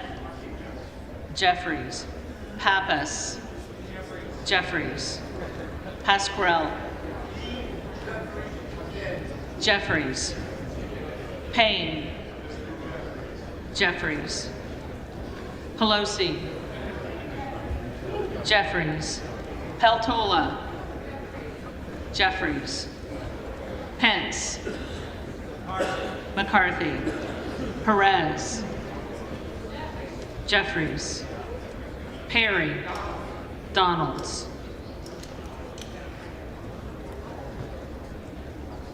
Peters. Jeffries. Pedersen. Jeffries. Pfluger. McCarthy.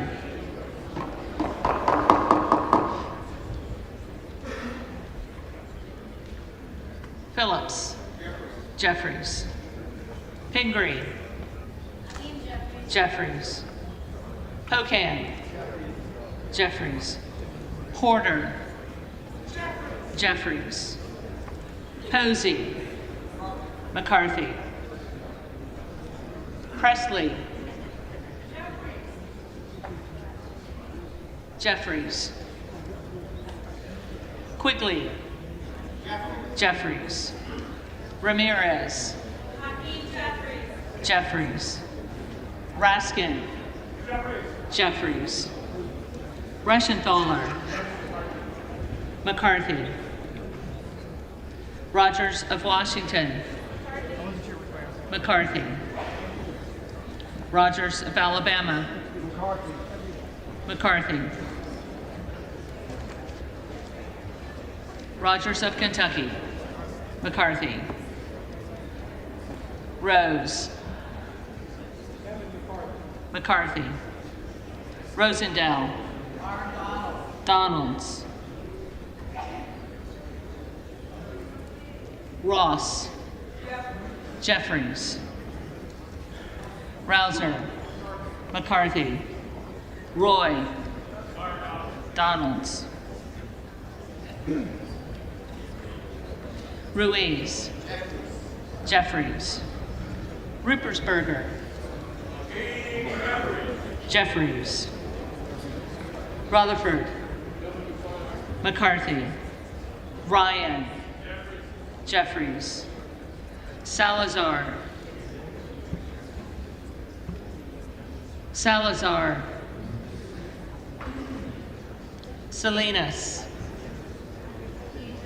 Jeffries. Sanchez. Jeffries. Santos. McCarthy. Sarbanes. Oh, hey. Jeffries. He remembered his name this Scalise. time. That's exciting.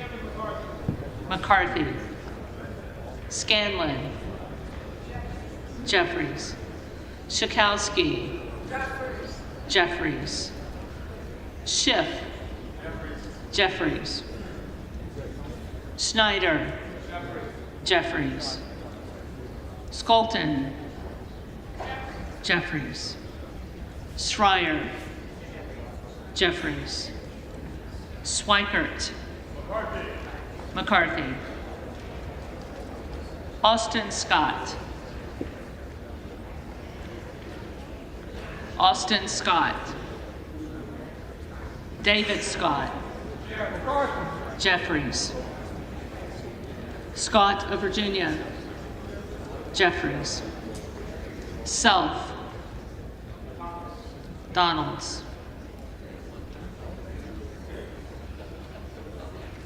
Sessions. McCarthy. Sewell. Jeffries. Sherman. Jeffries. Sherrill. Sherrill. Simpson. McCarthy. Slotkin. Jeffries. Smith of Missouri. McCarthy. Smith of Nebraska. Smith of Nebraska. McCarthy. Smith of New Jersey. McCarthy. Smith of Washington. Jeffries. Smucker. McCarthy. Sorensen. Jeffries. Soto. Jeffries. Spanberger. Spanberger. Sparts. Sparts. Stansberry. Jeffries.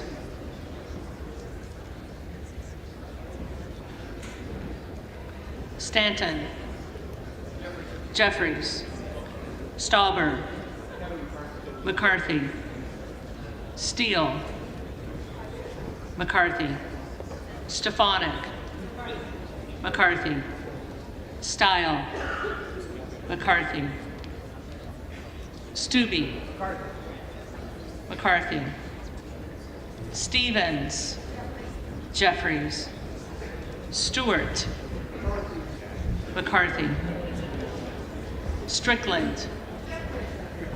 Jeffries. Strong. McCarthy. Swalwell. Jeffries. Sykes. Jeffries. Takano. Jeffries. Tenney. McCarthy. Tanadar. Jeffries. Thompson of California. Jeffries. Thompson of Mississippi. Jeffries. Thompson of Pennsylvania. McCarthy. Tiffany. McCarthy. Timmons. McCarthy. Titus. Jeffries. Tlaib. Jeffries. Takuda. Jeffries. Takano. Tonko.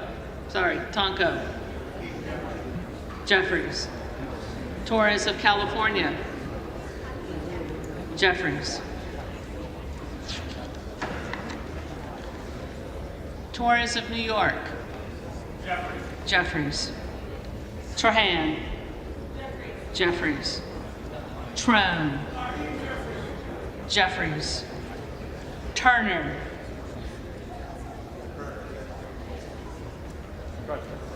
McCarthy. Underwood. Jeffries. Valadeo. McCarthy. Van Drew. McCarthy. Van Dyne. McCarthy. Van Orden. McCarthy. Vargas. Jeffries. Vasquez. Jeffries. VC. Jeffries. Velasquez. Jeffries. Wagner. McCarthy. Wahlberg. Mr. McCarthy. McCarthy. Waltz. McCarthy. Wasserman Schultz. Jeffries. Waters.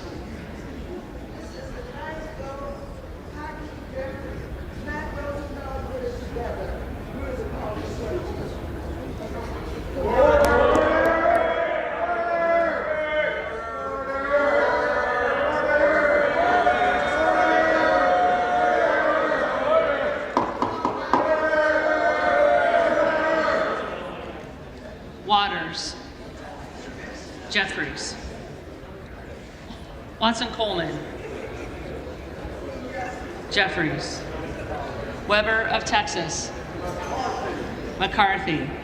Webster of Florida. McCarthy.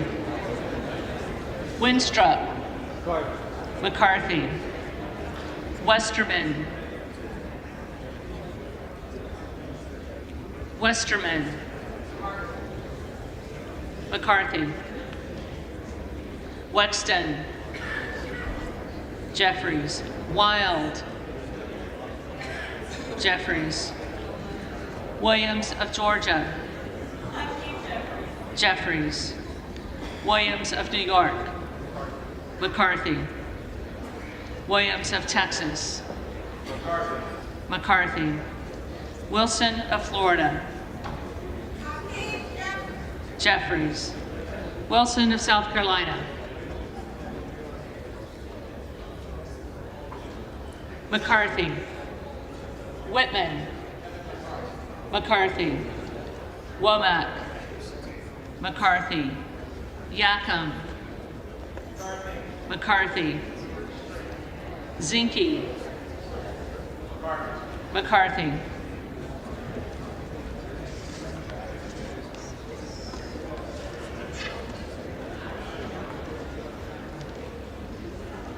The reading clerk will now call the names of the members-elect who did not answer the first call of the roll.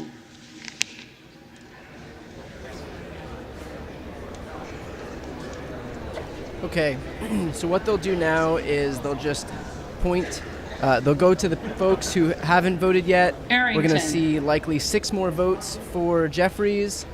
McCarthy. And probably 2 more defections away from McCarthy so that we can get to that 21 number, unless he's brought them back in, which is highly unlikely, but we'll wait and see. What Kevin McCarthy doesn't want is more than 21, because that'll show him moving in the wrong direction, which will be really bad for his viability for Speaker moving forward. And, you know, we've got a 10th ballot coming up. So we'll see these last votes, and then we'll likely see Republicans bring forward a motion to adjourn, probably until tomorrow morning. And we'll just do the same thing over again. And round and round we'll go. Jeffries.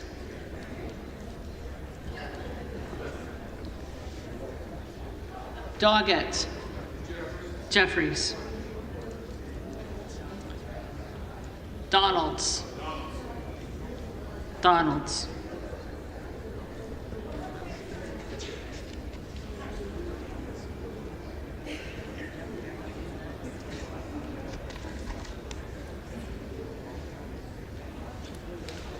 Gomez.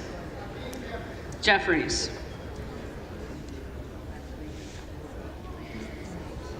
Green of Tennessee.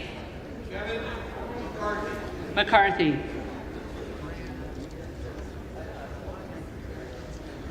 Grothman. McCarthy. We should expect one more defection away from McCarthy. He's at 20 right now, which will show that he's made zero progress Kim between the California. 7th vote, 8th vote, and 9th vote. McCarthy.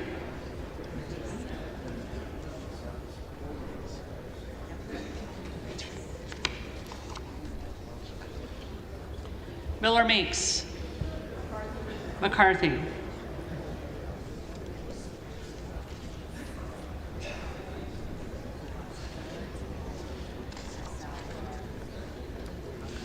Salazar. McCarthy.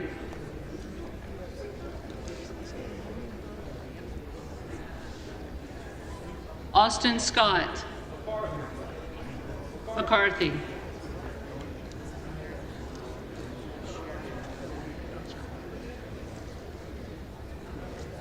Sherrill. Jeffries.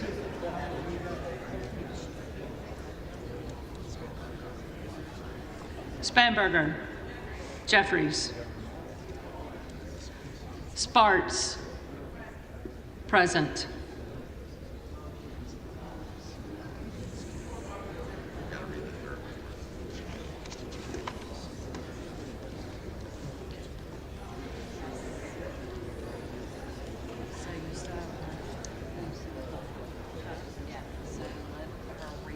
Yep.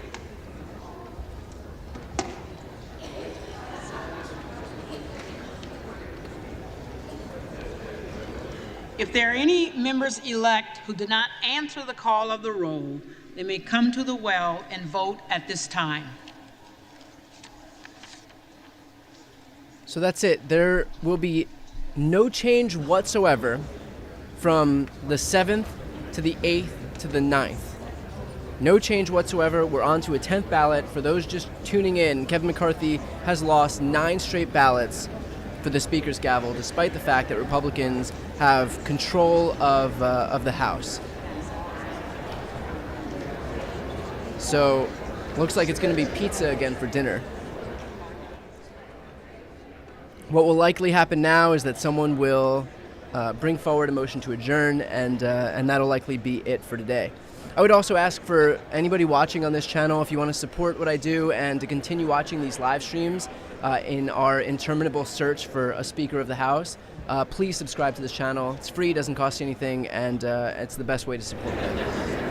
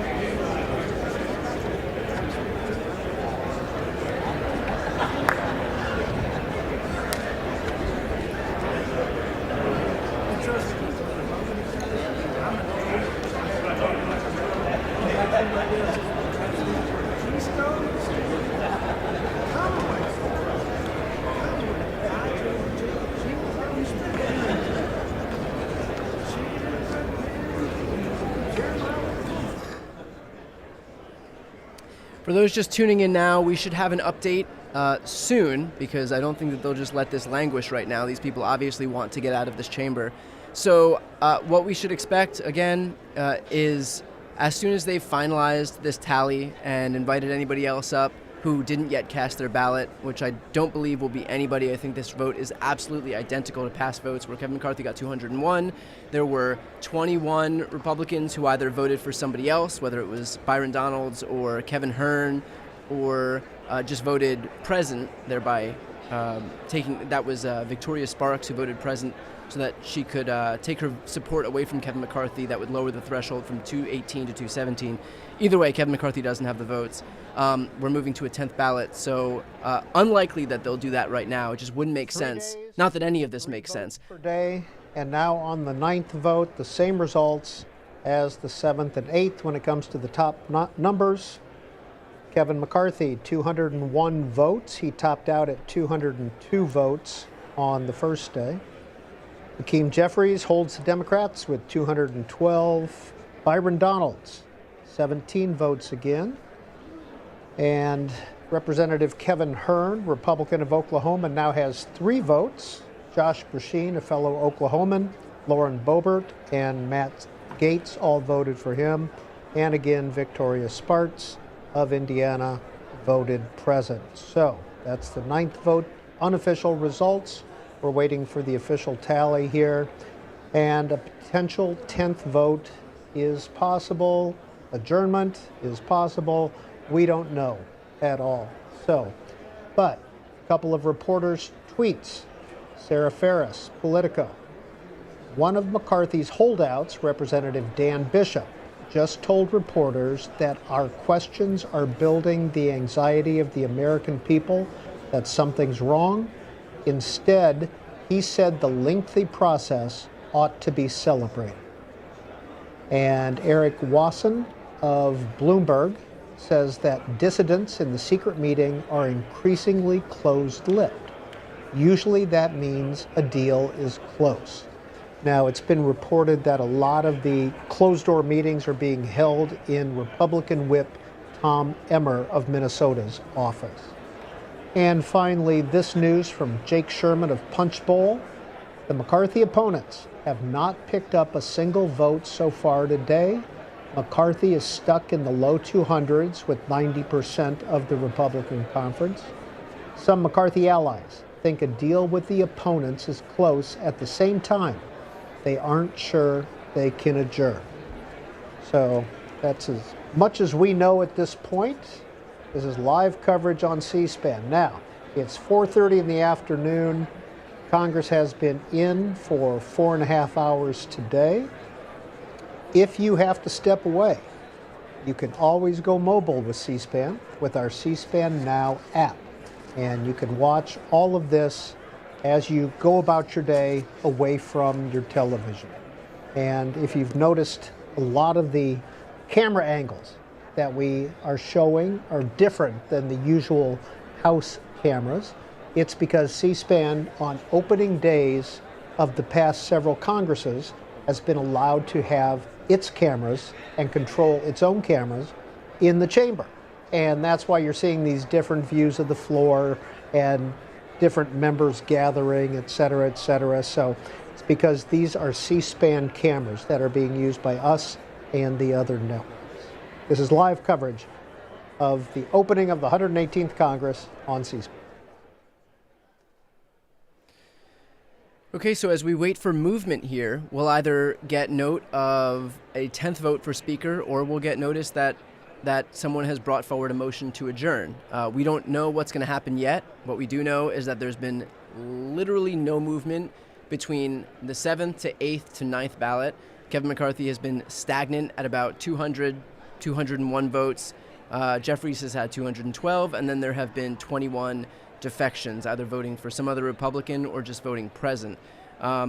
So at this point, if there is no movement, I would find it hard to believe that they would just call for a 7th vote here.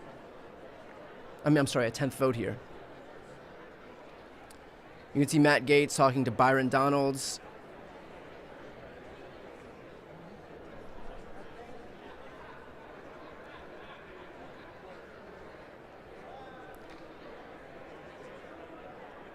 For those asking, nothing can move forward without this speaker election.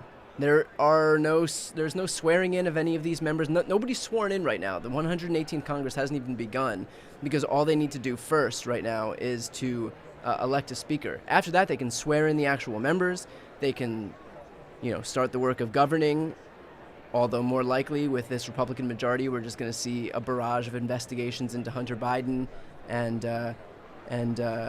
whining about the southern border and pronoun usage. So that's what we have to look forward to. So not necessarily a bad thing that we're mired in this dysfunction right now, because at least it puts on full display the extent to which Republicans cannot get out of their own way and are unfit to govern. I mean, we're talking about these people not even being able to elect a speaker from within their own ranks after they got the majority in an election that they wanted to win. And I know a lot of people have called for Democrats to join forces with Republicans to nominate some moderate Republican. And in response to that, I would say, look, the Democrats are united, which is more than you can say for any other party here. The Democrats are united on their choice for speaker. If Republicans need to choose some consensus candidate, they can choose Hakeem Jeffries, who has had 212 votes to none in the Democratic caucus in all 9 of these votes. So forget about Democrats defecting to the right. There is only one consensus candidate here so far in all of these 9 votes, and it's Hakeem Jeffries. If Republicans want to join forces with Democrats, Democrats have put forward a perfectly viable candidate, a candidate, frankly, that's more viable than the ones that Republicans are putting forward. And second of all, Republicans won the majority. That is ostensibly what they wanted to do. You would think that if Republicans wanted that majority, that it's the onus is on them to be able to govern. It's not up to the Democrats to swoop in and bail Republicans out when they have the majority here. Republicans have to figure this shit out on their own. It's not up to the Democrats to go in and save them because you have one party that traffics in outright dysfunction and the other party that's got its shit together. So the onus is not on the Democrats here. Speaker, you may notice that Kevin McCarthy's votes dropped from 201 to 200. Turns out that Ken Buck, Republican of Colorado, who has voted consistently for Kevin McCarthy, did not vote. We do not know why Mr. Buck did not vote, but if we find out, we will certainly share that with you. Reporter Billy House, Representative Patrick McHenry, a key emissary for McCarthy in talks with his conservative detractors, left closed-door talks late Thursday afternoon declaring, quote, "I think we'll get there," in a deal to secure McCarthy's bid for Speaker. "I can at least see the end," according to Representative McHenry. "I think we have the right contours that enable us to get Kevin McCarthy to have a majority vote." And that is from Billy House of Bloomberg.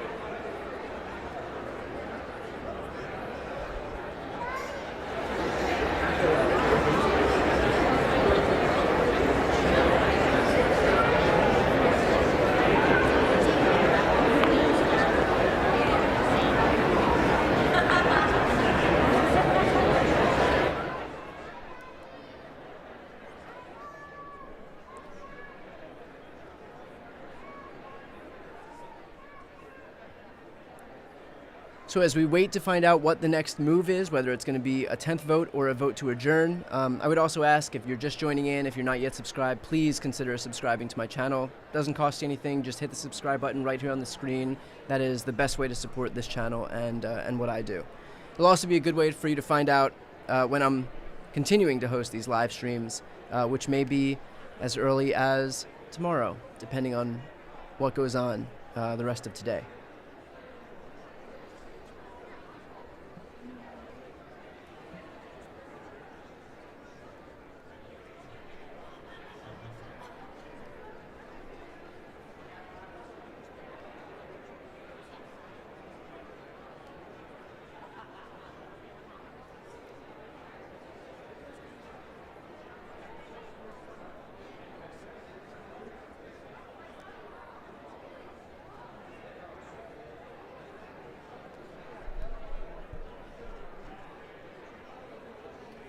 And just a note on the Lauren Boeberts of the world. Lauren Boebert's obviously been very visible throughout this entire process while she tries to convince people to coalesce behind anyone that's not Kevin McCarthy. She clearly knows that the consensus candidate is not going to be Byron Donalds or Kevin Hern or any of these other Republicans who are consistently getting 20 votes, that the consensus candidate on the right would be Kevin McCarthy. But I would offer that she's not looking at a good faith effort here to actually resolve this problem. Her goal here is to traffic in the dysfunction. That is her political philosophy. That's all of these people's political philosophy. We're talking about the House Freedom Caucus. This is what they do. This is not a bug here. This is a feature. This isn't an aberration. This is the exact purpose of what they've been put here to do.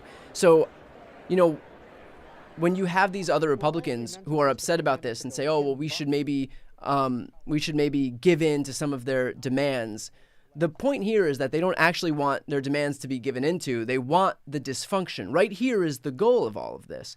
The point here is, and I've explained this before, so I apologize if you've heard this, but the point is to break government and to present government as being broken, because they want an elimination of every government agency. They want no regulation. They want no EPA. They want no IRS. They want no Department of Education. They want no Department of the Interior. And by virtue of showing these governmental processes that are broken, by virtue of them breaking it, they can then go back to their constituents and say, see, we told you there's no way that this town actually works. There's no way that we can get anything done. What they're not telling you is the only reason that nothing is getting done is because they themselves are the ones who are breaking it. But still, it benefits them. It behooves them to show government that isn't working, even if they are the ones who are breaking it, because it benefits them politically. Again, all of this just kind of goes back to the sole purpose in all of this, which is to help themselves politically and help their own election chances and help their own agenda. And if they want complete deregulation, if they want the end of all of these institutions, if they want to elect people who don't believe in any government oversight, then they have every political incentive to keep breaking everything right in front of us. Because then people who are not high information voters and maybe just tuning into this thing and saying, oh, we're on day 3 and Congress still can't get its act together to elect a speaker. And these people just lose faith in the process and say government can't work. It's just broken. That's what these people like Lauren Boebert want. They benefit from all of this. This is not victimless here. This is exactly what they want. And so, I would push back. And that's why I'm glad that people are watching and that they know what's going on and that they know this dysfunction is owed to people who traffic in dysfunction. Because they have a political incentive to break this. Everybody else has a political incentive to make it work. And by the way, when this stuff does work, it's Americans who benefit from it. If you look at a government for the last 2 years that did have unity within the Democratic Congress, you look at what they were able to accomplish. They were able to pass the PACT Act. They were able to pass the CHIPS Act, the American Rescue Plan, first gun safety bill in 30 years. They were able to pass an infrastructure package that was a joke within the previous administration. And now they've upgrading roads and bridges and installing rural broadband across the country. They were able to allocate record funding for the purpose of combating climate change. They were able to get the government to negotiate lower drug prices, which we've been trying to do for years. So when you have people who believe in government, working in government, you can get stuff done, stuff that's popular. When you have people who fundamentally do not believe in the system that they're working within, then you have a government that's just complete dysfunction, that just completely breaks down. And that's what we're seeing right now. This isn't an accident. It is exactly what they want to happen. You have people who don't believe in the system who are taking over the system, and this is what you get. You couldn't write it any more perfectly than what we're seeing right now. This is the most perfect causal relationship that you could possibly ask for. The weekend, quote, that's yet to be determined, according to Majority Leader Scalise. Representative Marjorie Taylor Greene, who you've seen on the floor quite a bit if you're a Congress watcher. She is well known for her President Trump connections, and she has been a supporter of Kevin McCarthy consistently throughout these 9 votes. And she has tweeted out, good things are coming, hold a little longer.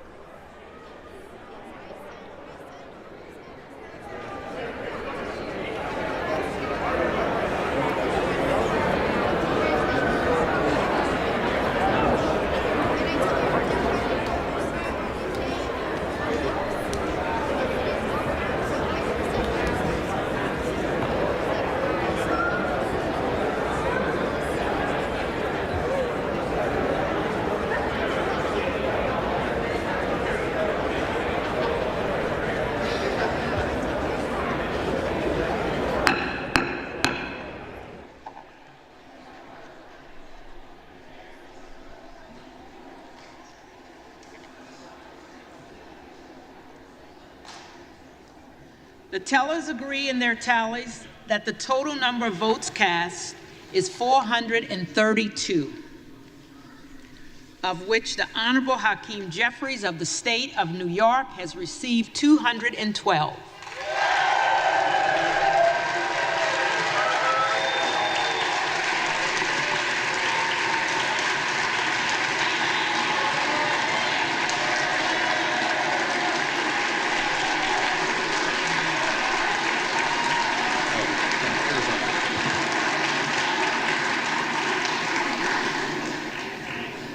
The Honorable Kevin McCarthy of the State of California has received 200.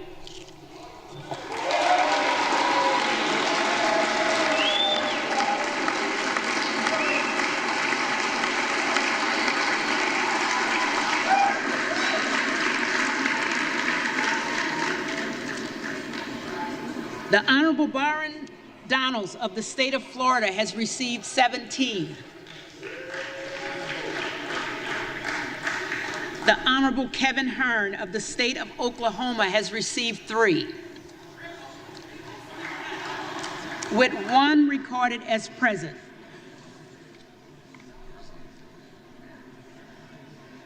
No member-elect having received a majority of the votes cast, a speaker has not been elected.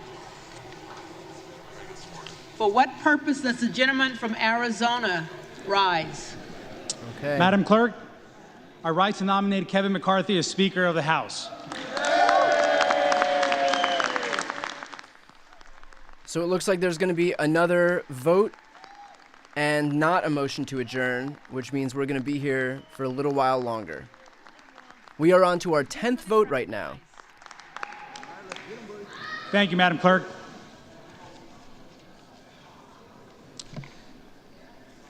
The American dream is a dream.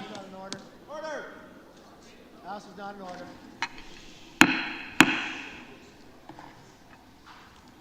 The American dream is a dream worth fighting for. And I know in my hearts of hearts that Kevin McCarthy is the man to lead us as we work to fulfill that dream for everyone in every state and in every district.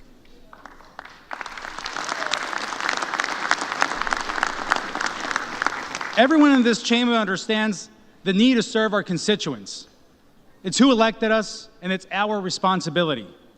Kevin understands this as well as anyone. He has dedicated his life to spreading opportunity for all through the private sector and the public sector.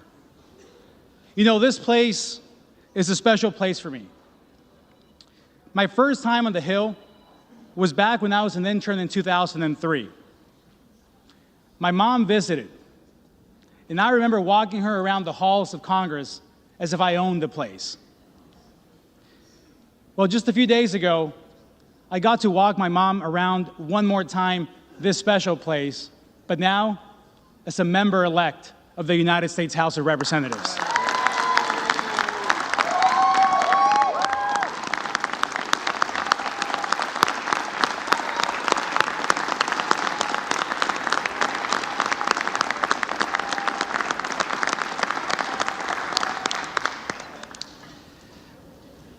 The American dream is alive. I believe it. I've gotten to know Kevin McCarthy well. He secured a Republican majority in the United States House and laid out a plan to deliver for the American people. There's one thing that I know about Kevin McCarthy. He cares about the American people. He cares about our country and is here not to be somebody, but to do something. And that has been laid out in his commitment to America, to fight for an economy that is strong, a nation that is safe, a future that is built on freedom, and a government that is accountable. This I can strongly get behind. This country gave me and my family an opportunity to achieve the American dream. Friends, I was born in Mexico. The best way that I can tell you who I am is through a short conversation I had with my dad when I told him I was going to run for office. This conversation, of course, in Español, in Spanish. My dad asked me, Juan, where else could we have our story? We come to this country, we immerse in the culture, we learn English, we go through the long journey and become U.S. citizens. He said, I drive a bus my whole life, and now my son has a shot at becoming a member of the United States Congress. Where else in the world could we have our story?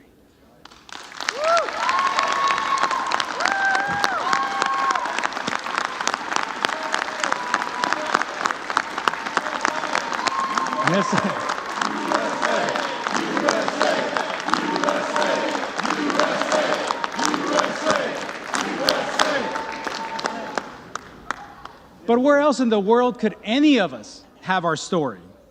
Regardless of our background, regardless of where we come from, what side of the aisle we sit on, we have the privilege and opportunity to sit here today as part of a historic moment, fighting for what we believe. The answer of where else is nowhere else, only here. I trust Kevin to fight for that American dream because he's a product of it. We're all a product of it. He gets it and understands that a government accountable to the people is the best tool to ensure that our future generations continue to have a real shot at the American dream. So let's be proud of our stories. Let's be grateful to God for it all. And let's get to work to ensure that everyone has the same opportunity to write their own story. Being a representative isn't a job title. It's a job description. The eyes of the world are on us as we are airing our grievances. That's the cost of leadership. The leadership that comes from this body. So let's act like it. Let's step up to that calling that our country needs and our districts expect from us. I am confident we will resolve this issue and will stand united to fight for the values that matter to the American people.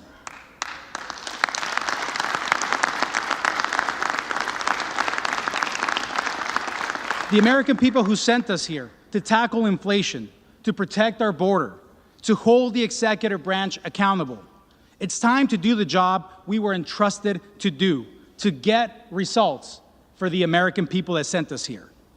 And the best person to lead us in this journey and in this fight to defend the American dream for all is Kevin McCarthy.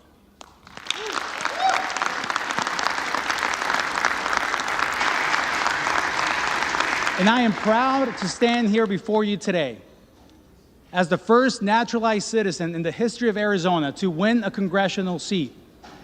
Proud of the work of my parents, my dad, who drove a bus for most of his life, my mom, a homemaker. We grew up in a 2-bedroom apartment. Didn't own a home until I was in college. But my story is not unique. I washed cars with my dad in the same neighborhood that our office sits today.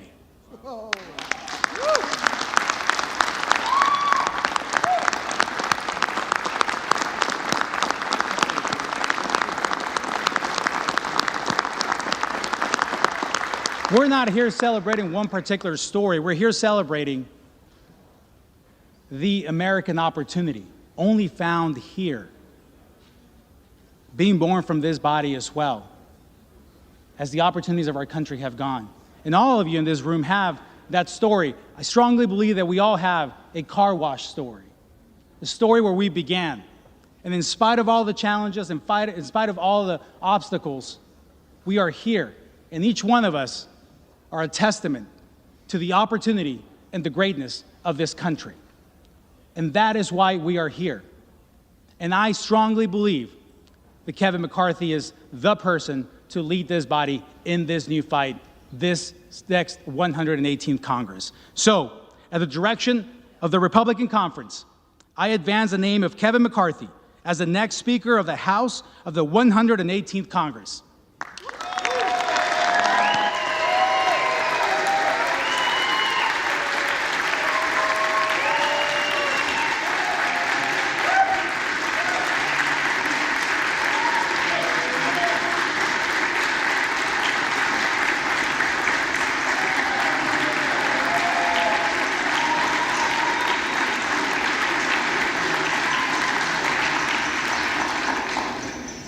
For what purpose does the gentleman from California rise? Madam Clerk, I rise again to nominate Hakeem Jeffries for Speaker of the House.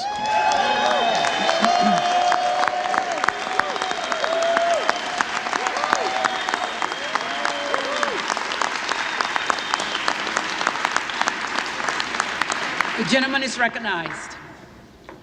Madam Clerk, I want to thank my colleague on the other side of the aisle for sharing his American dream story and for his family for being here with him at his side. It is our hope that this chamber gets down to the business so he and all the new members in this chamber can be sworn in to do the work of the people.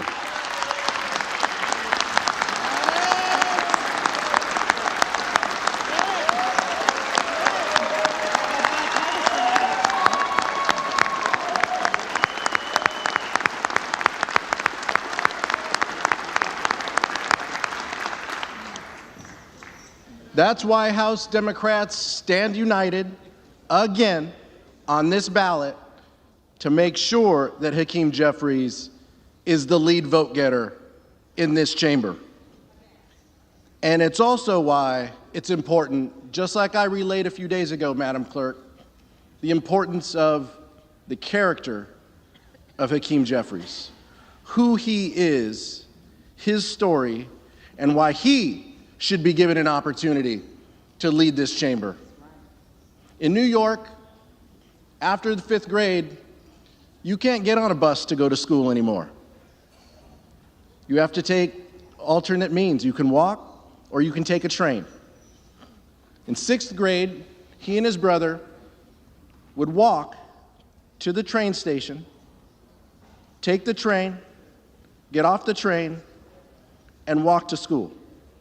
Now, there's a little disagreement in the Jeffries household as to how many days his father took him on that route before he let him navigate that route with his younger brother. The character it takes for an older brother in 6th grade and his fourth grade little brother to go to school each and every day in New York, to be on their own, to handle themselves, and to handle each other. That's the character of this man. That's the character of a leader you want in this chamber. He's going to be the one who walks with you, who sees you through the day, who makes sure your priorities are his priorities. And at the end of the day, when it's just you and he's going to make sure we all do the business of this body, and we all get home for our families. There is nothing more important than the work that we do in this chamber for the American public. Safeguarding priorities like Social Security and Medicare, making sure that our families are taken care of, making sure that the families in our communities are taken care of. And what we've seen in this chamber is tough. It's tough to watch. It's tough to imagine what would happen in this chamber today if we were debating Social Security and Medicare. What would happen? What would the votes be? Where would people stand? That's why it's important that Hakeem Jeffries leads this body. On behalf of the Democratic caucus, I am nominating the leader of the governing party in this chamber, Hakeem Jeffries from New York.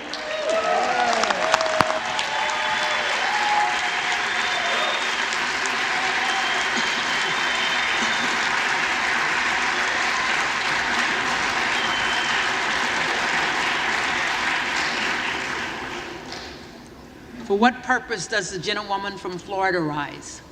Madam Speaker, I would like to rise to nominate Byron Donalds for Speaker of the House. The gentlewoman is recognized. I've known Byron for roughly about 4 years now, and being that he's from the state of Florida, I can tell you that I've come to know him on both the campaign trail and personally. But I want to clarify something real quick to my colleagues across the aisle. What you're seeing with this discussion does not mean that we are dysfunctional. And in no way, shape, or form will a Democrat ever hold the gavel to a Republican-controlled House. These discussions and dialogues have actually been good for the American people, and although the media tries to pit us against each other, I can tell you that it's been something that we need as a country. There are people that are frustrated with this process. Byron, through this entire time, has done something that I think most leaders should do more of, and that is listen. Respect people when they're talking. Understand the needs of the American people. Be willing to take negotiations, but also to realize when is a proper time to stand your ground on certain things. I asked my colleagues today to support him. I think he's an incredible representation of what this country is, and that is exactly why he has my vote for Speaker of the House. Thank you.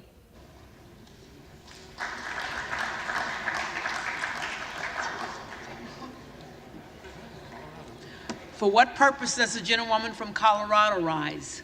Madam Clerk, I rise to nominate Kevin Hern of Oklahoma for Speaker of the House. The gentlewoman is recognized. It's as simple as that, folks. Let's start getting somewhere with this. Realize the facts. Kevin McCarthy does not have the votes. Let's elect a Republican who can unify our conference, who is a true leader. I'm casting my vote for Kevin Hern, and I hope you will as well. I yield. The reading clerk will call the roll. All right, everybody. Back to it. Vote number 10. We'll see if we actually have any update from the previous 3 votes today, which all ended with 21 defections, and there was literally no difference between any of them. So we'll see what happens on that front. Okay. Adams. Jeffries. Adderholt. McCarthy. Aguilar. So for those just tuning in, if you're wondering what to look for, Alford. the first names to listen for are going to be Andy Biggs, Allen. Lauren Boebert, McCarthy. Josh Brashean, and I believe those are the only Allred. ones in the B's that we have to see if there's been any difference with. Amodei. McCarthy. From there in the C's, we're looking for Cloud and Clyde. Armstrong. So again, the first names to look out for to see if we have any change here whatsoever from the 7th vote, the 8th vote, or the 9th vote today are going to be Biggs, Boebert, and Brashean, followed by Cloud and Clyde. Jeffries. Babin. McCarthy. Bacon. Sorry, and Bishop. Bishop as well. Bacon. Baird. McCarthy. Balderson. Balderson. McCarthy. Ballant. Jeffries. Banks. McCarthy. Barr. McCarthy. Barragan. Jeffries.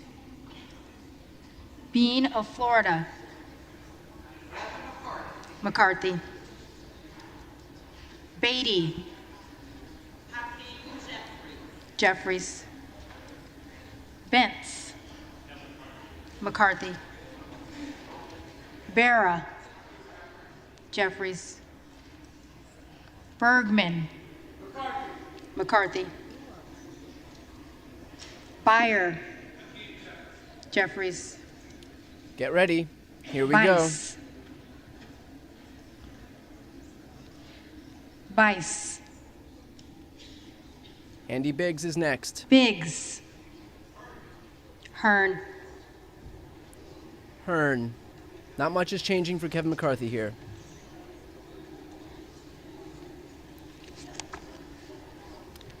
Next up is going to be Bishop from North Carolina. McCarthy. Bishop of Georgia. Jeffries. Bishop of North Carolina. Bishop of North Carolina. Bishop of North Carolina. Blumenauer. Jeffries. Okay. Blunt Rochester. I'm sure we'll get his vote later. Jeffries. Boebert. Boebert. Hearn. Okay, not going so well Bonamici. for Kevin McCarthy. Jeffries. Bast. The next names we have to look out for are in the C's. It's going to be Bowman. Cloud and then Clyde.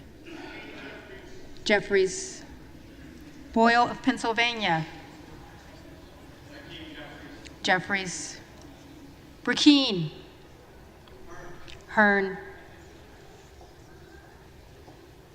Brown. That was another one. Jeffries. Brasheen was another one. Still hasn't moved over to McCarthy. So McCarthy hasn't pulled back any of those defectors that he needed to pull back. So there is a very good chance that in this 10th vote, on this 10th ballot here, we'll have the exact same result as we had on the 7th, 8th, and 9th today. Bouchon. McCarthy. Budzinski. Jeffries. Burchett. McCarthy. Burgess. McCarthy. Burleson. McCarthy. Bush. Jeffries. Calvert. McCarthy. Kamick. Kamick. Caraveo. Jeffries. Carbajal. Jeffries. Cardenas.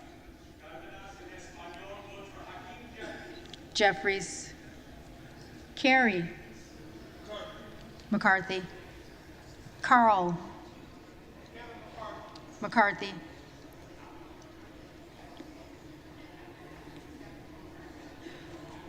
Carson. Jeffries. Carter of Georgia. McCarthy. Carter of Louisiana. Carter of Louisiana. Jeffries.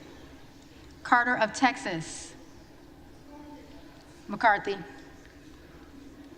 Cartwright. Jeffries.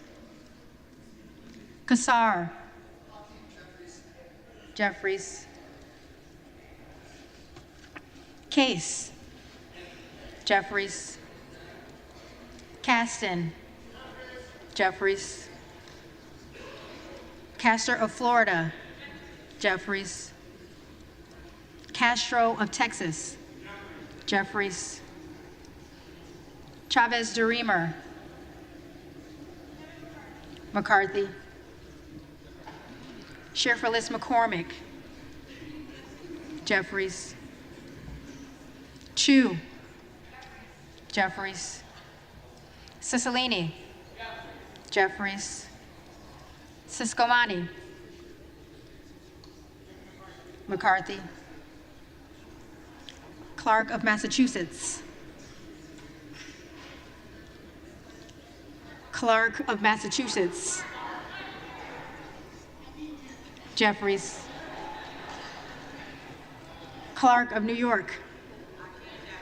Jeffries. Cleaver. Jeffries. Klein. McCarthy. Cloud. Donalds.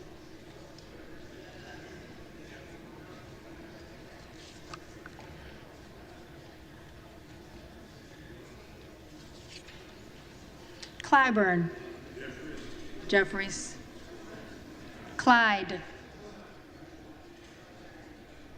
Clyde. Donalds. There it is.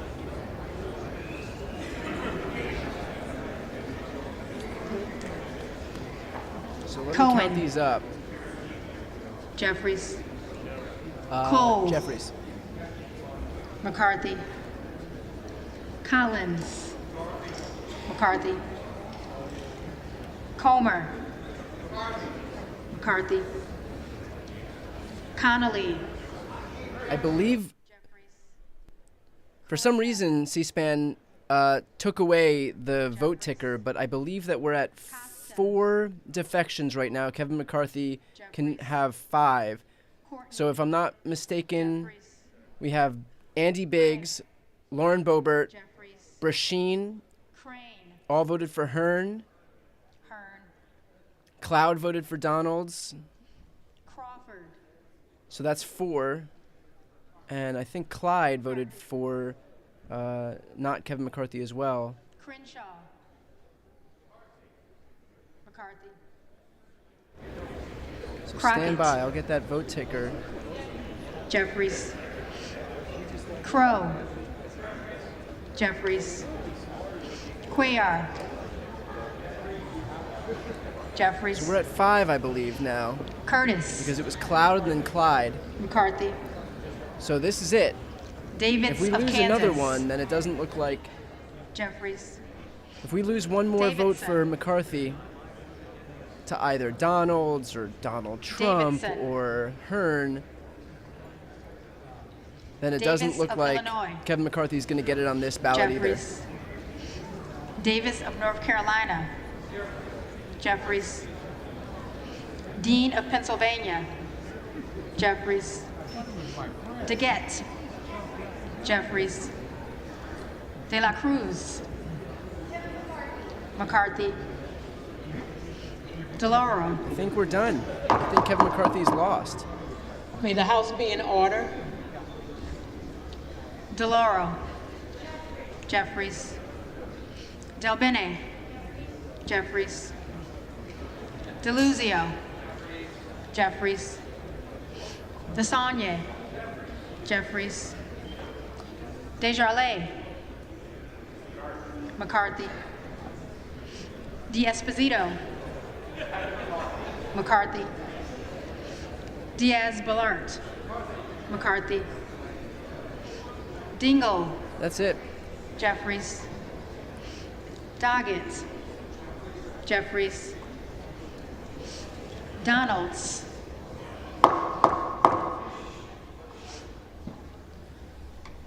Donalds. So for those of you tuning in right now or trying to figure out how things are going on the 10th ballot here, Kevin McCarthy has lost 6 Republicans, meaning that he will not have enough Republican support to reach that 218 vote threshold. So this is it for the 10th ballot. Kevin McCarthy is lost. We'll move on to an 11th. Likely not today. They'll probably do a vote to adjourn, but this is it for Kevin McCarthy. So we'll continue to watch to see if there's been any movement away or toward Kevin McCarthy, because that's going to be a good indicator of what happens next here. But right now, not a good sign for Kevin McCarthy. We are 10 up and 10 down in a pretty historic move here. This is now a worse showing than what we saw in 1923, where I believe that there were 9 ballots. We're into the 1800s since we've seen something like this. So pretty historic dysfunction coming out of the Republican Party. I'll continue to carry this here, so stick around and just keep watching. Also, if you haven't yet subscribed, please hit the subscribe button. That's the best way to support what McCarthy. I do. Fallon. Fallon. Feenstra. McCarthy. Ferguson. McCarthy. Finstad. McCarthy. Fishbach. McCarthy. Fitzgerald. McCarthy. Fitzpatrick. McCarthy. Fleischman. McCarthy. Fletcher. Jeffries. Flood. McCarthy. Foster. Jeffries. Fushi. Jeffries. Fox. McCarthy. Lois Frankel. Jeffries. C. Scott Franklin. McCarthy. Frost. Jeffries. Fry. McCarthy. Fulcher. McCarthy. Gates. Hearn. Yeah, Gallagher. McCarthy's cooked here. McCarthy. Gallego. Jeffries. Garamendi. Jeffries. Garbarino. McCarthy. Mike Garcia. McCarthy. Robert Garcia. So as this vote comes on, I just want to read something that Manu Raju from CNN has reported, and that is, here's another issue complicating matters and what could push speaker fight into next week. At least 4 Republican members have to leave town on Friday, that's tomorrow, because of some serious family issues they have to attend to. So if they're not able, I mean, that would pretty much put them at parity with Democrats, which means it would be possible that Hakeem Jeffries could win the speaker vote. But no, they're likely going to push this. If they can't get this done today, they're likely going to have to push this until next week, which means we may go a full week without a Speaker of the House because Republicans aren't able to get their act together. So that's just something to look out for. That's going to be a major issue that complicates everything here. These 4 Republican lawmakers or lawmakers-elect who will have to leave town coming about tomorrow.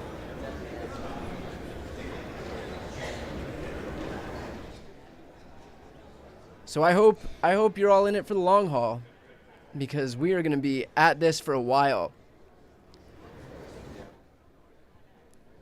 The only Republican accomplishment of the 118th Congress may actually be just an infinite number of votes for Speaker and never actually getting that far. Joe Biden's going to do his State of the Union speech, flanked by the Vice President and the Clerk of the House. I'll continue to host these live streams. If you want to follow along to see what happens, make sure to subscribe to this channel. Thanks.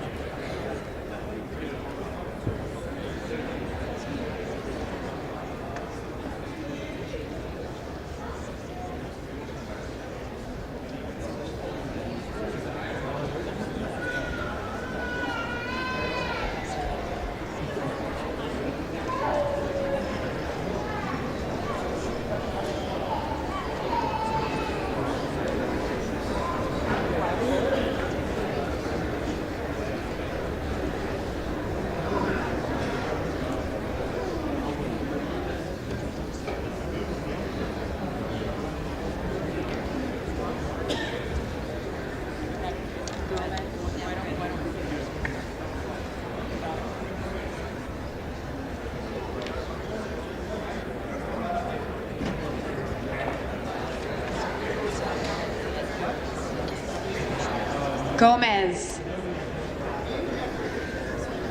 Jeffries. All right, so it looks like C-SPAN has put the ticker back onto the screen. You can see right now that there are 7 defections from McCarthy. He could have afforded 5, which means that this is it for the 10th ballot. McCarthy will not be Speaker on this ballot. Good of Virginia. Donalds. Gooden of Texas. McCarthy. Gosar. Donalds. Gottheimer. Jeffries. Granger. Granger. McCarthy. Graves of Louisiana. McCarthy. Graves of Missouri. McCarthy. Green of Tennessee. McCarthy. Green of Texas.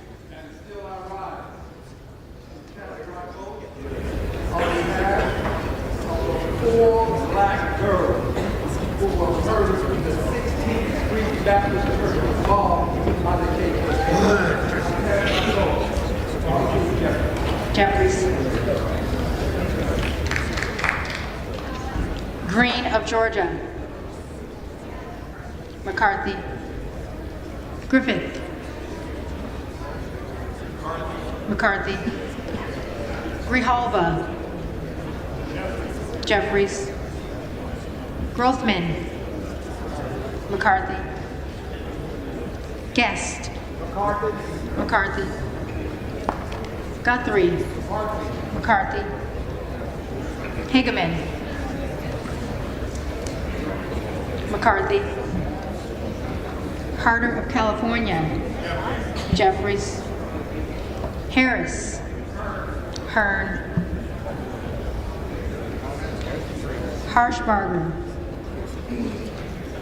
McCarthy. Hayes. Jeffries.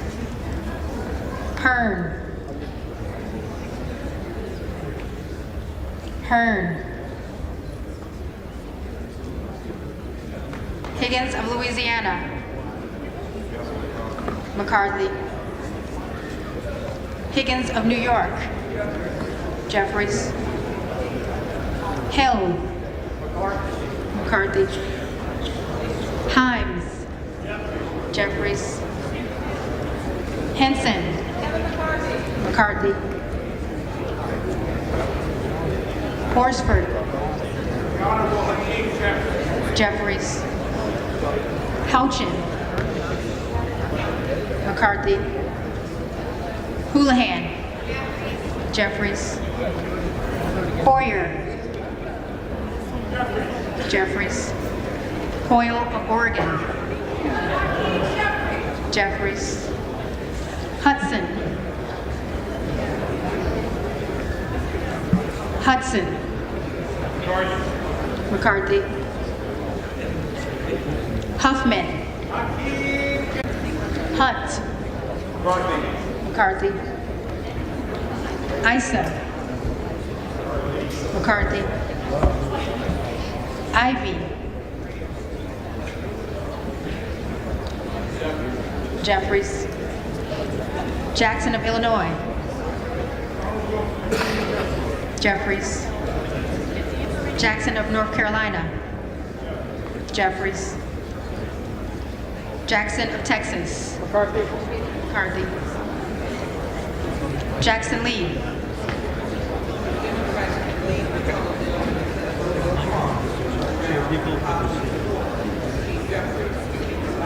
Jeffries. Jacobs. Jeffries. James. McCarthy. Jayapal. Jeffries. Jeffries. Jeffries.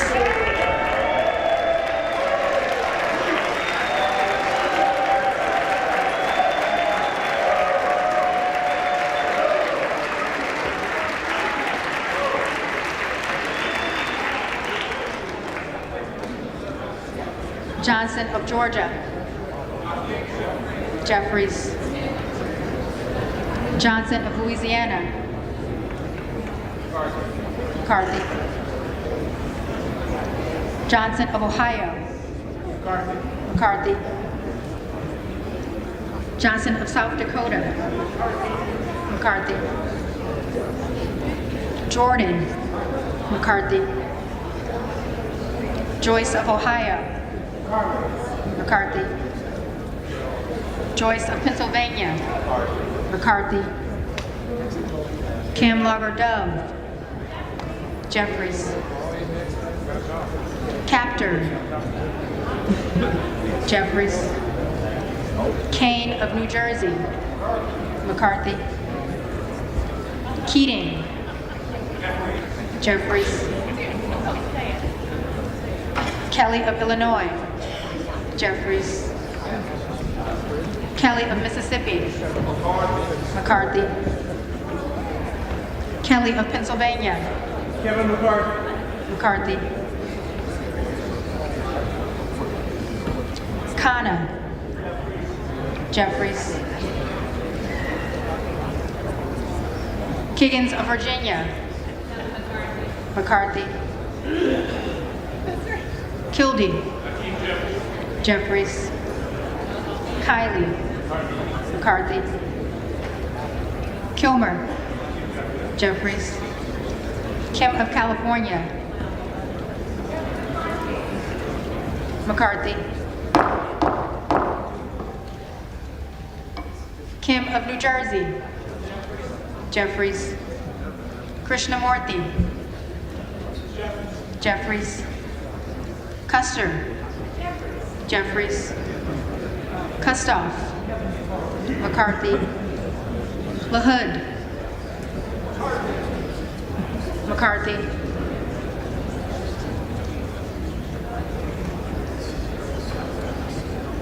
LaLota. McCarthy. LaMalfa. McCarthy. Lamborn. McCarthy. Landsman. Jeffries. Langworthy. McCarthy. Larson of Washington. Jeffries. Larson of Connecticut. Jeffries. Latta. McCarthy. LaTurner. McCarthy. Lawler. The Honorable Kevin McCarthy. McCarthy. Lee of California. Jeffries. Lee of Florida. McCarthy. Lee of Nevada. Jeffries. Lee of Pennsylvania. Jeffries. Ledger Fernandez. Jeffries. Lesko.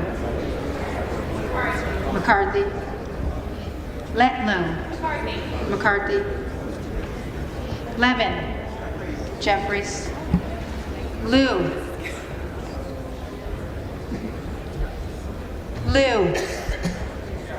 Jeffries. Lofgren. Jeffries. Loudermilk. McCarthy. Lucas. McCarthy. Lukemeyer. McCarthy. Luna. Donalds. Luttrell. McCarthy. Lynch. Jeffries. Mace. McCarthy. Magaziner. Jeffries. Maliotakis. McCarthy. Mann. McCarthy. Manning. Jeffries.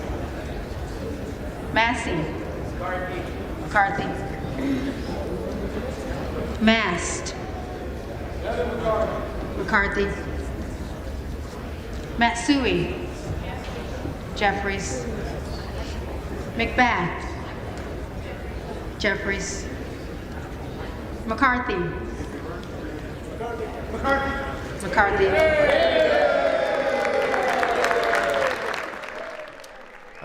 Another big round of applause for the guy who's currently lost 10 straight votes for Speaker despite being in the majority. Very big congratulations to Kevin. McCall. A worthy accomplishment. McLean. McCarthy. McClintock. McCarthy. McCollum. Jeffries. McCormick. McCarthy. McGarvey. Jeffries. McGovern. Jeffries. McHenry. McCarthy. Meeks. Jeffries. Menendez. Jeffries. Mang. Jeffries. Muser. McCarthy. Mfume. Jeffries. Miller of Illinois. Donalds. Miller of Ohio. McCarthy.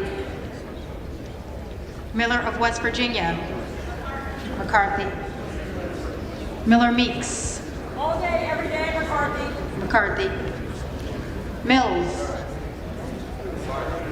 McCarthy. Molinaro. McCarthy. Molinar. McCarthy. Mooney. McCarthy. Moore of Alabama. McCarthy. Moore of Utah. McCarthy. Moore of Wisconsin. Jeffries. Moran. Kevin McCarthy. McCarthy. Morelli. Jeffries. Moskowitz. Jeffries. Moulton. Jeffries. Mervan. Jeffries. Mullen. Jeffries. Murphy. McCarthy. Nadler. Jeffries. Napolitano. Jeffries. Neal. Jeffries. Neguse. Jeffries. Nails. McCarthy. Newhouse. McCarthy. Nickel. Jeffries. Norcross. Jeffries. Norman. Donalds. None of Iowa. Down Kevin McCarthy. McCarthy.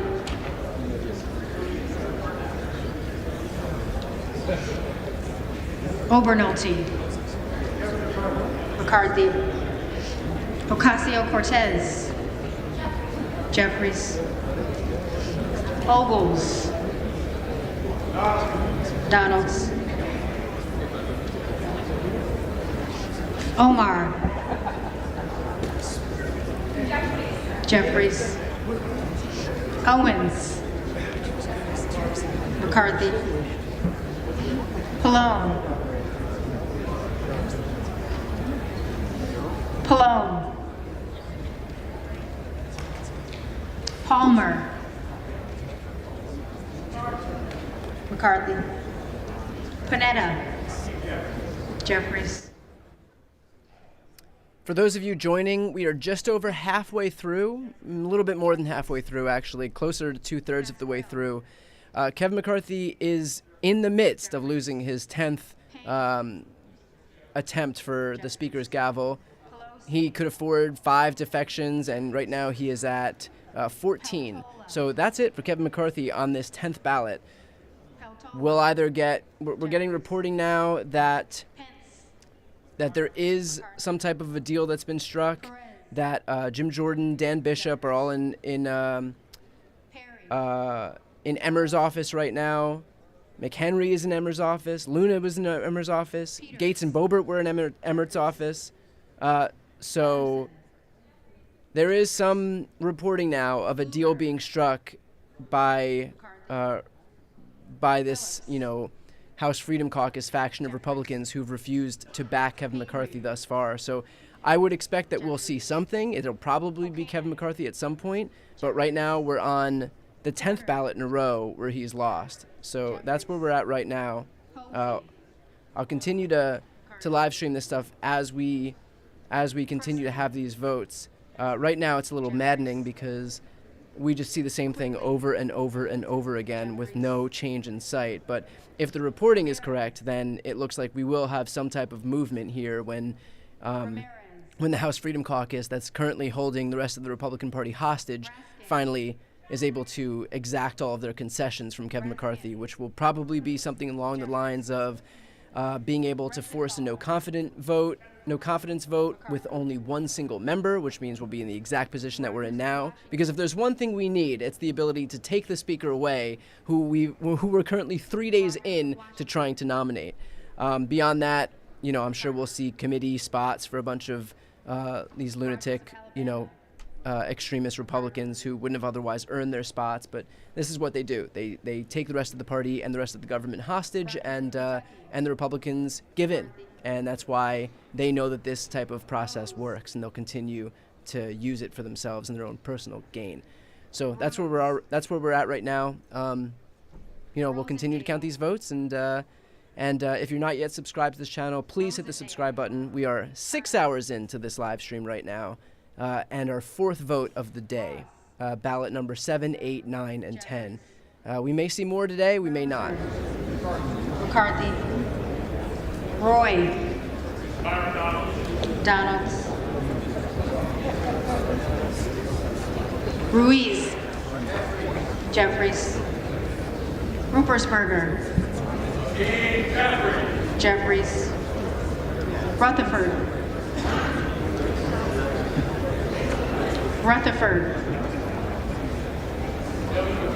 McCarthy. Ryan. Jeffries. Salazar. McCarthy. Salinas. Jeffries. Sanchez. Jeffries. Santos.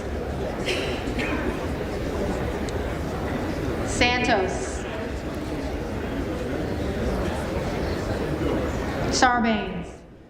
Santos misses his name again. That's like the third time today. He probably doesn't remember what name he's going by these days. Scanlon. Jeffries. Probably writing a bad check somewhere. Schakowsky. Jeffries. Schiff. Jeffries. Schneider. Jeffries. Skolton. Jeffries. Schreier. Jeffries. Schweikert. McCarthy. Austin Scott. McCarthy. David Scott. Jeffries. Scott of Virginia. Jeffries. Self.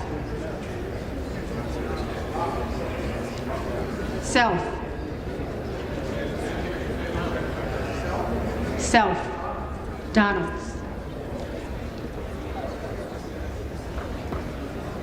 Sessions. McCarthy. Sewell. Jeffries. Sherman. Jeffries. Sherrill. Jeffries. Simpson.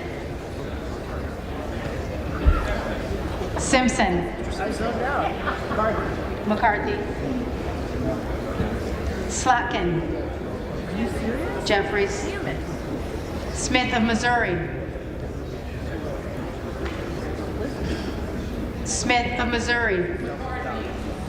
McCarthy. Smith of Nebraska. McCarthy. Smith of New Jersey. McCarthy. Smith of Washington. Jeffries. Smucker. McCarthy. Sorensen. Jeffries. Soto. Jeffries. Spanberger. Jeffries. Sparts. Sparts. Stansbury. Jeffries. Stanton. Jeffries.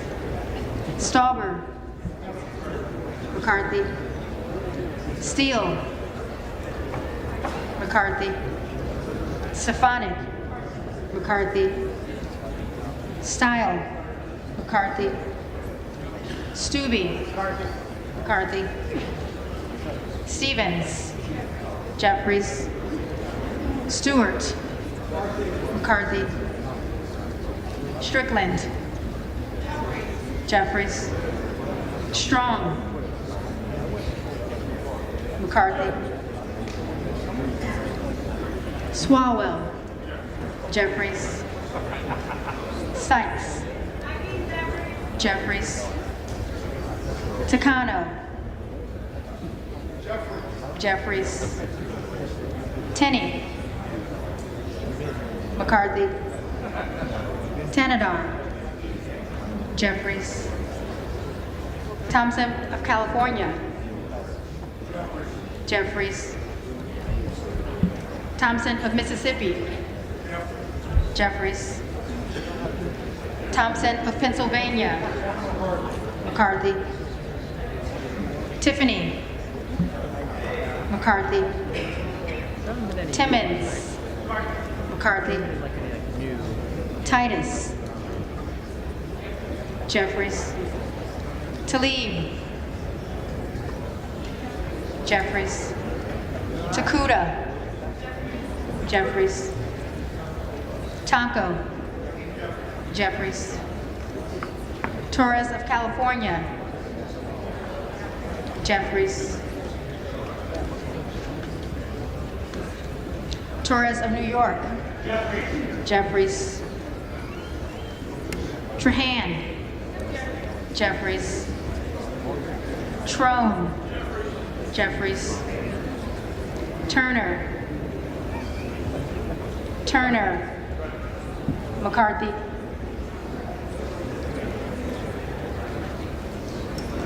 Underwood. Jeffries. Valadeo. McCarthy. Van Drew. McCarthy. Van Dyne. McCarthy. Van Orden. McCarthy. Vargas. Jeffries. Vasquez. Jeffries. VC. Jeffries. Velasquez. Jeffries. Wagner. McCarthy. Wahlberg. Wahlberg. Waltz. McCarthy. Wasserman Schultz. Jeffries. Waters. Jeffries. Watson Coleman. Watson Coleman. Weber of Texas. McCarthy. Webster of Florida. McCarthy. Wenstrup. McCarthy. Westerman. Westerman.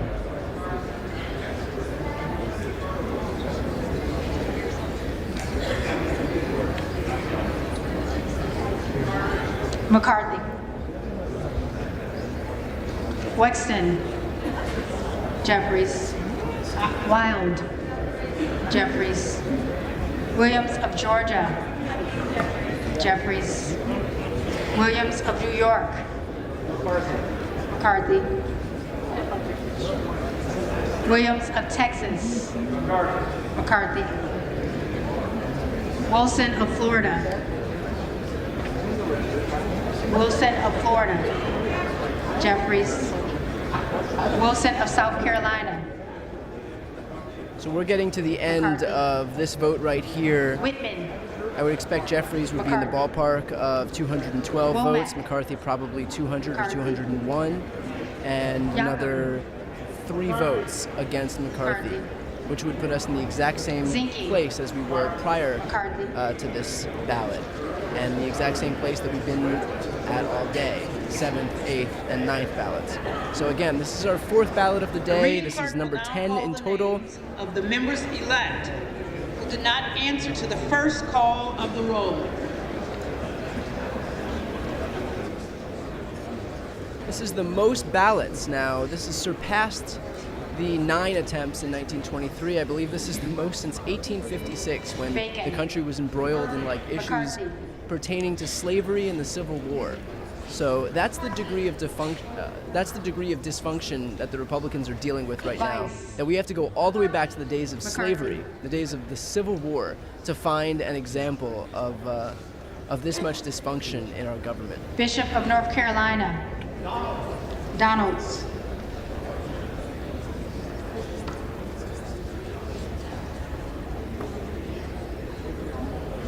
Buck.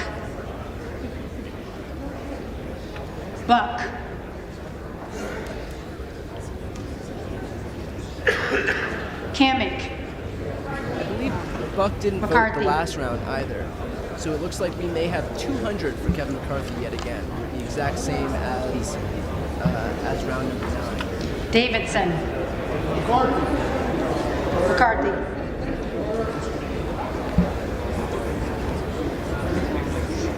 Donalds. Thank you, by the way, to people who've been here watching for what's going on 6 hours now. This has been a long one. Dunn of Florida. Day. McCarthy.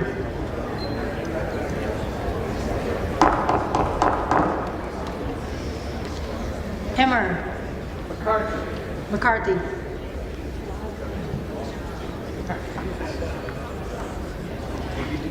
Fallon. McCarthy.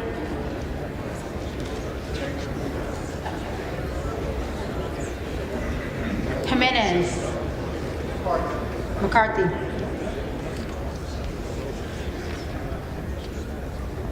Hearn.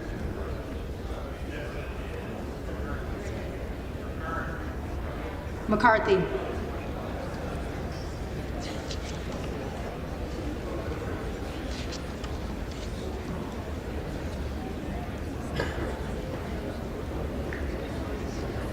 Pallone. Jeffries.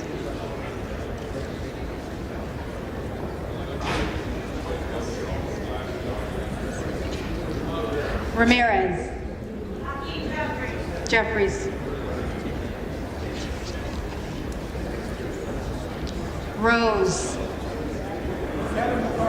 McCarthy.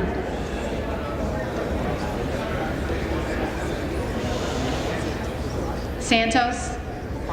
McCarthy. Hey, look who found his way onto the House floor to vote. Sparks. That's exciting. Present.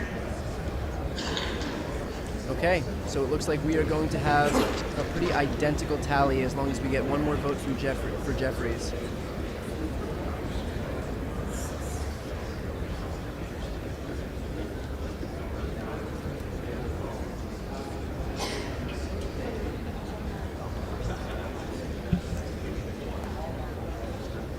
We may have lost one Democrat who didn't vote this round.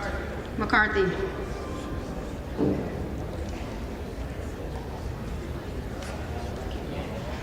Watson Coleman. Jeffries. Never mind. All 212 Democrats have voted for Hakeem Jeffries. Kevin McCarthy is at 201, and then 21 defections, just like we had in round 7, 8, and 9. So this is the fourth identical If there are round any of the members day. elect who did not answer the roll, then they may come to the well and vote at this time. Now, we've had reporting that Republicans are meeting in Tom Emmer's office to hash out some type of a deal with the hostage takers in the House Freedom Caucus. We don't obviously know what's going to happen on that front yet, but we have reporting that there's some type of a deal. So we'll find out and see if there's going to be an 11th ballot today or if we're going to have some vote for adjournment. What's leading me to believe that there may actually be a vote on an 11th ballot today is the fact that there has been reporting that 4 Republicans are going to be leaving town this weekend as of tomorrow. And so this is their shot because that pretty much, if 4 Republicans leave, it puts them nearly at parity with Democrats. And so, and then with someone like Don Bacon, who said that he's willing to work with Democrats, it could pose a pretty dangerous situation for Republicans. So I anticipate that we may see an 11th vote if the reporting is true that they are able to hammer out some type of a deal. But that obviously remains to be seen. But in terms of what we're watching right now, we've just wrapped up the vote for the 10th ballot, in which McCarthy has, for the 10th consecutive time, failed to secure the Speaker's gavel. A once in a century, more than once in a century, about once in 150 years humiliation for Republicans and Kevin McCarthy specifically, that they're not able to get this all sorted out. The last time that we went more than 9 ballots was in 1856, I believe. This is the 6th or the 7th highest votes that we've ever needed to get to a speaker. Most of these have happened in the 1800s. So, making history. Exactly the way that Republicans know how.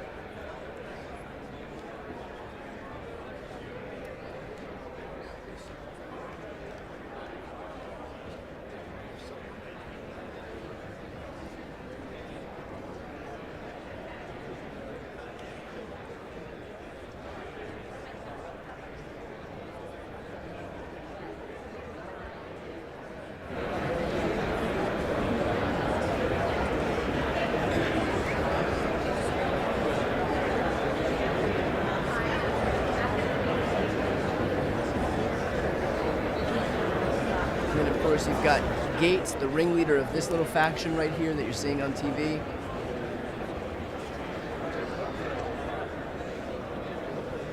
And you know that behind the scenes they're just squeezing McCarthy for everything because he is so weak and desperate to be the next Speaker of the House that he will give anything. He will trade off anything. They've got that guy in a straitjacket right now, and they're just pulling the arms tighter and tighter, and he's giving them everything they want. That's how desperate he is to be Speaker. All the proof you need that you don't actually benefit in the Republican Party from falling in line. You benefit from being an obstructionist and from trying to break things and destroy the process and traffic in dysfunction. That's how you get what you want. These people are being rewarded for all of this. If Kevin McCarthy thinks it's going to be easier for him, he's got another thing coming. He is proving to them right now that all you have to do is obstruct and traffic in dysfunction and mayhem and chaos, and you get what you want. He's proving that right now. These people are all finding out. So if you think this is the last of Kevin McCarthy's troubles, if he even manages to pull out the Speaker's gavel from this, you've got another thing coming.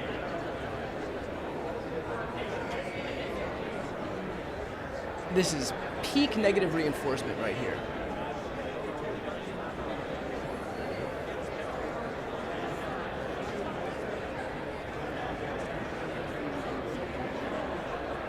Two possibilities now. As I mentioned before, we can either have an 11th vote for Speaker or a vote for adjournment. Again, I mentioned a few minutes ago that something complicating that is the fact that we've got reporting that a few Republican members-elect have to go home for family emergencies this weekend and won't be in town. So we'll wait and see. I would imagine that an 11th vote for Speaker is definitely possible, but we're witnessing history right here. Not the kind that Republicans wanted to be involved in, but history nonetheless. Well, for those of you keeping a scorecard, the top two numbers remain the same. Hakeem Jeffries, 212 votes unofficially. Kevin McCarthy, 200. Remember that Ken Buck, who was a supporter of Kevin McCarthy, had to leave for a medical appointment. Byron Donalds dropped 4 votes to 13, but those 4 votes went to Kevin Hern, who now has 7 votes, and again, Victoria Sparks. Hern, who now has 7 votes, and again, Victoria Sparks of Indiana voted present. So the 2021 dissenters from Kevin McCarthy have remained firm throughout the day. Kevin McCarthy retains 90% of the Republican conference. Now let's get you updated on what was going on during that vote as we await for the official results. Jake Sherman, longtime congressional reporter, works for Punchbowl now, co-founder of Punchbowl, tweets out, sources tell us a deal between McCarthy and his opponents is close. Chip Roy and Patrick McHenry have been negotiating it. Chip Roy is an anti-McCarthy person. Patrick McHenry is a strong supporter. All the big players are now in Republican Whip Tom Emmer's first floor office. Ralph Norman, Republican of South Carolina, another dissenter, says he expects an offer in writing tonight. Now, to follow that up, that Jake Sherman tweet, a reporter with Semaphore tweets out that Ralph Norman told reporters that leadership is, quote, putting things in writing, but the devil's in the details. Specifically, he's concerned with budget. Quote, you can't have a balanced budget unless you have cuts. The speaker has got to be able to use whatever tools he has to influence that. Again, that's Ralph Norman, who has consistently voted against Kevin McCarthy. Eric Wasson, Bloomberg, tweets out, there's a key moment during this last vote in the negotiations. Representative Ralph Norman has entered the negotiation room, invited to look at the deal. And finally, Manu Raju of CNN, who's been up there all day, negotiators pushing to finalize a deal that could help them adjourn for the night and get McCarthy closer to the 218 votes. It's a product born out of talks between GOP leaders and Chip Roy and Scott Perry, chairman of the Freedom Caucus. Chip Roy just told us, quote, a lot of good work has been done today. There's still a lot to be done. Again, that's Manu Raju of CNN. We are awaiting the official results of ballot number 10. We don't know what's going to happen, if there's going to be a ballot number 11 after this or an adjournment. But a reminder that if you have to step away from your TV, go mobile with C-SPAN. Get the C-SPAN Now app. Very user-friendly.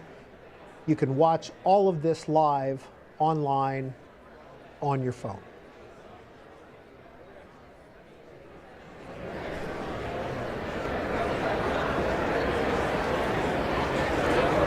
So now we wait and see what happens. Again, the two options here are a motion for adjournment, which is complicated by the fact that a few Republicans will have to leave town tomorrow, or an 11th vote for Speaker, which is likely because I guess it's the same reason they did the 8th, 9th, and 10th votes today for Speaker. So in terms of whether anything will change, that remains to be seen. Maybe not, because we seem to be just living the definition of insanity by doing the same thing over and over and over again today. But, you know, that's the Republican Party in action right now. It would have no more fitting of a start to this congressional term than exactly what we're seeing right now. This is it. You couldn't have written a more prototypical start to this Congress than what we're living through.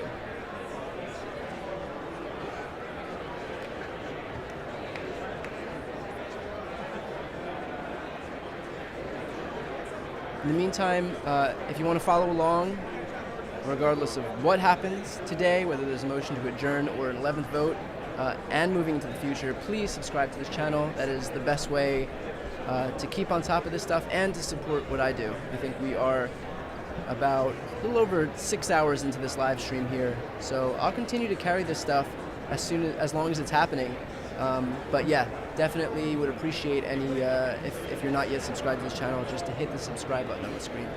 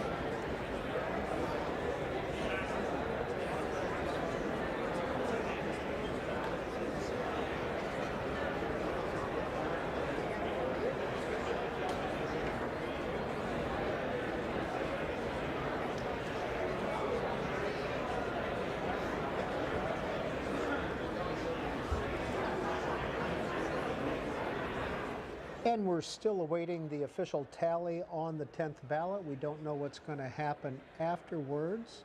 The woman you've seen up on the dais all day long is Cheryl Johnson. She is the clerk of the House. She's basically been running the show for the last 3 days. There technically isn't a House of Representatives at this point.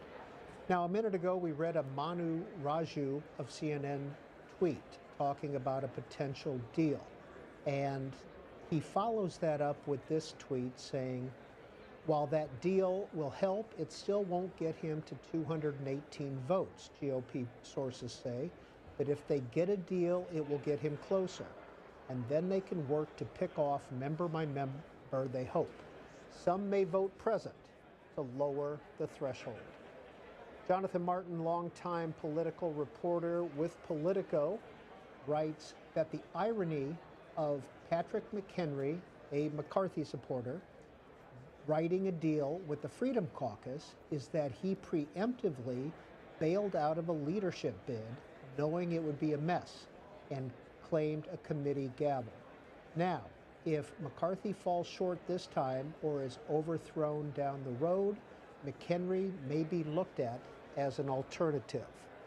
Matt Fuller is with the Daily Beast, and Matt Fuller tweeted out about half an hour ago, "I've said it all along that McCarthy's one strength is that he's willing to do anything for the speakership. I'm not sure anyone else in the Republican conference is willing to offer more for the position. At some point, the holdouts may realize that."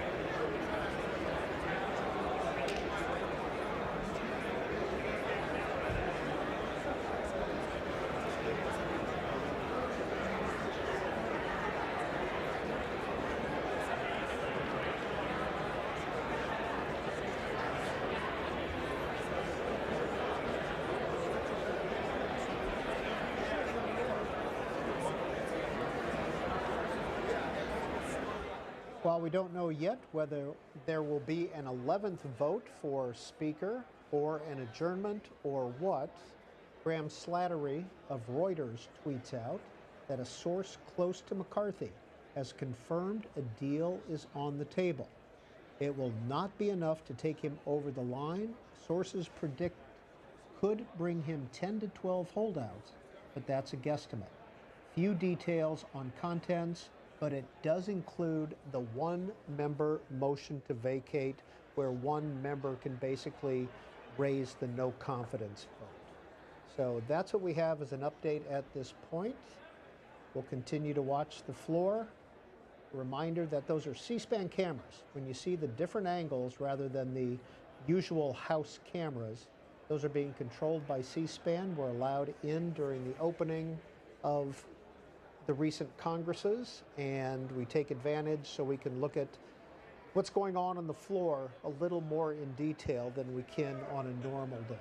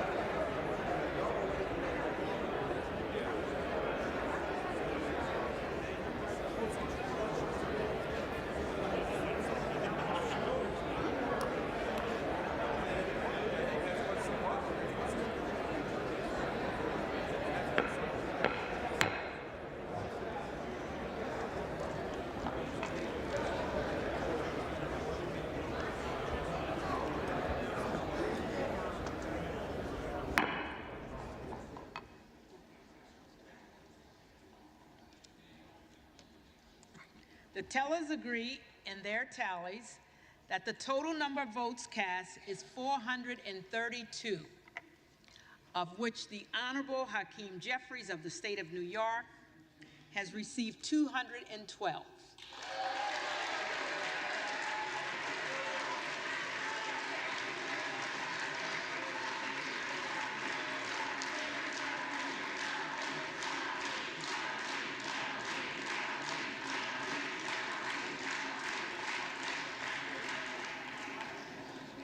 The Honorable Kevin McCarthy of the state of California has received 200.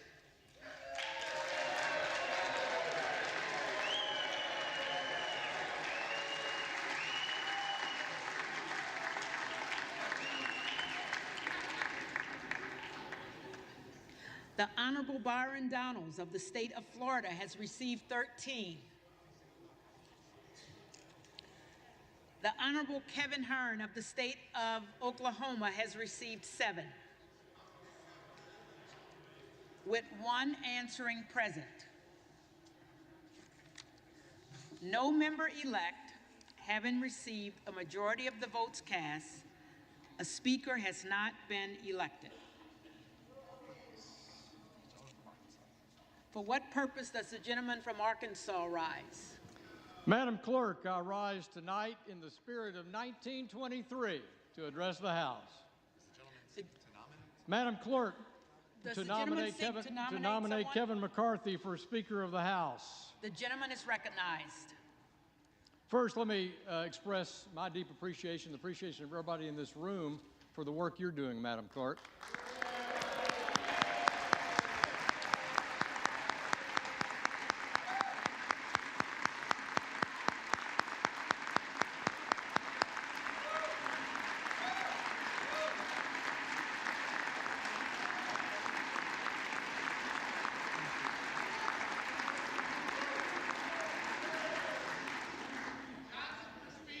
Our clerk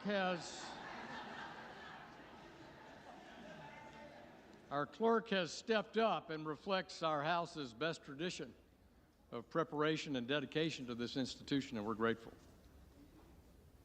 From the first Speaker of the House, the Honorable Frederick Muhlenberg, to the one that will be elected next, Kevin McCarthy. The role of Speaker of the House is one of the most beloved in American history. The Speaker's mission is to carry out the principled goals and objectives of his or her party, while at the same time protecting this institution and the traditions of the People's House, all the while remaining faithful to that imperative in our preamble of the Constitution to promote the general welfare. It's a difficult job. It takes a special personality with deep affection for the House, robust courage, a sense of humor, and great amounts of humility and patience. I've watched Kevin McCarthy for longer than my 8 years serving in this chamber. And I can say without hesitation that Kevin has brought these foundational traits of leadership to bear for good of this institution and for the good of the American people. It's said that a nation not in control of her finances cannot control her destiny. And I agree.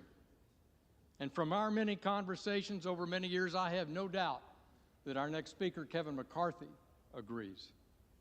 In the Republican Commitment to America, Leader McCarthy charged our Republican conference with taking on his two biggest concerns facing this world and this nation: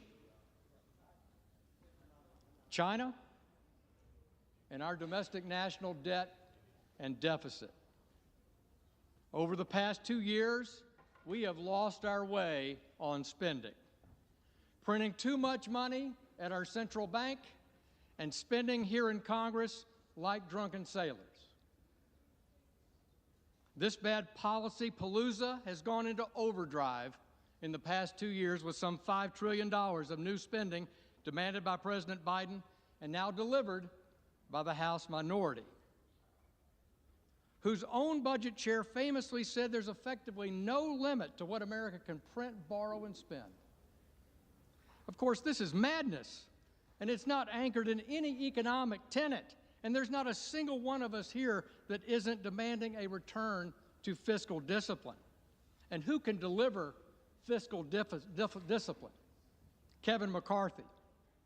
On the point of spending, let me show you a list of everyone who's written me in the 2nd Congressional District who's asked me to cut spending.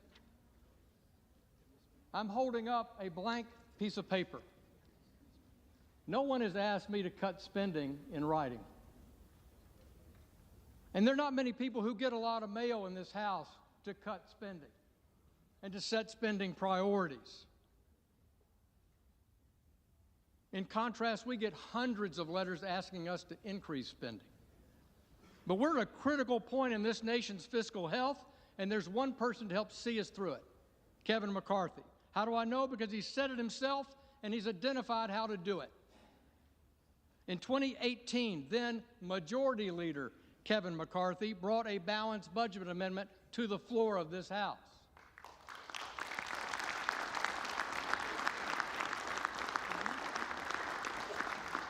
Mr. McCarthy said, by our actions, we've shown Washington's spending problem can't be boiled down to a lack of will. It's a problem of structure and process, and everyone knows the process of government funding in Washington is broken.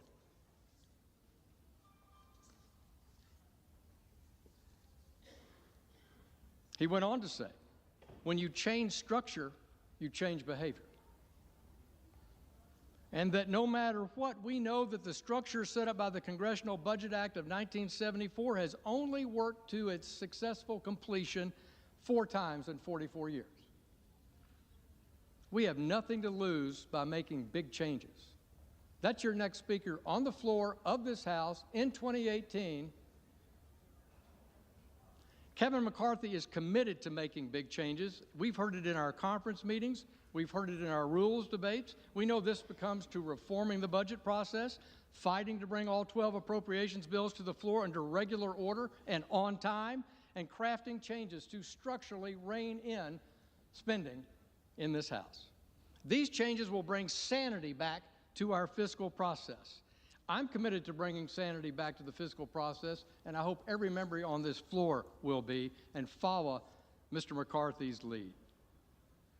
Much has been said by our friends on the other side of the aisle, my good friends, the so-called popcorn caucus this week, if you will, over the past few days about 1923, and that we're having a robust discussion here among House Republicans as to who will be the next Speaker of the House. Back in 1923, the insurgency among Republicans then was from the center-left of the Republican Party. Today, it's from the center-right. But there's more to the story in that fight 100 years ago. And I want to remind you of that history. When Fred Gillette was elected Speaker on the 9th ballot in 1923, the outcome was a more robust, more unified Republican conference, one that would go to work with President Calvin Coolidge, cut government spending, balance the budget, cut taxes while paying down the debt. House Republicans 100 years ago unleashed a pro-growth agenda. House Republicans under Speaker Kevin McCarthy will unleash a pro-growth agenda to get this economy moving.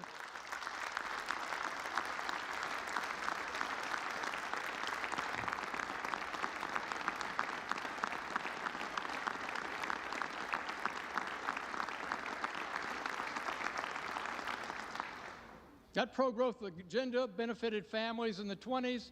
The McCarthy pro-growth agenda will benefit families across this country today. A century later, under the next Speaker, Kevin McCarthy, mark my words, this party will come together to unleash American energy, make the Trump tax cuts permanent, rein in runaway government spending, and fight for a balanced budget. So I stand before you today with unqualified support to nominate my friend, the next Speaker of the House, Kevin McCarthy.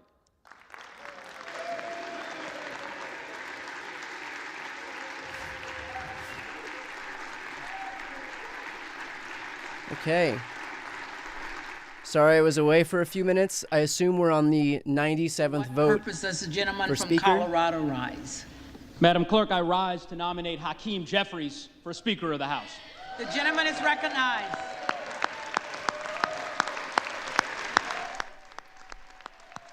I see we're making great progress here. You know what they say, 11th time is a charm? I legitimately can't remember what vote this is. Today, yesterday, the day before, about the potential I think this is 11. that may be made in this chamber.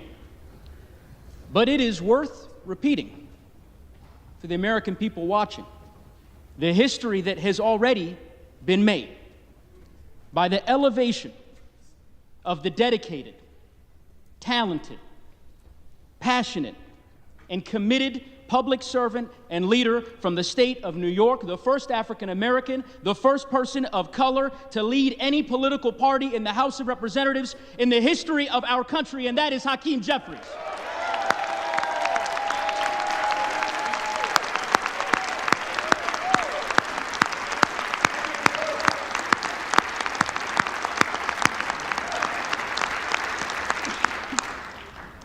Madam Clerk, it is with great pride that I rise to nominate the gentleman from New York, the man who has been the lead vote getter. I'm sorry, did I miss something a few minutes ago about a Republican likening what we're seeing right now in Congress with Kevin McCarthy's nomination to 1920s America? Is that what happened earlier, that they invoked the 1920s? Because very famously, nothing happened at the end of the 1920s that hurt America. The 1920s famously ended really well. On the other side of the aisle. And I suspect that some Americans watching will recall the dysfunction of years past. My colleague on the other side of the aisle talked about history, Woodrow Wilson, Calvin Coolidge, and the like. I'd like to take folks through more recent history, because I can tell you that as the member, as a member from the great state of Colorado. This is not their first rodeo as far as dysfunction is concerned. 4 years ago, today, I was sworn in with my colleagues from the class of 2018 during what became the most difficult and the longest government shutdown in the history of our country. Why? Because of the dysfunction and the chaos on the other side of the aisle. The country then did what it has so often done. It looked to House Democrats to govern and to lead, and under the leadership of one of the greatest speakers in the history of the country, Nancy Pelosi, that is exactly what we did.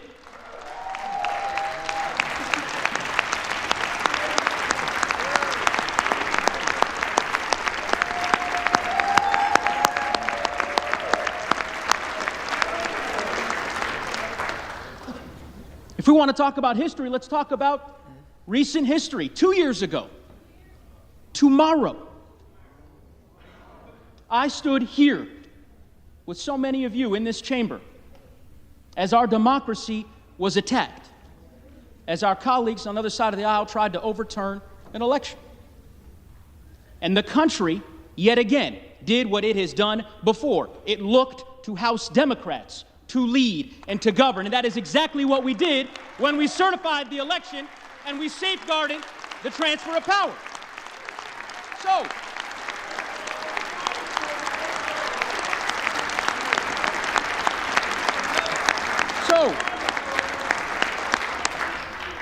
So here we find ourselves again in unprecedented times in the early days of the 118th Congress. First time in over 100 years in which the House of Representatives is unable to organize because the House Republican Conference cannot select a speaker. It's a sad day for this institution, but the country will do what it has done before. It will look to House Democrats to govern and to lead, and under the leadership of Hakeem Jeffries, that is exactly what we will do.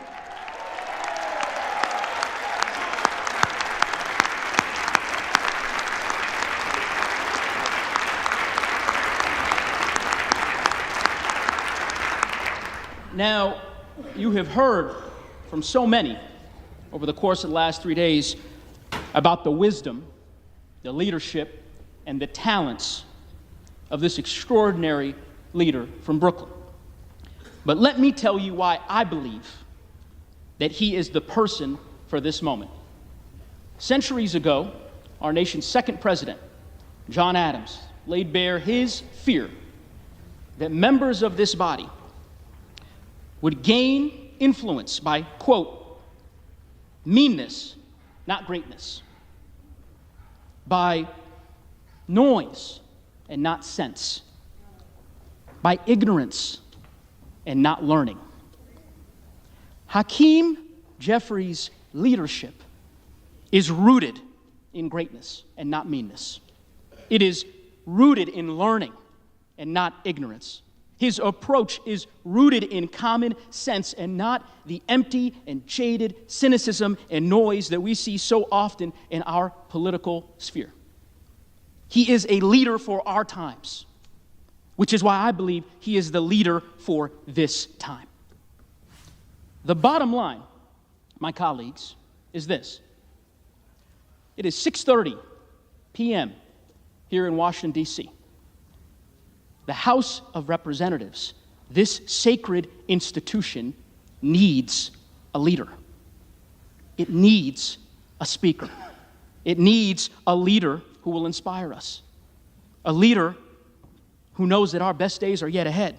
A leader committed to our communities and our Constitution and our country. And I am here to tell you that leader is Hakeem Jeffries of the great state of New York.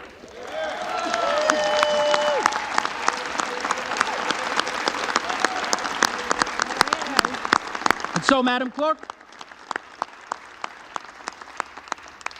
it gives me great honor as the chairman of the House Democratic Communications and Policy Committee to nominate Hakeem Jeffries for Speaker of the House.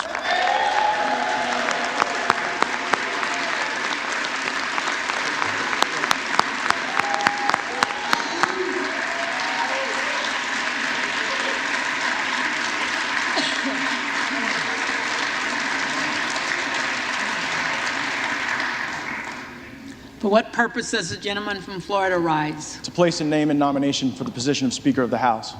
The gentleman is recognized. My friends, when Donald Trump was president, taxes were cut, regulations were slashed, energy was abundant, wages were rising, capital was returning from overseas to fund the dreams and ambitions of our fellow Americans, and the economy was roaring. What a contrast to what we have seen from this administration now. And so I rise to nominate Donald Trump for the position of Speaker of the House.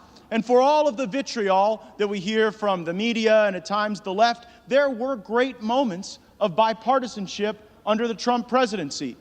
And the Democrat nominee for Speaker knows that well because he led valiantly on the efforts for criminal justice reform, and I was honored to join him. And I know no matter who's sitting in that Speaker chair, we got a lot of work to do on that very issue. We took a first step, but there's a second step and a third step to take, and I'm glad that we were able to work with President Trump, with Republicans, and with Democrats to provide real outcomes for Americans, to create greater prosperity and more opportunity. I also care deeply about President Trump's focus on our nation's veterans. It seemed for far too long on the campaign trail, veterans were disregarded, forgotten about. When we would get elected to office, their issues would not always rise and get center stage, but we were able to pass veterans. There were a bunch of Republicans who refused to vote for the PACT Act because they were mad that Joe Manchin supported the Inflation Reduction Act. Give me a break. A great thing that would be to extend and continue to nourish. President Trump oriented our views on trade so that we actually put the American people first, not foreign interests abroad or special interests here at home. President Trump knew that we had to confront China, that China had already engaged in a trade war against us, but it was a war that we were surrendering, and so we started to fight back. He stood with our farmers. And on we just found out Trump had a Chinese bank account. He was doing business in China. He had business interests in China. Jeffersonian democracy to build out of sand and blood and Arab militias in the Middle East. Matter of fact, President Trump, I believe, is the first president in my lifetime that didn't start any new wars. This is an issue that I know unites some elements of the right and left for the benefit of our communities. Will the House be Didn't start a war, but tried to wage one on the U.S. Capitol. This town has been deeply corrupt. The way people get leadership positions and chairmanships and opportunities to be able to morally preen has been by accepting lobbyist and special interest money and redistributing that money as currency for favors. And that is not a criticism of either political party. It is a criticism of what we have allowed to happen in this place. And if we just go next man up on our side of the aisle, we will reify that corrupt system and we will abandon the people who are expecting us to fight for them. I have heard from my colleagues about all the important work we have to do, and it is my sincere fear that if we were to allow Mr. McCarthy to assume the speakership, that would not get done, that it would be business as usual, and the very same things that have paralyzed progress for both parties would continue to shackle us to never-ending failure.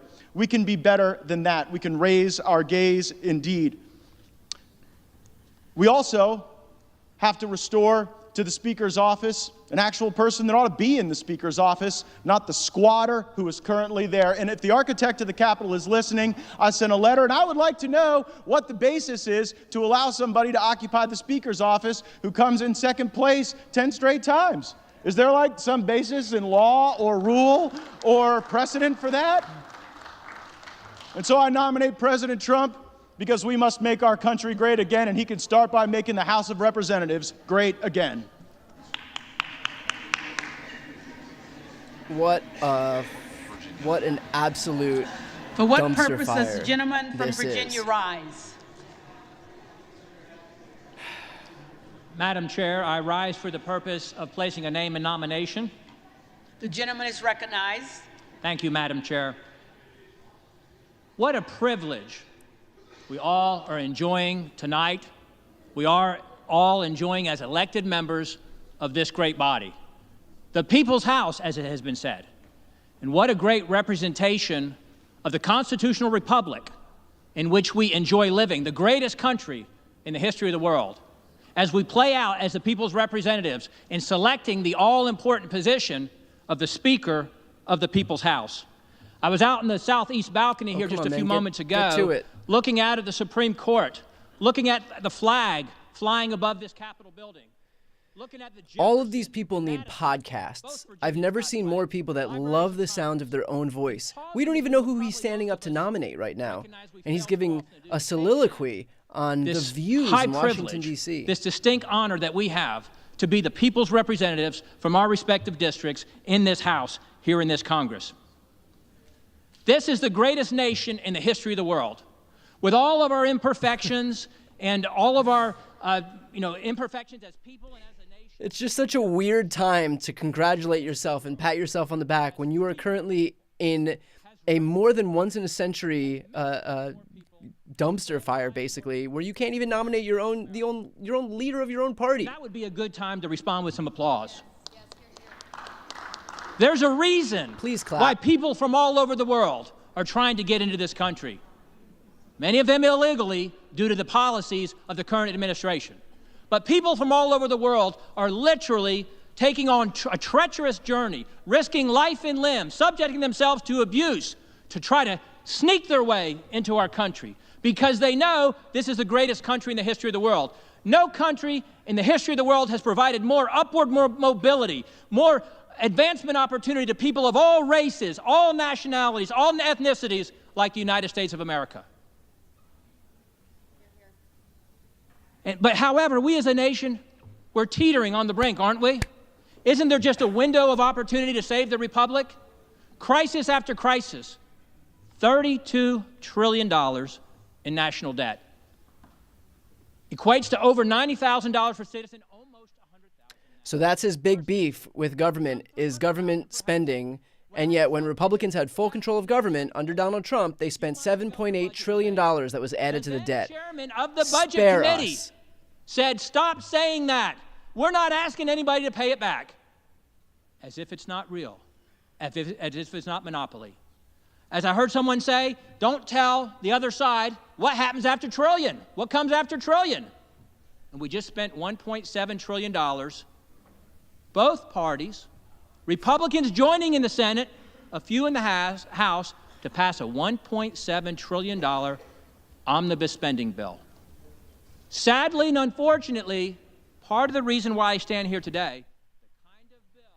And thank God they did, because could you imagine if these people had to pass a budget for 2023? They can't even nominate a speaker. Every time it's come up in the House, no matter who is in control, in the 12 years that he has been in leadership, contributing to the $32 trillion in national debt. Yes, the other side is better at raising the debt than we are, but we have been participants. We're in crisis. We're in crisis with 5 million illegals having invaded the border in the last 2 years. When is it too much? We're in crisis with the state of our education system, K-12, college campuses, indoctrination of our kids. We're in crisis with the weakening of our military with these NDAA bills. We're in crisis with trampling on our most basic and essential freedoms over the last 2 years in ways we couldn't have imagined pre-2020. Whether we can assemble, whether we can worship, whether we can earn a living, whether we can travel, what we have to put on our face, whether or not what we have to take into our body, whether or not we have to disclose what we've taken in.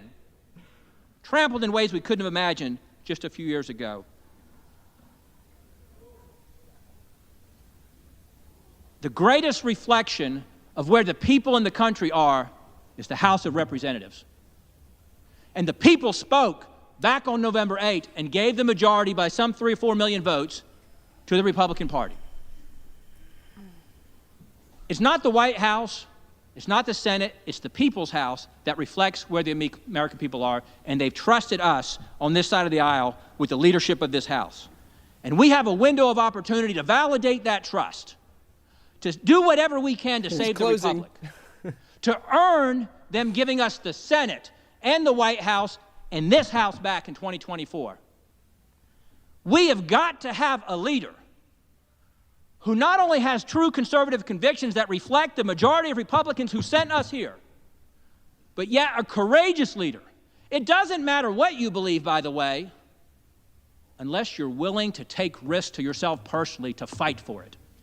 We need a leader who is proven to do that very thing. We have an opportunity to make history. We will live with this decision on this side of the aisle for the next 2 years. We will answer for how we voted. And I know how people in your respective districts, like mine, Madam Chair, all the respective districts, how they're telling you to vote. They've been telling me how to vote for 3 years, to vote for transformational change in our leadership of this Republican Party. They've told me not to vote for the status quo, not to vote for the next in line establishment creature of the swamp cartel, but to vote for transformational change. And they're watching us. They're wondering if we'll hang in there, or will we cave, or will we give in, or will we let them down one more time? And I say we're not going to do that. They're looking to us. You look and see what a great job a recent businessman did in the White House. Still no idea who he's nominating, but at the end of the day, I guess it really doesn't courage and matter. Common sense and judgment that we've not seen before. We need a businessman as the Speaker of the House. We need a businessman like Kevin Hern as Speaker of the House. We need a businessman like Kevin Hern, who has led the Republican Study Committee's budget task force that I've served on for 2 years and put forth the only balanced budget that I've seen, heck, the only budget that I've seen in the 2 years. This is a lot of words for someone that's going to end up with between 2 and 4 votes. The Republican But Study Committee's then again, budget for the Republican Party, and we didn't get agreement to do that. We need someone who will do that. And we need someone who's the head of the largest caucus in the Republican conference, someone like Kevin Hern. So it's my privilege to put an official nomination, Kevin Hern, for Speaker of the House. Thank you, and I yield back.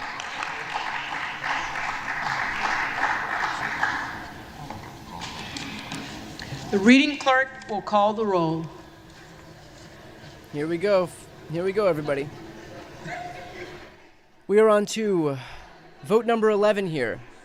Today alone, we've had the 7th ballot, 8th, 9th, 10th, all have had effectively identical outcomes, with Kevin McCarthy between 200 and 201 votes, Democrat Hakeem Jeffries at 212, and then 20 defections and 1 Republican, Victoria Sparks, who's not voting. She was a McCarthy supporter prior to this and then decided to switch her vote to present as a way to kind of send a signal to McCarthy that if he doesn't get his act together and figure out how to draw in more support from people, she's not going to give her support to him. So here we are on attempt number 11 to see if the Republicans can pick a speaker from within their own ranks. Again, if you're wondering who to look out for here, going right to the Bs, which are going to be the first block of defectors from the Republican Party, we're looking at Andy Biggs, Bishop from North Carolina, Lauren Boebert, and Brasheen. Those are the Bs to look out for. Those were all non-Kevin McCarthy votes in all previous 10 votes. Those are who you should look for right now. And then, of course, when we get into the Cs, we'll look for Cloud and Clyde. But for right now, Andy Biggs, Lauren Boebert, Josh Brasheen, and Bishop from North Carolina are the Bs to look forward to see if there's been any change in Armstrong, the votes. McCarthy, Arrington, McCarthy, Auchincloss, Jeffries, Babin, McCarthy, Bacon, McCarthy, Baird, McCarthy, Balderson, McCarthy, Ballant, Jeffries, Banks, McCarthy, Barr, McCarthy, Barragan,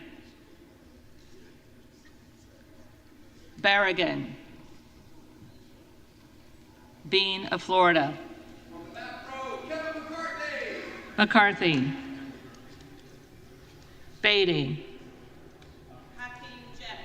Jeffries, Bentz, McCarthy, Barra, Jeffries, Bergman, McCarthy, Beyer,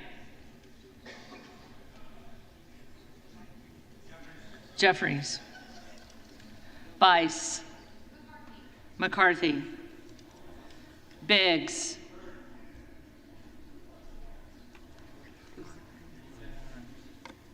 Hearn. Bilirakis. McCarthy. Bishop of Georgia. Jeffries. Bishop of North Carolina. Donalds.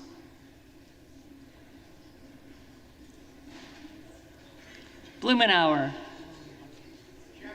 Jeffries. Blunt Rochester. It's not looking good. Not looking like Kevin Jeffries. McCarthy is bringing these people in who he needed to bring in. The next one we're going to have to look out for is Lauren Boebert. Hearn. Not good for McCarthy. Bonamici. Jeffries. The next one to look out for Boss. is Josh Brasheen. McCarthy. Bowman. Jeffries. Boyle of Pennsylvania. Jeffries. Brackeen. Hearn. There it is. Brown. So all the Jeffries. all the Bs have kept their anti-McCarthy votes. We're at 4 no votes for McCarthy. He can afford to lose 5. Not looking good for him right now. He's got a lot of conference left, and every single defector whose name started with a B in his own conference Buchanan. has kept their anti-McCarthy vote. So not looking good for McCarthy Buck. on the 11th ballot here. Buck. Bouchon. McCarthy. Baczynski. Jeffries. Burchett.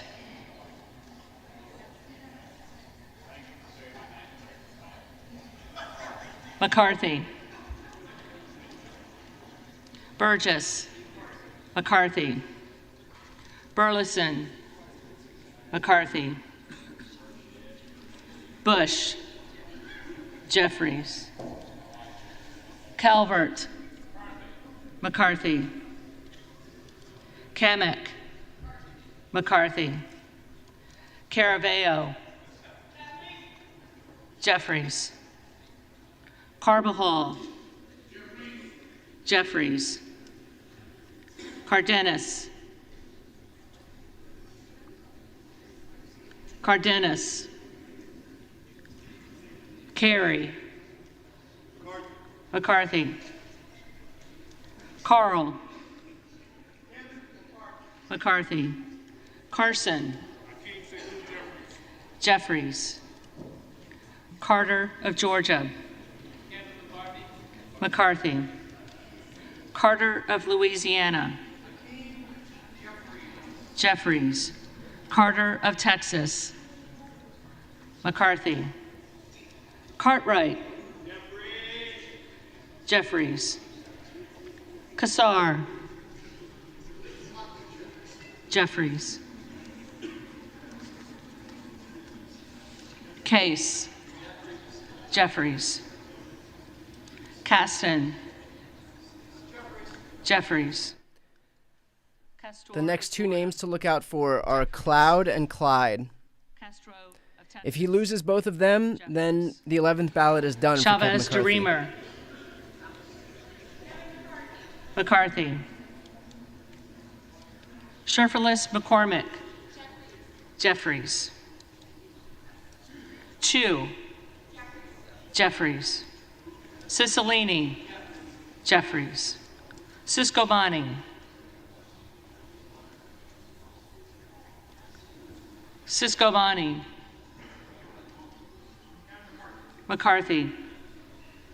Clark of Massachusetts. Jeffries. Clark of New York. Jeffries. Cleaver. Jeffries. Klein. McCarthy. Cloud. Here we Donalds. Clyburn. Jeffries. Clyde. Donalds. That's it. Kevin McCarthy officially loses the 11th ballot for the Cohen. Speaker's gavel. Jeffries. Jeffries. Cole. McCarthy. Collins. McCarthy. Comer. McCarthy. Connolly. Jeffries. Correa. Jeffries. Costa. Jeffries. Courtney. Jeffries. Craig. Jeffries. Crane.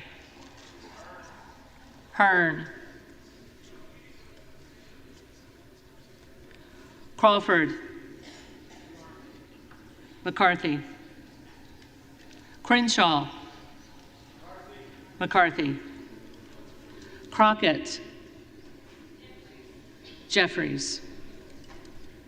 Crow. Jeffries.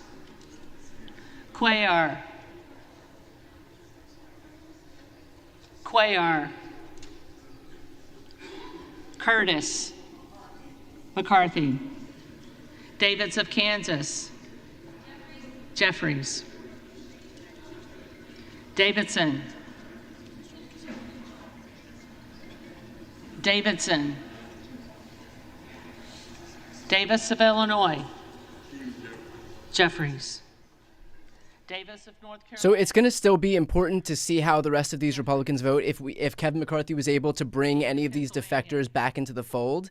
So that's going to be pretty important as we continue to watch these votes play out. But as of right now, Kevin McCarthy could afford to lose 5 Republicans. He's lost 7. This thing's cooked. Kevin McCarthy has lost the 11th ballot now for Speaker. We are going to be on to the 12th. The question becomes whether he's able to minimize his losses or if they expand. That we're going to see as these votes continue to play out. And also when this is going to happen, because if they adjourn today, there's the possibility that the Republicans will lose 4 members this weekend as they go home for various, family emergencies or this and that. So Democrats and Republicans may be at parity in terms of the voting. So we'll see what happens. As this continues to play itself out, we may have a 12th ballot today, but I'm not exactly sure. But we'll wait and see how this plays out. We're about a quarter of the way through.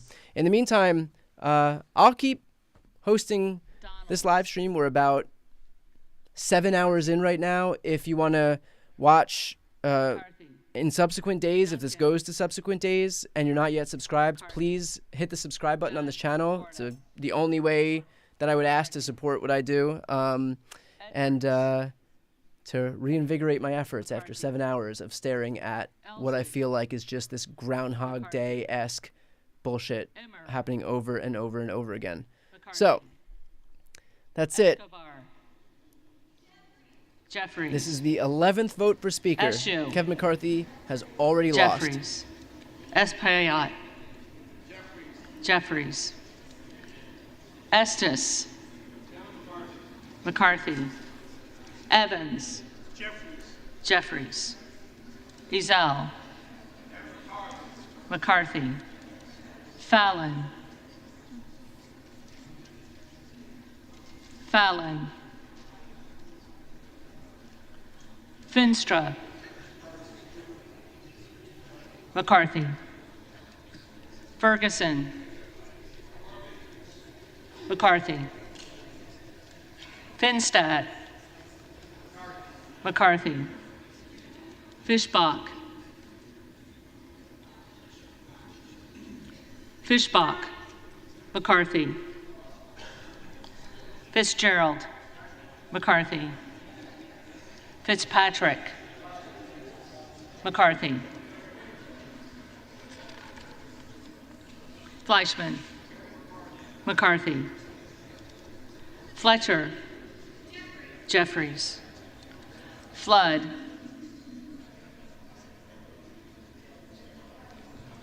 McCarthy. Foster. Jeffries. Fushi. Jeffries. Fox. McCarthy. Lois Frankel. Jeffries. C. Scott Franklin. McCarthy. Frost. Jeffries. Fry. McCarthy. Fulcher. McCarthy. Gates. Trump. Real serious party here. They definitely want to get this Gallagher. done. That's why they're nominating Donald Trump as Speaker. McCarthy. Gallego. Jeffries. Garamendi. Jeffries. Garbarino. Garbarino. Mike Garcia. McCarthy. Robert Garcia. Jeffries. Garcia of Illinois. Jeffries. Garcia of Texas. Jeffries. Jimenez. McCarthy. Golden of Maine. Jeffries. Goldman of New York. Jeffries.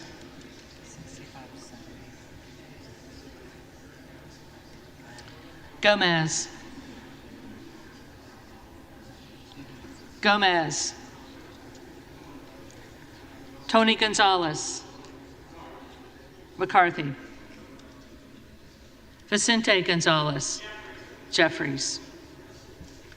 Good of Virginia. Hearn. Gooden of Texas. McCarthy. Gosar. Donalds. Gottheimer. Jeffries. Granger. McCarthy. Graves of Louisiana. Graves of Louisiana. Graves of Missouri. McCarthy.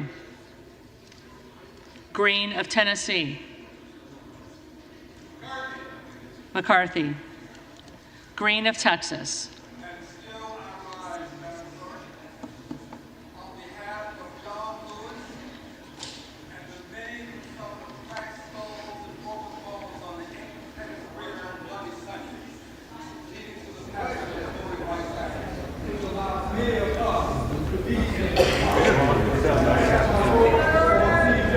Jeffries. Green of Georgia. McCarthy. Griffith. McCarthy. Grijalva. Jeffries. Grothman.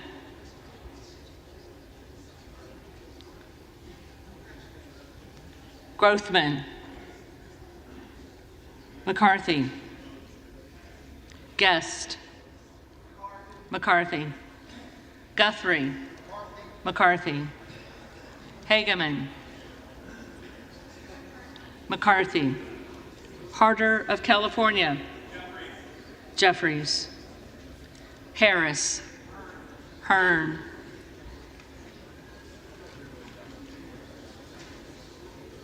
Harshbarger. McCarthy. Hayes. Jeffries. Hearn. Hearn. Higgins of Louisiana. McCarthy. Higgins of New York. Jeffries. Hill. Hill. Himes. Jeffries. Hinson. McCarthy. Horsford. Jeffries. Houchin. McCarthy. Houlihan. Jeffries. Hoyer. Jeffries.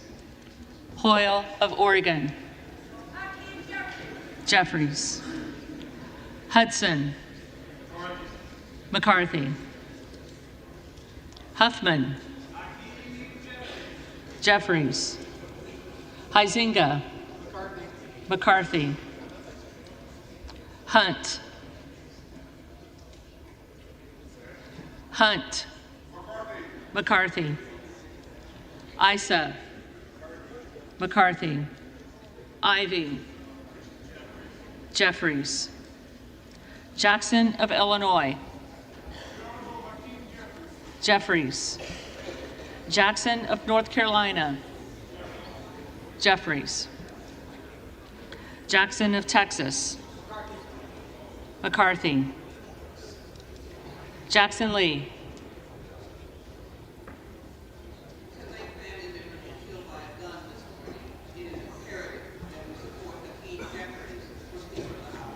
Jeffries. Jacobs. Jeffries. James. McCarthy. Jayapal. Jeffries. Jeffries.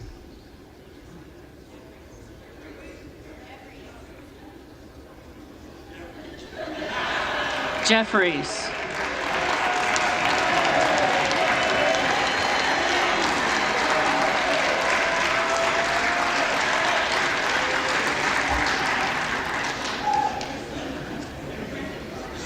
Johnson of Georgia.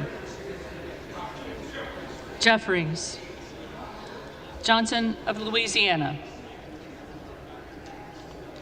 McCarthy. Johnson of Ohio. McCarthy. Johnson of South Dakota. McCarthy. Jordan. McCarthy. Joyce of Ohio. Joyce of Ohio. Joyce of Pennsylvania. McCarthy. Camlogger Dove. Jeffries. Captor. Jeffries. Kane of New Jersey. McCarthy. Keating. Jeffries. Kelly of Illinois. Jeffries. Kelly of Mississippi. McCarthy. Kelly of Pennsylvania. Kelly of Pennsylvania. Khanna. Jeffries. Higgins of Virginia. McCarthy. Kildee. Jeffries. Kiley. McCarthy. Kilmer. Kilmer. Kim of California. McCarthy. Kim of New Jersey. Jeffries. Krishnamurthy. Jeffries. Custer. Jeffries. Kustoff. McCarthy. LaHood. McCarthy.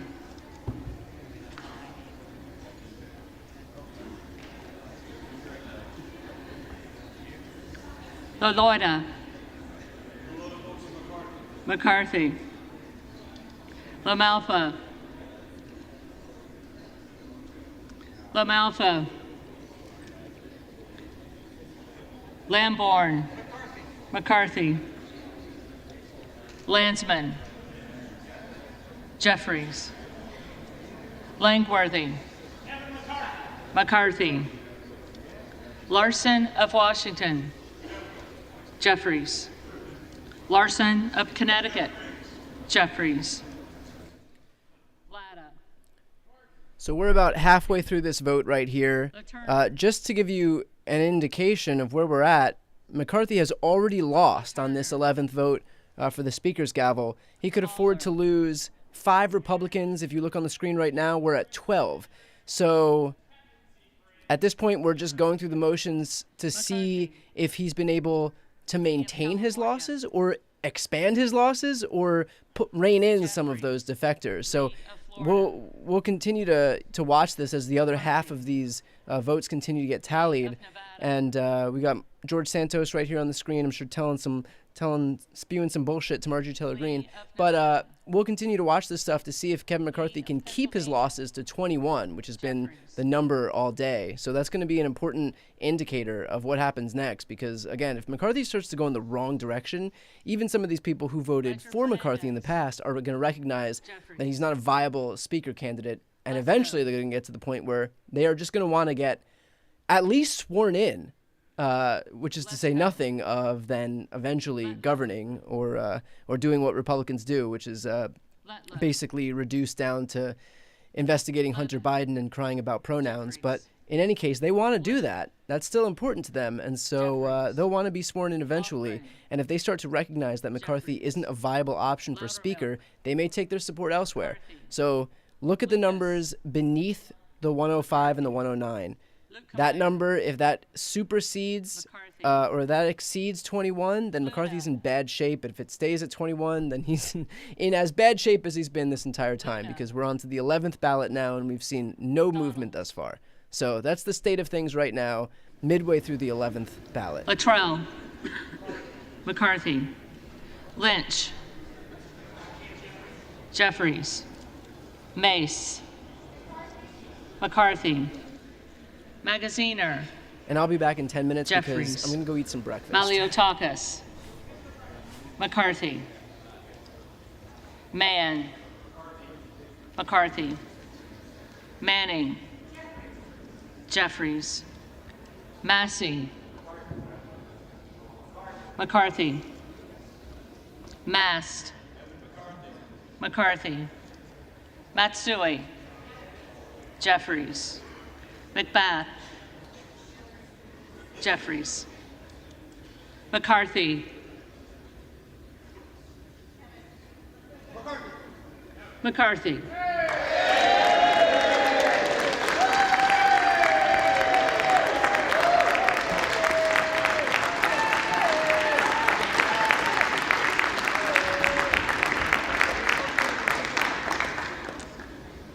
McCall.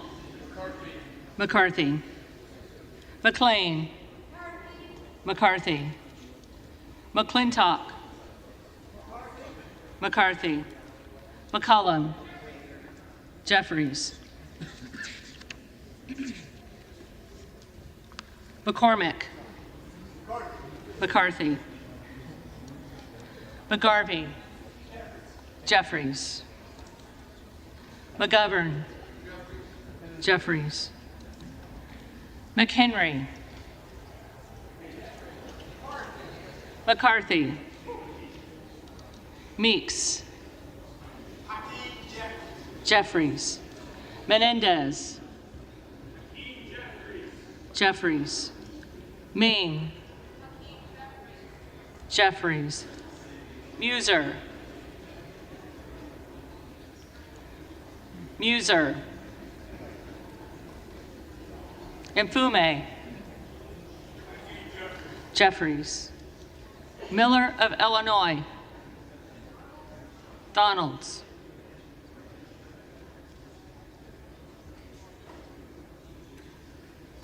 Miller of Ohio. McCarthy. Miller of West Virginia. McCarthy. Miller Meeks. McCarthy. Mills. McCarthy. Molinaro. McCarthy.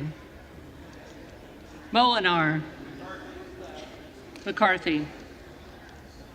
Mooney. McCarthy. More of Alabama. McCarthy. More of Utah. More of Utah. More of Wisconsin. Jeffries. Moran. McCarthy. Morelli. Jeffries. Moskowitz. Jeffries. Moulton. Jeffries. Mervan. Jeffries. Mullen. Jeffries. Murphy. McCarthy. Nadler. Jeffries. Napolitano. Jeffries. Neal. Jeffries. Neguse. Jeffries. Nels. McCarthy. Newhouse. McCarthy. Nickel. Jeffries. Norcross. Jeffries. Norman. Donalds.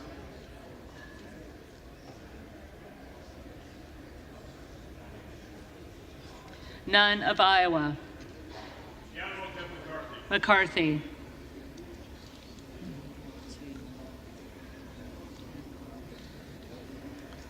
Obernolte. McCarthy. Ocasio-Cortez. Jeffries. Ogles. Donalds. Omar. Jeffries. Owens. McCarthy. Pallone. Jeffries.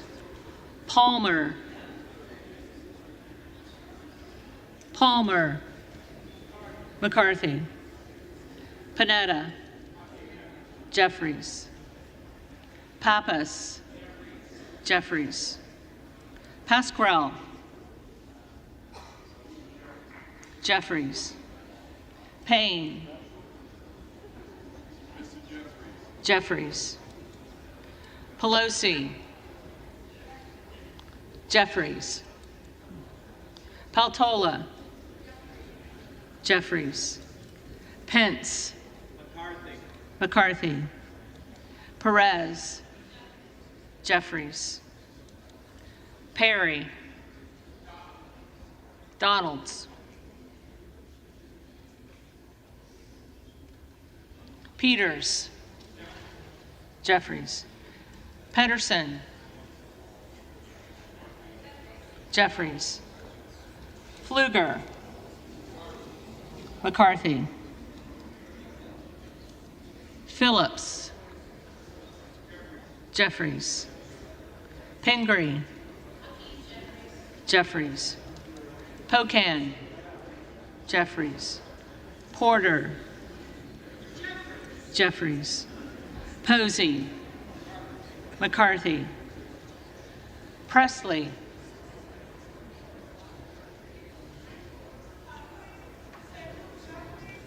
Jeffries.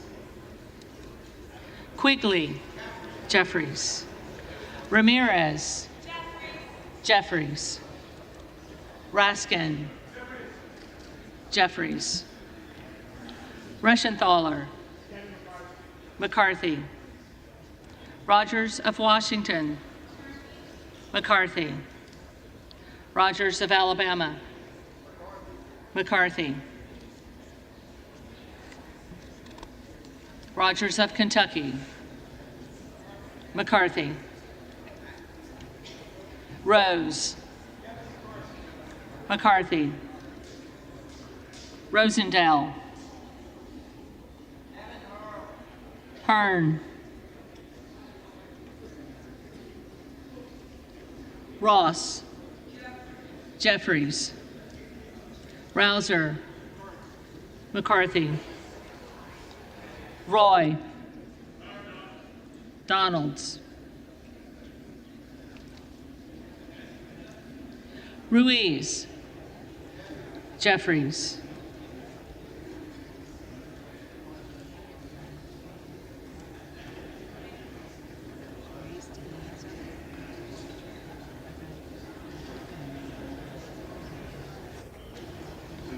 Rupersberger. Jeffries. Rutherford. McCarthy. Ryan. Jeffries. Salazar. McCarthy. Salinas. Jeffries. Sanchez. Jeffries. Santos. McCarthy. Sarbanes. Jeffries. Scalise. McCarthy. Scanlon. Jeffries. Schakowsky. Jeffries. Schiff. Schiff. Snyder.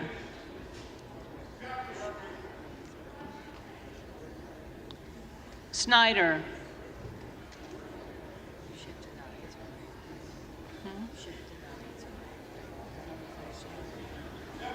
Snyder. Jeffries. Skolton. Jeffries. Schreier. Jeffries.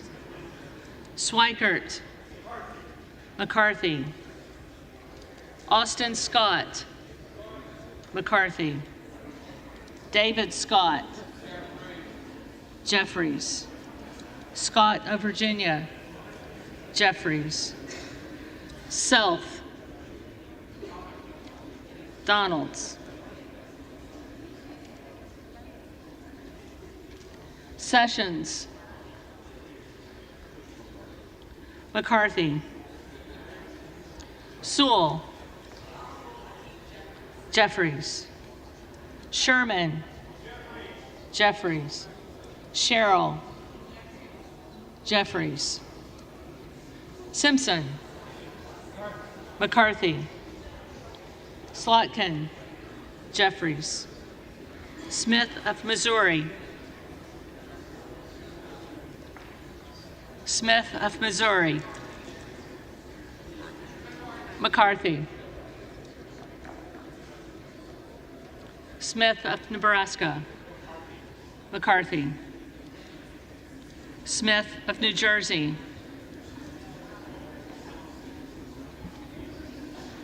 Smith of New Jersey.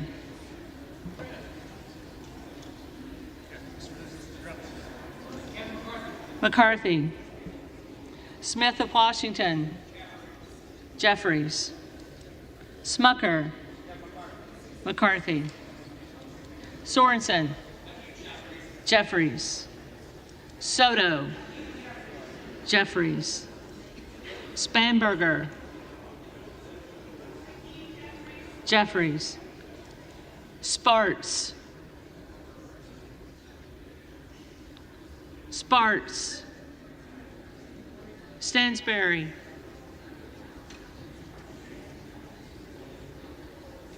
Stansberry.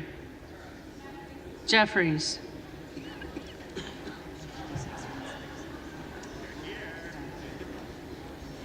Stanton. Jeffries. Stauber. McCarthy. Steele. McCarthy. Stefanik. McCarthy. Stile. McCarthy. Stubbe. McCarthy. Stevens. Jeffries. Stewart. McCarthy. Strickland. Jeffries. Strong. McCarthy. Swalwell.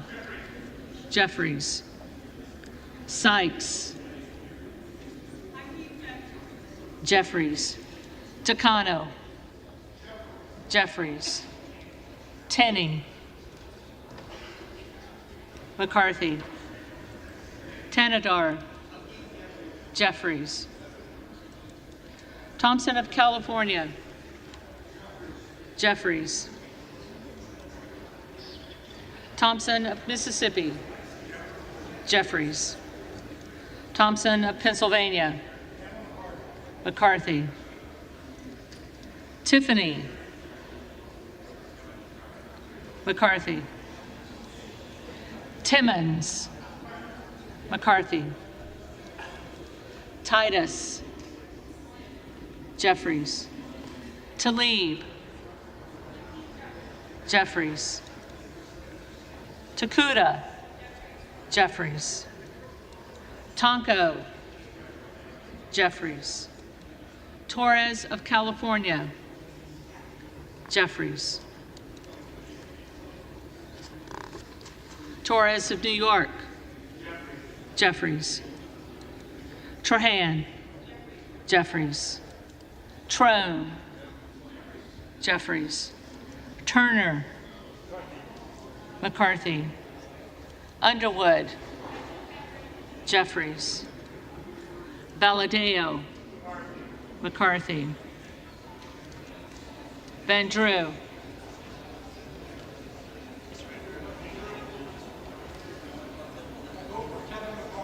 McCarthy. Van Dyne. McCarthy. Van Orden. McCarthy. Vargas. Jeffries. Vasquez. Jeffries. Vesey. Jeffries. Velasquez. Jeffries. Wagner. McCarthy. Wahlberg. McCarthy. Waltz. McCarthy. Wasserman Schultz. Jeffries. Waters. Jeffries. Watson Coleman. Jeffries. Weber of Texas. McCarthy. Webster of Florida. McCarthy. Winstrup. McCarthy. Westerman. McCarthy. Wexton. Jeffries. Wild. Jeffries. Williams of Georgia. Jeffries. Williams of New York. Williams of New York. Williams of Texas. McCarthy. Wilson of Florida. Jeffries. Wilson of South Carolina. Kevin McCarthy. Whitman. McCarthy. Womack. McCarthy. Yackham. McCarthy. Zinke. McCarthy.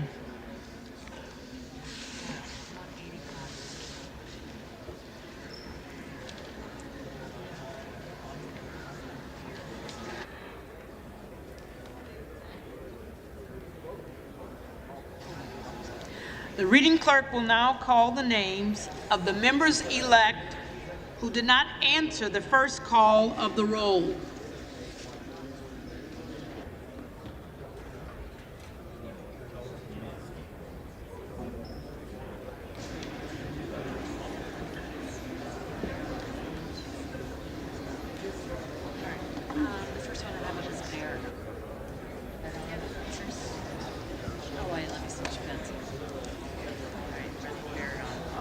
Farragon.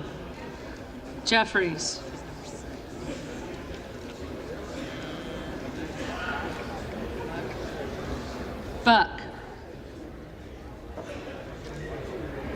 Buck.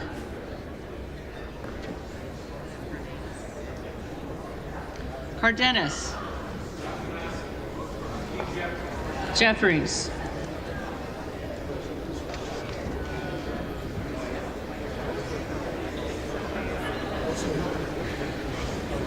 Cuellar. Jeffries.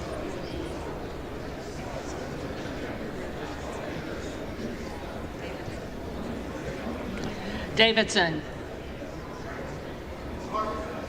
McCarthy.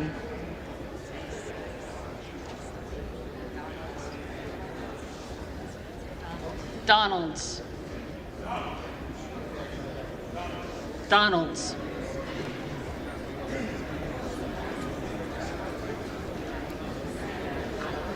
So there we go.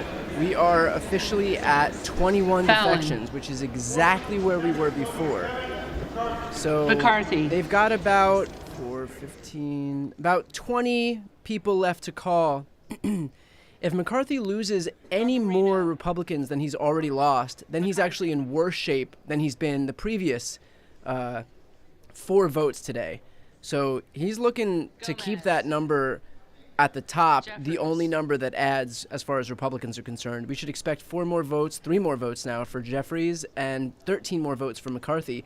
If McCarthy doesn't get to 200 or 201, and instead those numbers down below for Hearn or Trump or others start to grow, that's bad news for McCarthy on top of the already bad news, given the fact that, you know, we're on the 11th vote for Speaker and he still can't pull it off. So just keep an eye on these numbers right here. But either way, any way you cut this is objectively bad news for Kevin McCarthy as we're now finishing up the 11th vote for Speaker. He has not been able to secure the Speaker's gavel, and we're likely to move on to a 12th. Whether that happens tonight or they introduce a motion to adjourn remains to be seen, but we'll keep an eye on here. Kelly of Pennsylvania. McCarthy.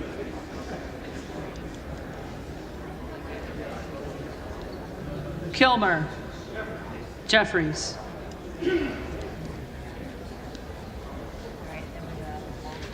LaMalfa.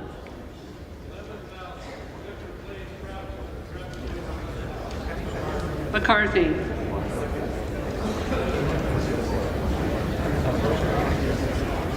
LaTurner. McCarthy.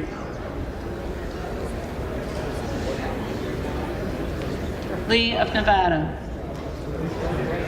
Jeffries. Lesko. McCarthy. Letlow. McCarthy.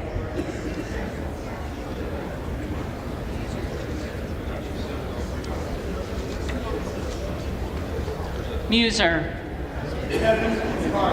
McCarthy. Moore of Utah. McCarthy.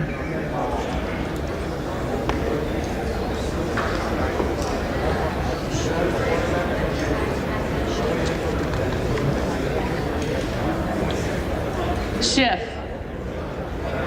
Jeffries.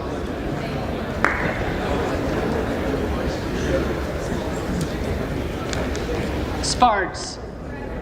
Present.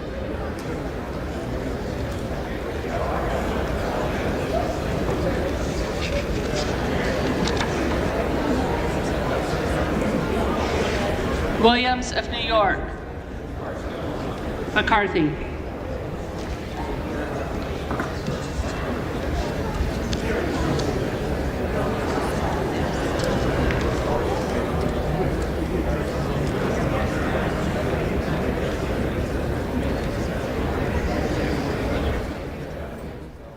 Just want to extend a big congratulations also to Donald Trump, who's lost another election. Tell you what, you'd think it would get old, but it actually doesn't. It's pretty nice to see. Vote after vote after vote. Call of the roll. They may come to the well and vote at this time.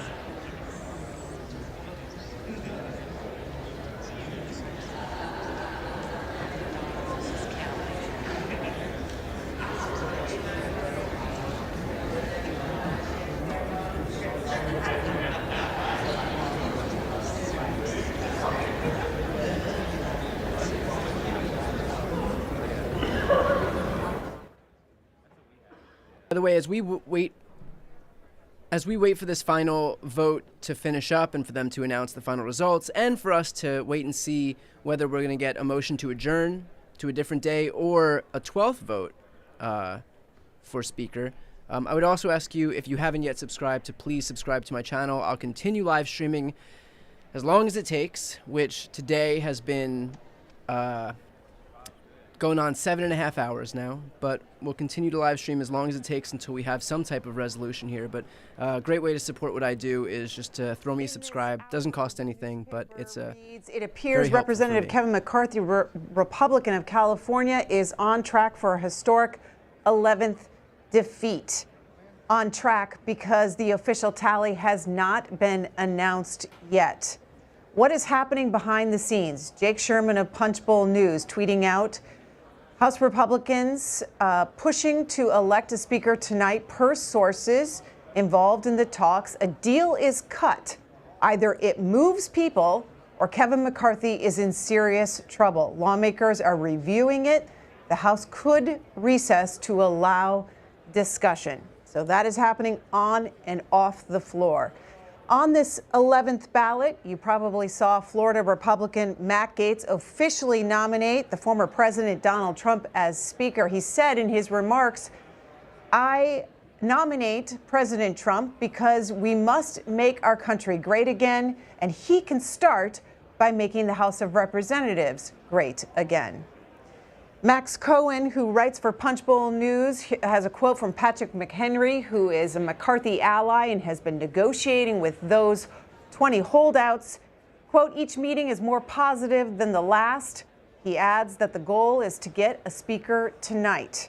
And then you have Meredith Lee Hill of Politico with this report. I asked Eli Crane, one of those 20 objectors to Kevin McCarthy, if he's been presented with a deal. Quote, no, he said. Quote, I'm not looking for a deal. Leadership knows where I'm at.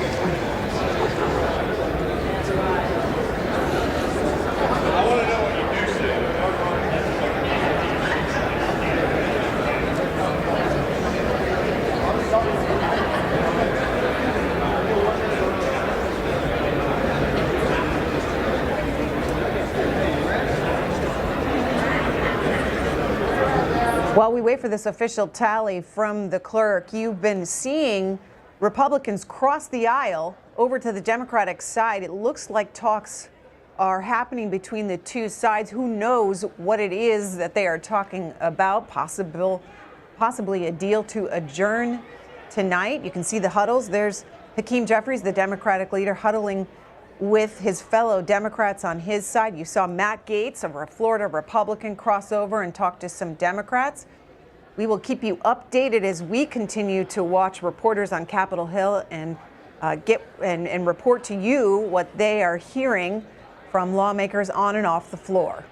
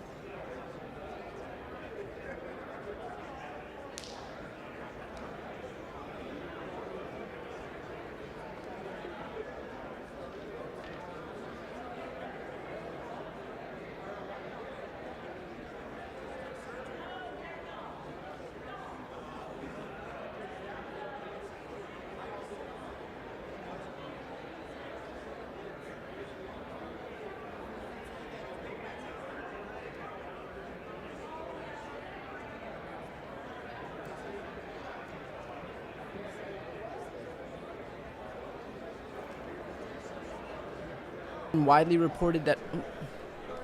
Thank you, I've been muted for a long time. Okay, so I'll try this again. Basically, we were waiting for that final tally. It looks like that final tally is identical to what we saw before in the 7th, 8th, 9th, and 10th ballots. So it looks like we're going to have 21 defections and about 200 votes in Kevin McCarthy's favor, 212 for Hakeem Jeffries. That isn't enough to win for Kevin McCarthy. It also isn't any more that he's lost than previous ballots. So it's been widely reported now that they've cut a deal, that they've been working on this in Tom Emmer's office for the last few hours. What remains to be seen is, even with the deal being cut, whether they can sway any of these Republican defectors. They can only afford to lose 5. Right now, in tally after tally after tally, we've seen Republicans lose 21. So that's not going to cut it for Kevin McCarthy if he wants to become Speaker, or any Republican if they want to become Speaker. You need the support of 218 Republicans to get that Speaker's gavel. So we'll wait to see what happens now. The two possibilities that we will expect to see are either a 12th vote for Speaker or a motion to adjourn, when they might be able to hammer this out and see if the support is actually there. So even if the Republicans have come forward with a deal to placate these, far-right extremist House Freedom Caucus members who are basically just holding the entire House hostage, even if they do have a deal, it remains to be seen whether some of these holdouts are going to even take it.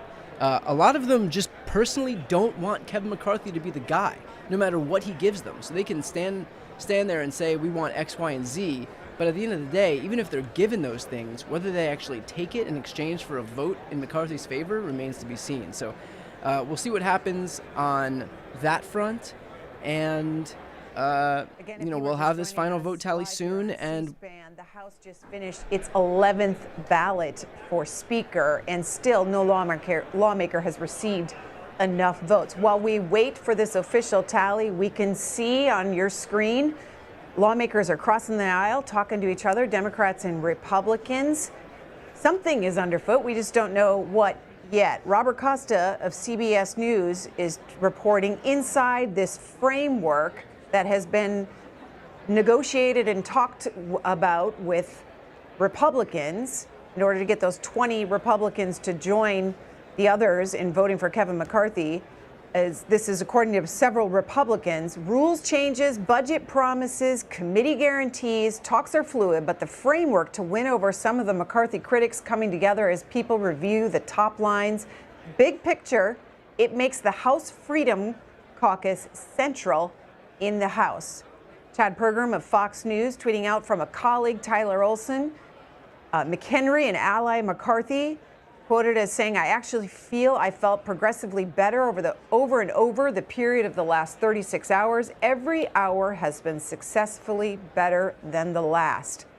Chad Pergram also tweeting out from McHenry, the Democrats really are interested in keeping us on the floor, but we're still negotiating, we're still going on, and there's still assurances needed to take place. So there is a lot happening in the U.S. House off the floor tonight, in addition to the vote for Speaker continuing on. While we wait for the official tally, they've just finished the 11th vote. It is possible that they take a 12th ballot tonight.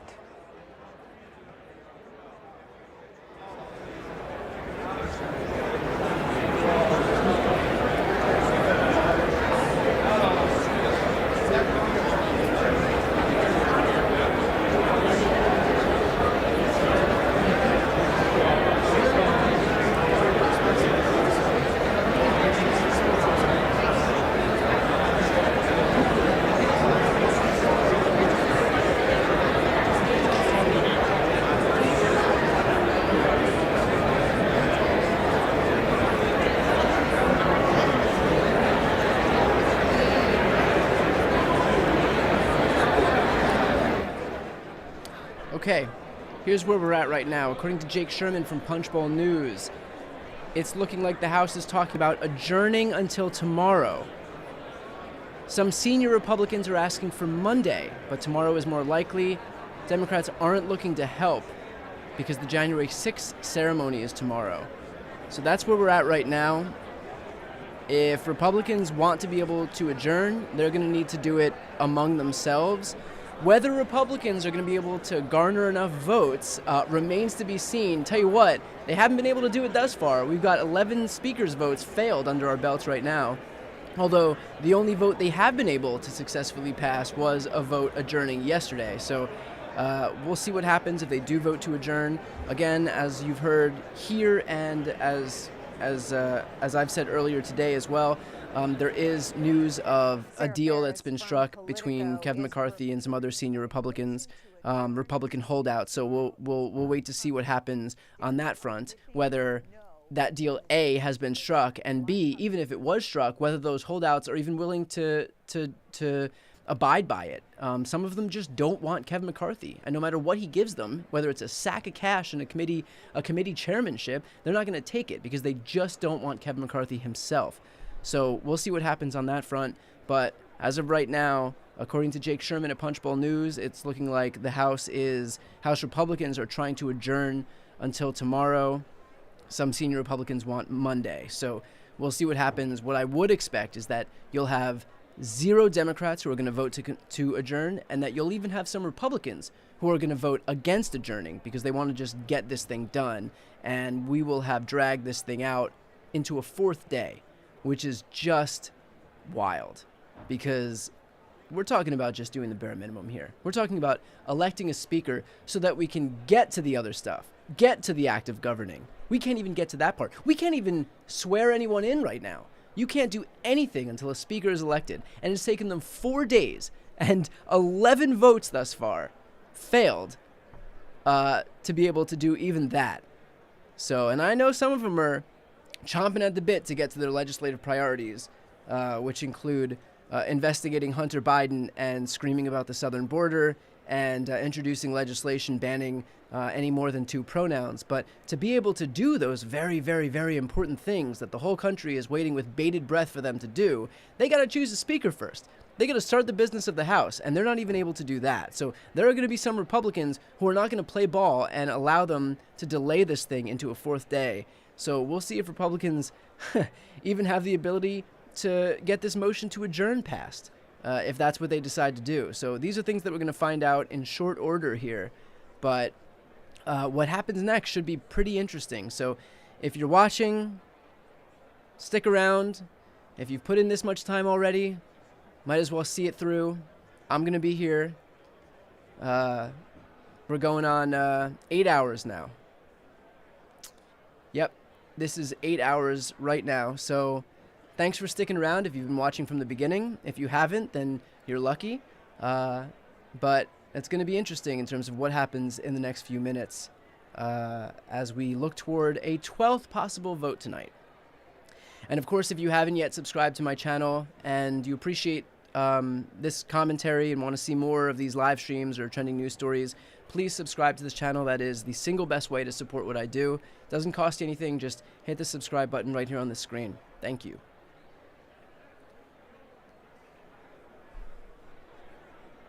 So I'll return now to the din of the chatter of the House, and we'll see what happens next.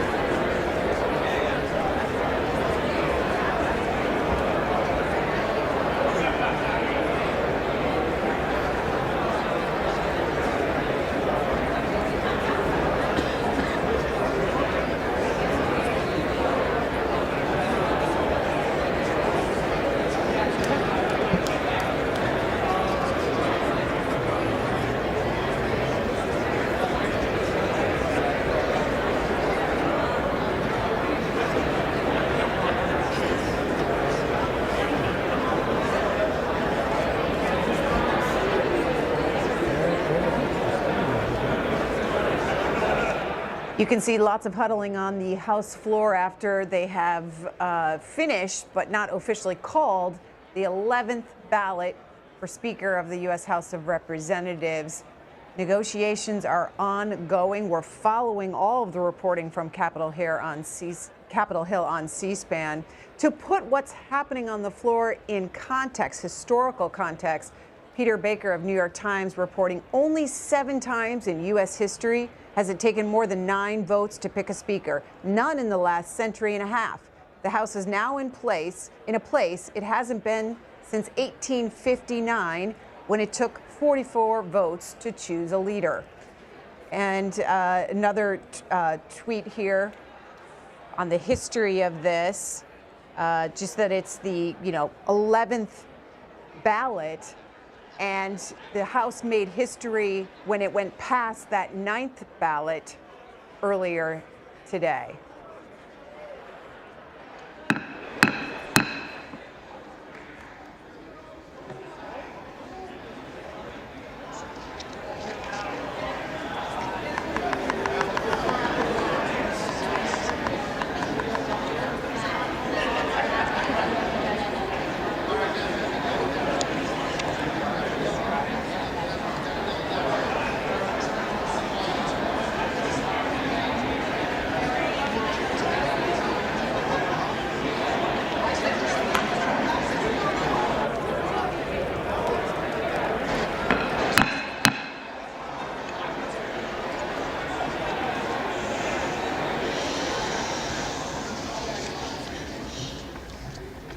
The tellers agree in their tallies that the total number of votes cast is 432, of which the Honorable Hakeem Jeffries of the state of New York has received 212.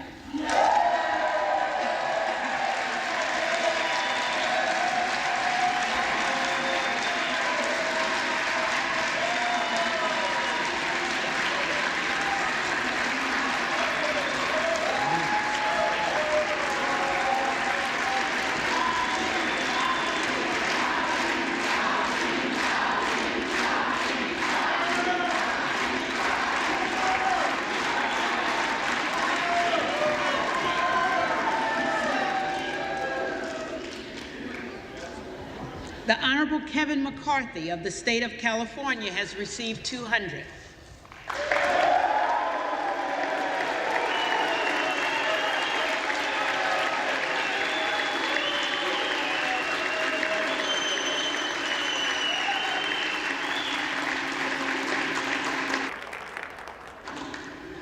The Honorable Byron Donalds of the state of Florida has received 12. The Honorable Kevin Hearn of the state of Oklahoma has received 7. The Honorable Donald J. Trump of the state of Florida has received 1. With 1 recorded as present. Yikes. No nominee I hope it was having worth it for received Matt the majority Gaetz. of the votes cast. I hope it was worth it for Matt Gaetz to nominate Donald Trump so he could get all of 1 vote. So he could lose another election. That's all Matt Gaetz did. He thinks he's being like his boy. Instead, he just handed him the abject humiliation of garnering on the all motion of that 1 the vote. House stands adjourned until noon tomorrow. Okay. Those in favor say aye. Those opposed, no.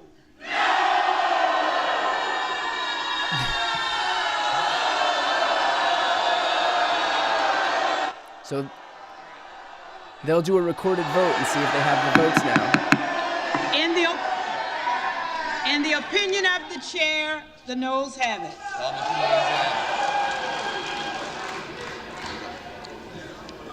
The yeas and nays are requested. Those favoring a vote by the yeas and nays will rise. A sufficient number having risen, the yeas and nays are ordered. Members will record their votes by electronic device. Here we go, folks. This will be a 15-minute vote. Now comes the point at which we wait and see. Now comes the point at which we see if Republicans can pull their shit together enough just to adjourn until tomorrow. If not, we'll have a 12th vote for Speaker tonight. So now is the moment when we wait and see if Republicans have what it takes to win even this vote. Remains to be seen. I anticipate that we will see some Republicans join over and vote no along with the Democrats. Looks like they're voting pretty quickly. We've got 14 minutes left, and we've already got 220 votes recorded. So this should happen pretty quickly. It's going to be tight. I'll tell you that much.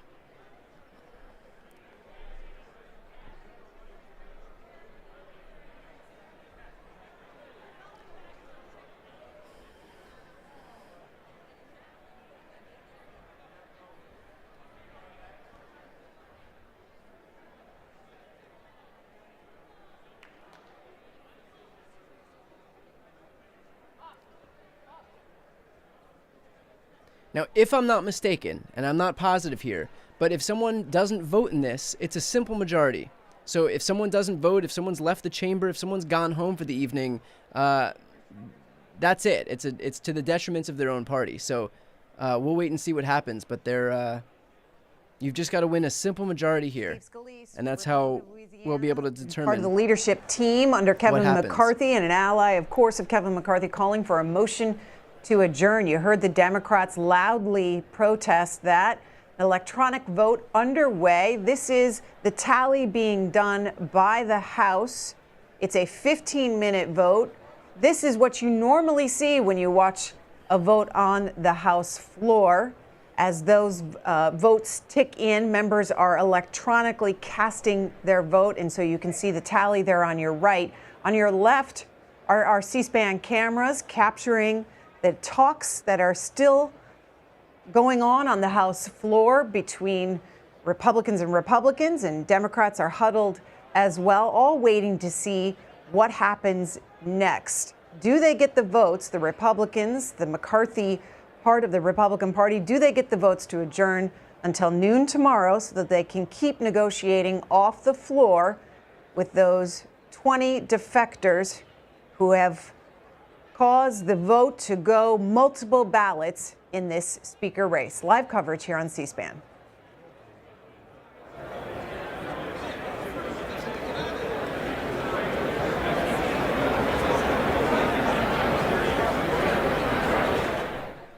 So the reason this will be close is two reasons. One, I'm not sure if everybody is still in the chamber this evening, although I'm just about positive that every Democrat is still in the chamber. Because we've continuously gotten that 212 mark for Hakeem Jeffries. But also, there were a number of Republicans yesterday who voted with Democrats to prevent the motion to adjourn because they wanted to just get this thing done. You've got people like Don Bacon who've been pretty outspoken in terms of saying, look, if Republicans can't get this done, I'm willing to work with Democrats to get this done because they want to, at a bare minimum, get sworn into the House. So it remains to be seen whether we'll have any defections on this vote, with Republicans voting no along with Democrats. So far, it doesn't seem to be the case. So, we'll keep an eye on this. If this vote passes, it looks like we'll be doing this all over again tomorrow at noon Eastern, 9 a.m. Pacific, which means I will be glued to this chair again. So if you want to follow along tomorrow, if that is ultimately what happens, please make sure to subscribe to this channel and hit the notification bell. This way, you'll be notified as soon as I go live. And we can do this all over again and see if maybe the 12th time is a charm for Kevin McCarthy as he tries to get elected Speaker, even though his own party has control of Congress, of the House here. So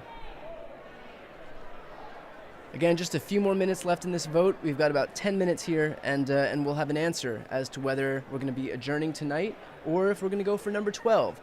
Lucky number 12 for Kevin McCarthy. Tell you what, I feel good about this one. I think 12 is going to be different.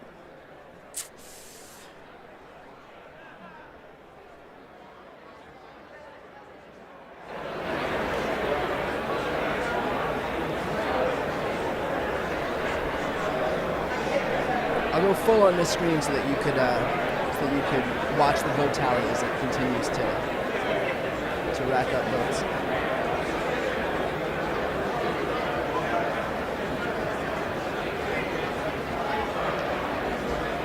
While we watch the time tick down on this motion to adjourn, again, it's a 15-minute vote, and we've got less than 10 minutes left in it. I want to share with you what's happening off the House floor. Nicholas Wu, who reports for Politico, said that Representative Ralph Norman, one of the 20 Objectors to Kevin McCarthy described to reporters some of the offer.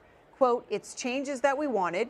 Now we've got a lot more that we want to get to. This is round one," he said. "It's on paper, which is a good thing."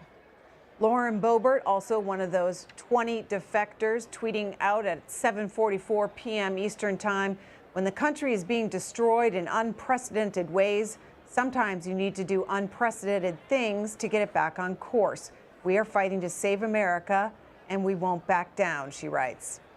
John Bresnahan, a longtime reporter of Capitol Hill, writes for Punchbowl News. He says in a memo sent to House committees, it said no committee staff will get their next paycheck if a House rules package isn't in place by January 13th. A vote on the House rule package comes after the House, in its opening day of a new Congress, votes on the Speaker. Nothing else can happen until the U.S. House of Representatives gets a Speaker.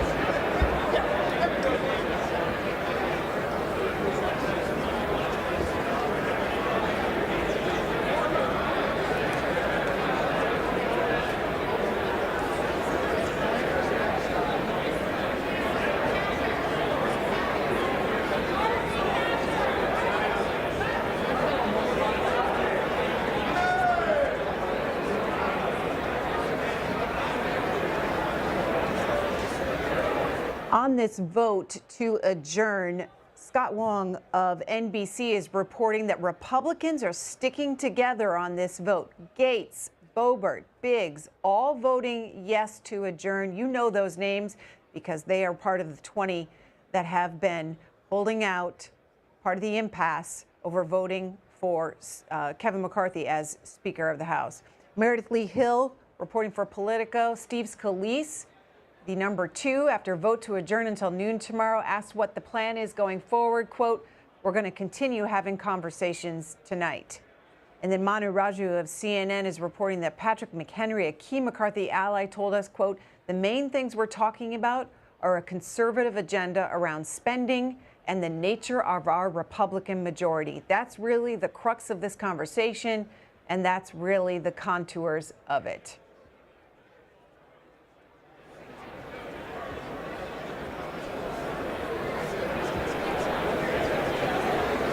Okay, so as this vote winds down, it looks like if there is a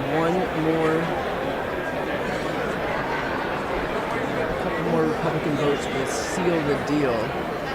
That one Democratic vote in favor of adjourning is probably a mistake. We've seen those singular votes get put on the board before and disappear like it just did there. So it looks like both parties are voting party line here, and we'll know in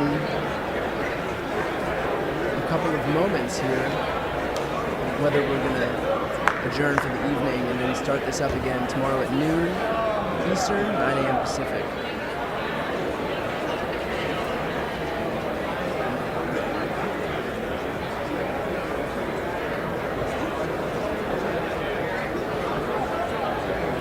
And it looks like that's about it.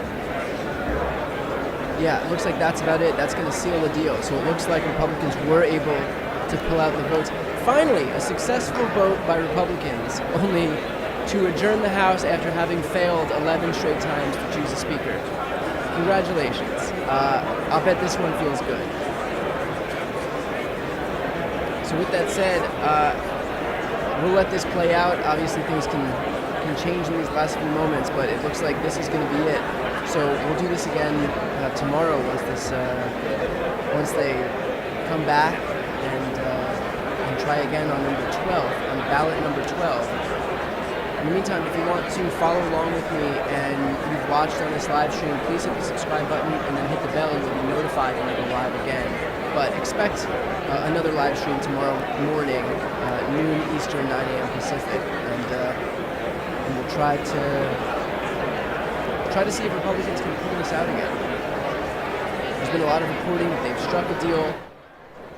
The part that we're going to be watching for right now, besides just having struck a deal, whether they've actually been able to do that, is whether a bunch of these Republicans, these never McCarthyers, actually decide to adopt it, because a lot of them just have issues with McCarthy himself. But we'll see what they get out of this. I mean, a lot of them are going to be handed the sun and the moon, committee spots and this and that, just by virtue of, or for having held the entire conference hostage. So we'll see what kind of concessions they can exact, and pretty much the extent to which McCarthy's wings are going to be clipped as Speaker. I mean, that's the irony here, is that this guy wanted to be Speaker more than anything in the world for like a decade. Going back to 2015, he was the favorite to be Speaker in 2015, and then he went on TV and said, remember that Benghazi Select Committee? We were able to do that, and Hillary Clinton was the favorite, and then what happened afterwards? Her poll numbers sank, basically betraying their whole idea that the whole point of the Benghazi Select Committee wasn't to actually investigate Benghazi, it was just to hurt Hillary Clinton in the election with Donald Trump. So too stupid to realize when to say something and when not to say something, but that was pretty much it. Paul Ryan became Speaker after that, and so something similar may very well happen now, where Kevin McCarthy has basically waited his entire career for this moment, and for 11 straight votes, the guy hasn't been able to do it. So there may just be a point where even if you give these Republican holdouts the sun and the moon, they might not want it, because their issue isn't with policy or any changes or committee spots or anything like that. It's just with Kevin McCarthy himself. So, and a lot of these people have come out and said that, and so it's going to be really difficult for them to go back on their words, because that's basically what their entire brand is predicated on, just being like this intransigent barrier, whether it's for Democrats or even in this situation Kevin McCarthy. So, I don't anticipate that Lauren Boebert is going to have any issue continuing to be a roadblock, whether it's for her own party or Democrats. I don't think that she's going to have any problem doing that, and I don't think anybody else does either. So, so we'll see what happens now in terms of whether these Republicans actually do adopt this deal that they've purportedly struck. In the meantime, it looks like Republicans have won this motion, so I think that there's just about a minute left, and they'll with a minute left on finally this motion to adjourn vote. Some more reporting from Capitol Hill. Max they'll finally Cohen, adjourn, who and reports for Punchbowl News, says and we'll put an end to this for today, at least. Tom Emmer's office. He is the Republican whip. Massey, Clyde, Roy, Norman, Perry, Gosar, Bishop, Jordan among them, all filtered out to go vote on the motion to adjourn. Roy and Perry didn't respond when I asked how negotiations were progressing. Jennifer Schutt, who reports for States News, reports that Lauren Boebert says she's not part of any talks over Speaker while walking out of the Capitol. Quote, "I'm not a part of any negotiations," is what she told that reporter.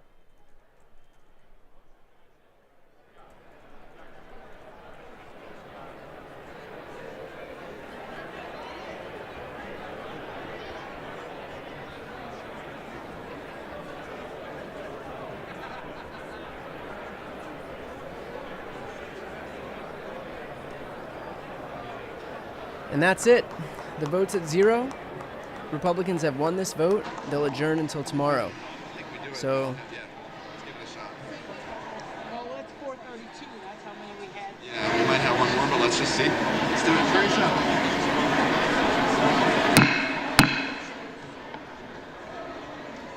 Have all members-elect voted?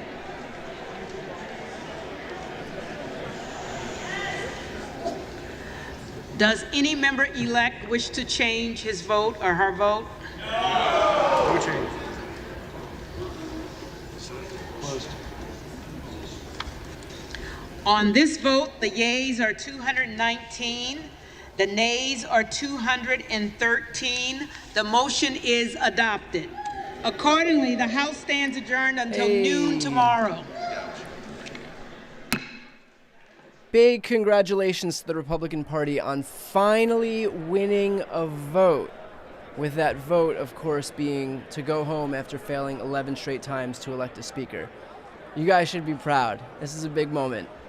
So with that said, we'll end it here right now. I don't think there's anything else to say that I haven't already said dozens of times over the last 8.5 hours. So if you appreciated the coverage, then please subscribe to this channel. I would really appreciate that. And also make sure to hit the subscribe bell because you'll be notified as soon as I go live again. But anticipate another live stream coming tomorrow at noon or 9 a.m. Pacific here.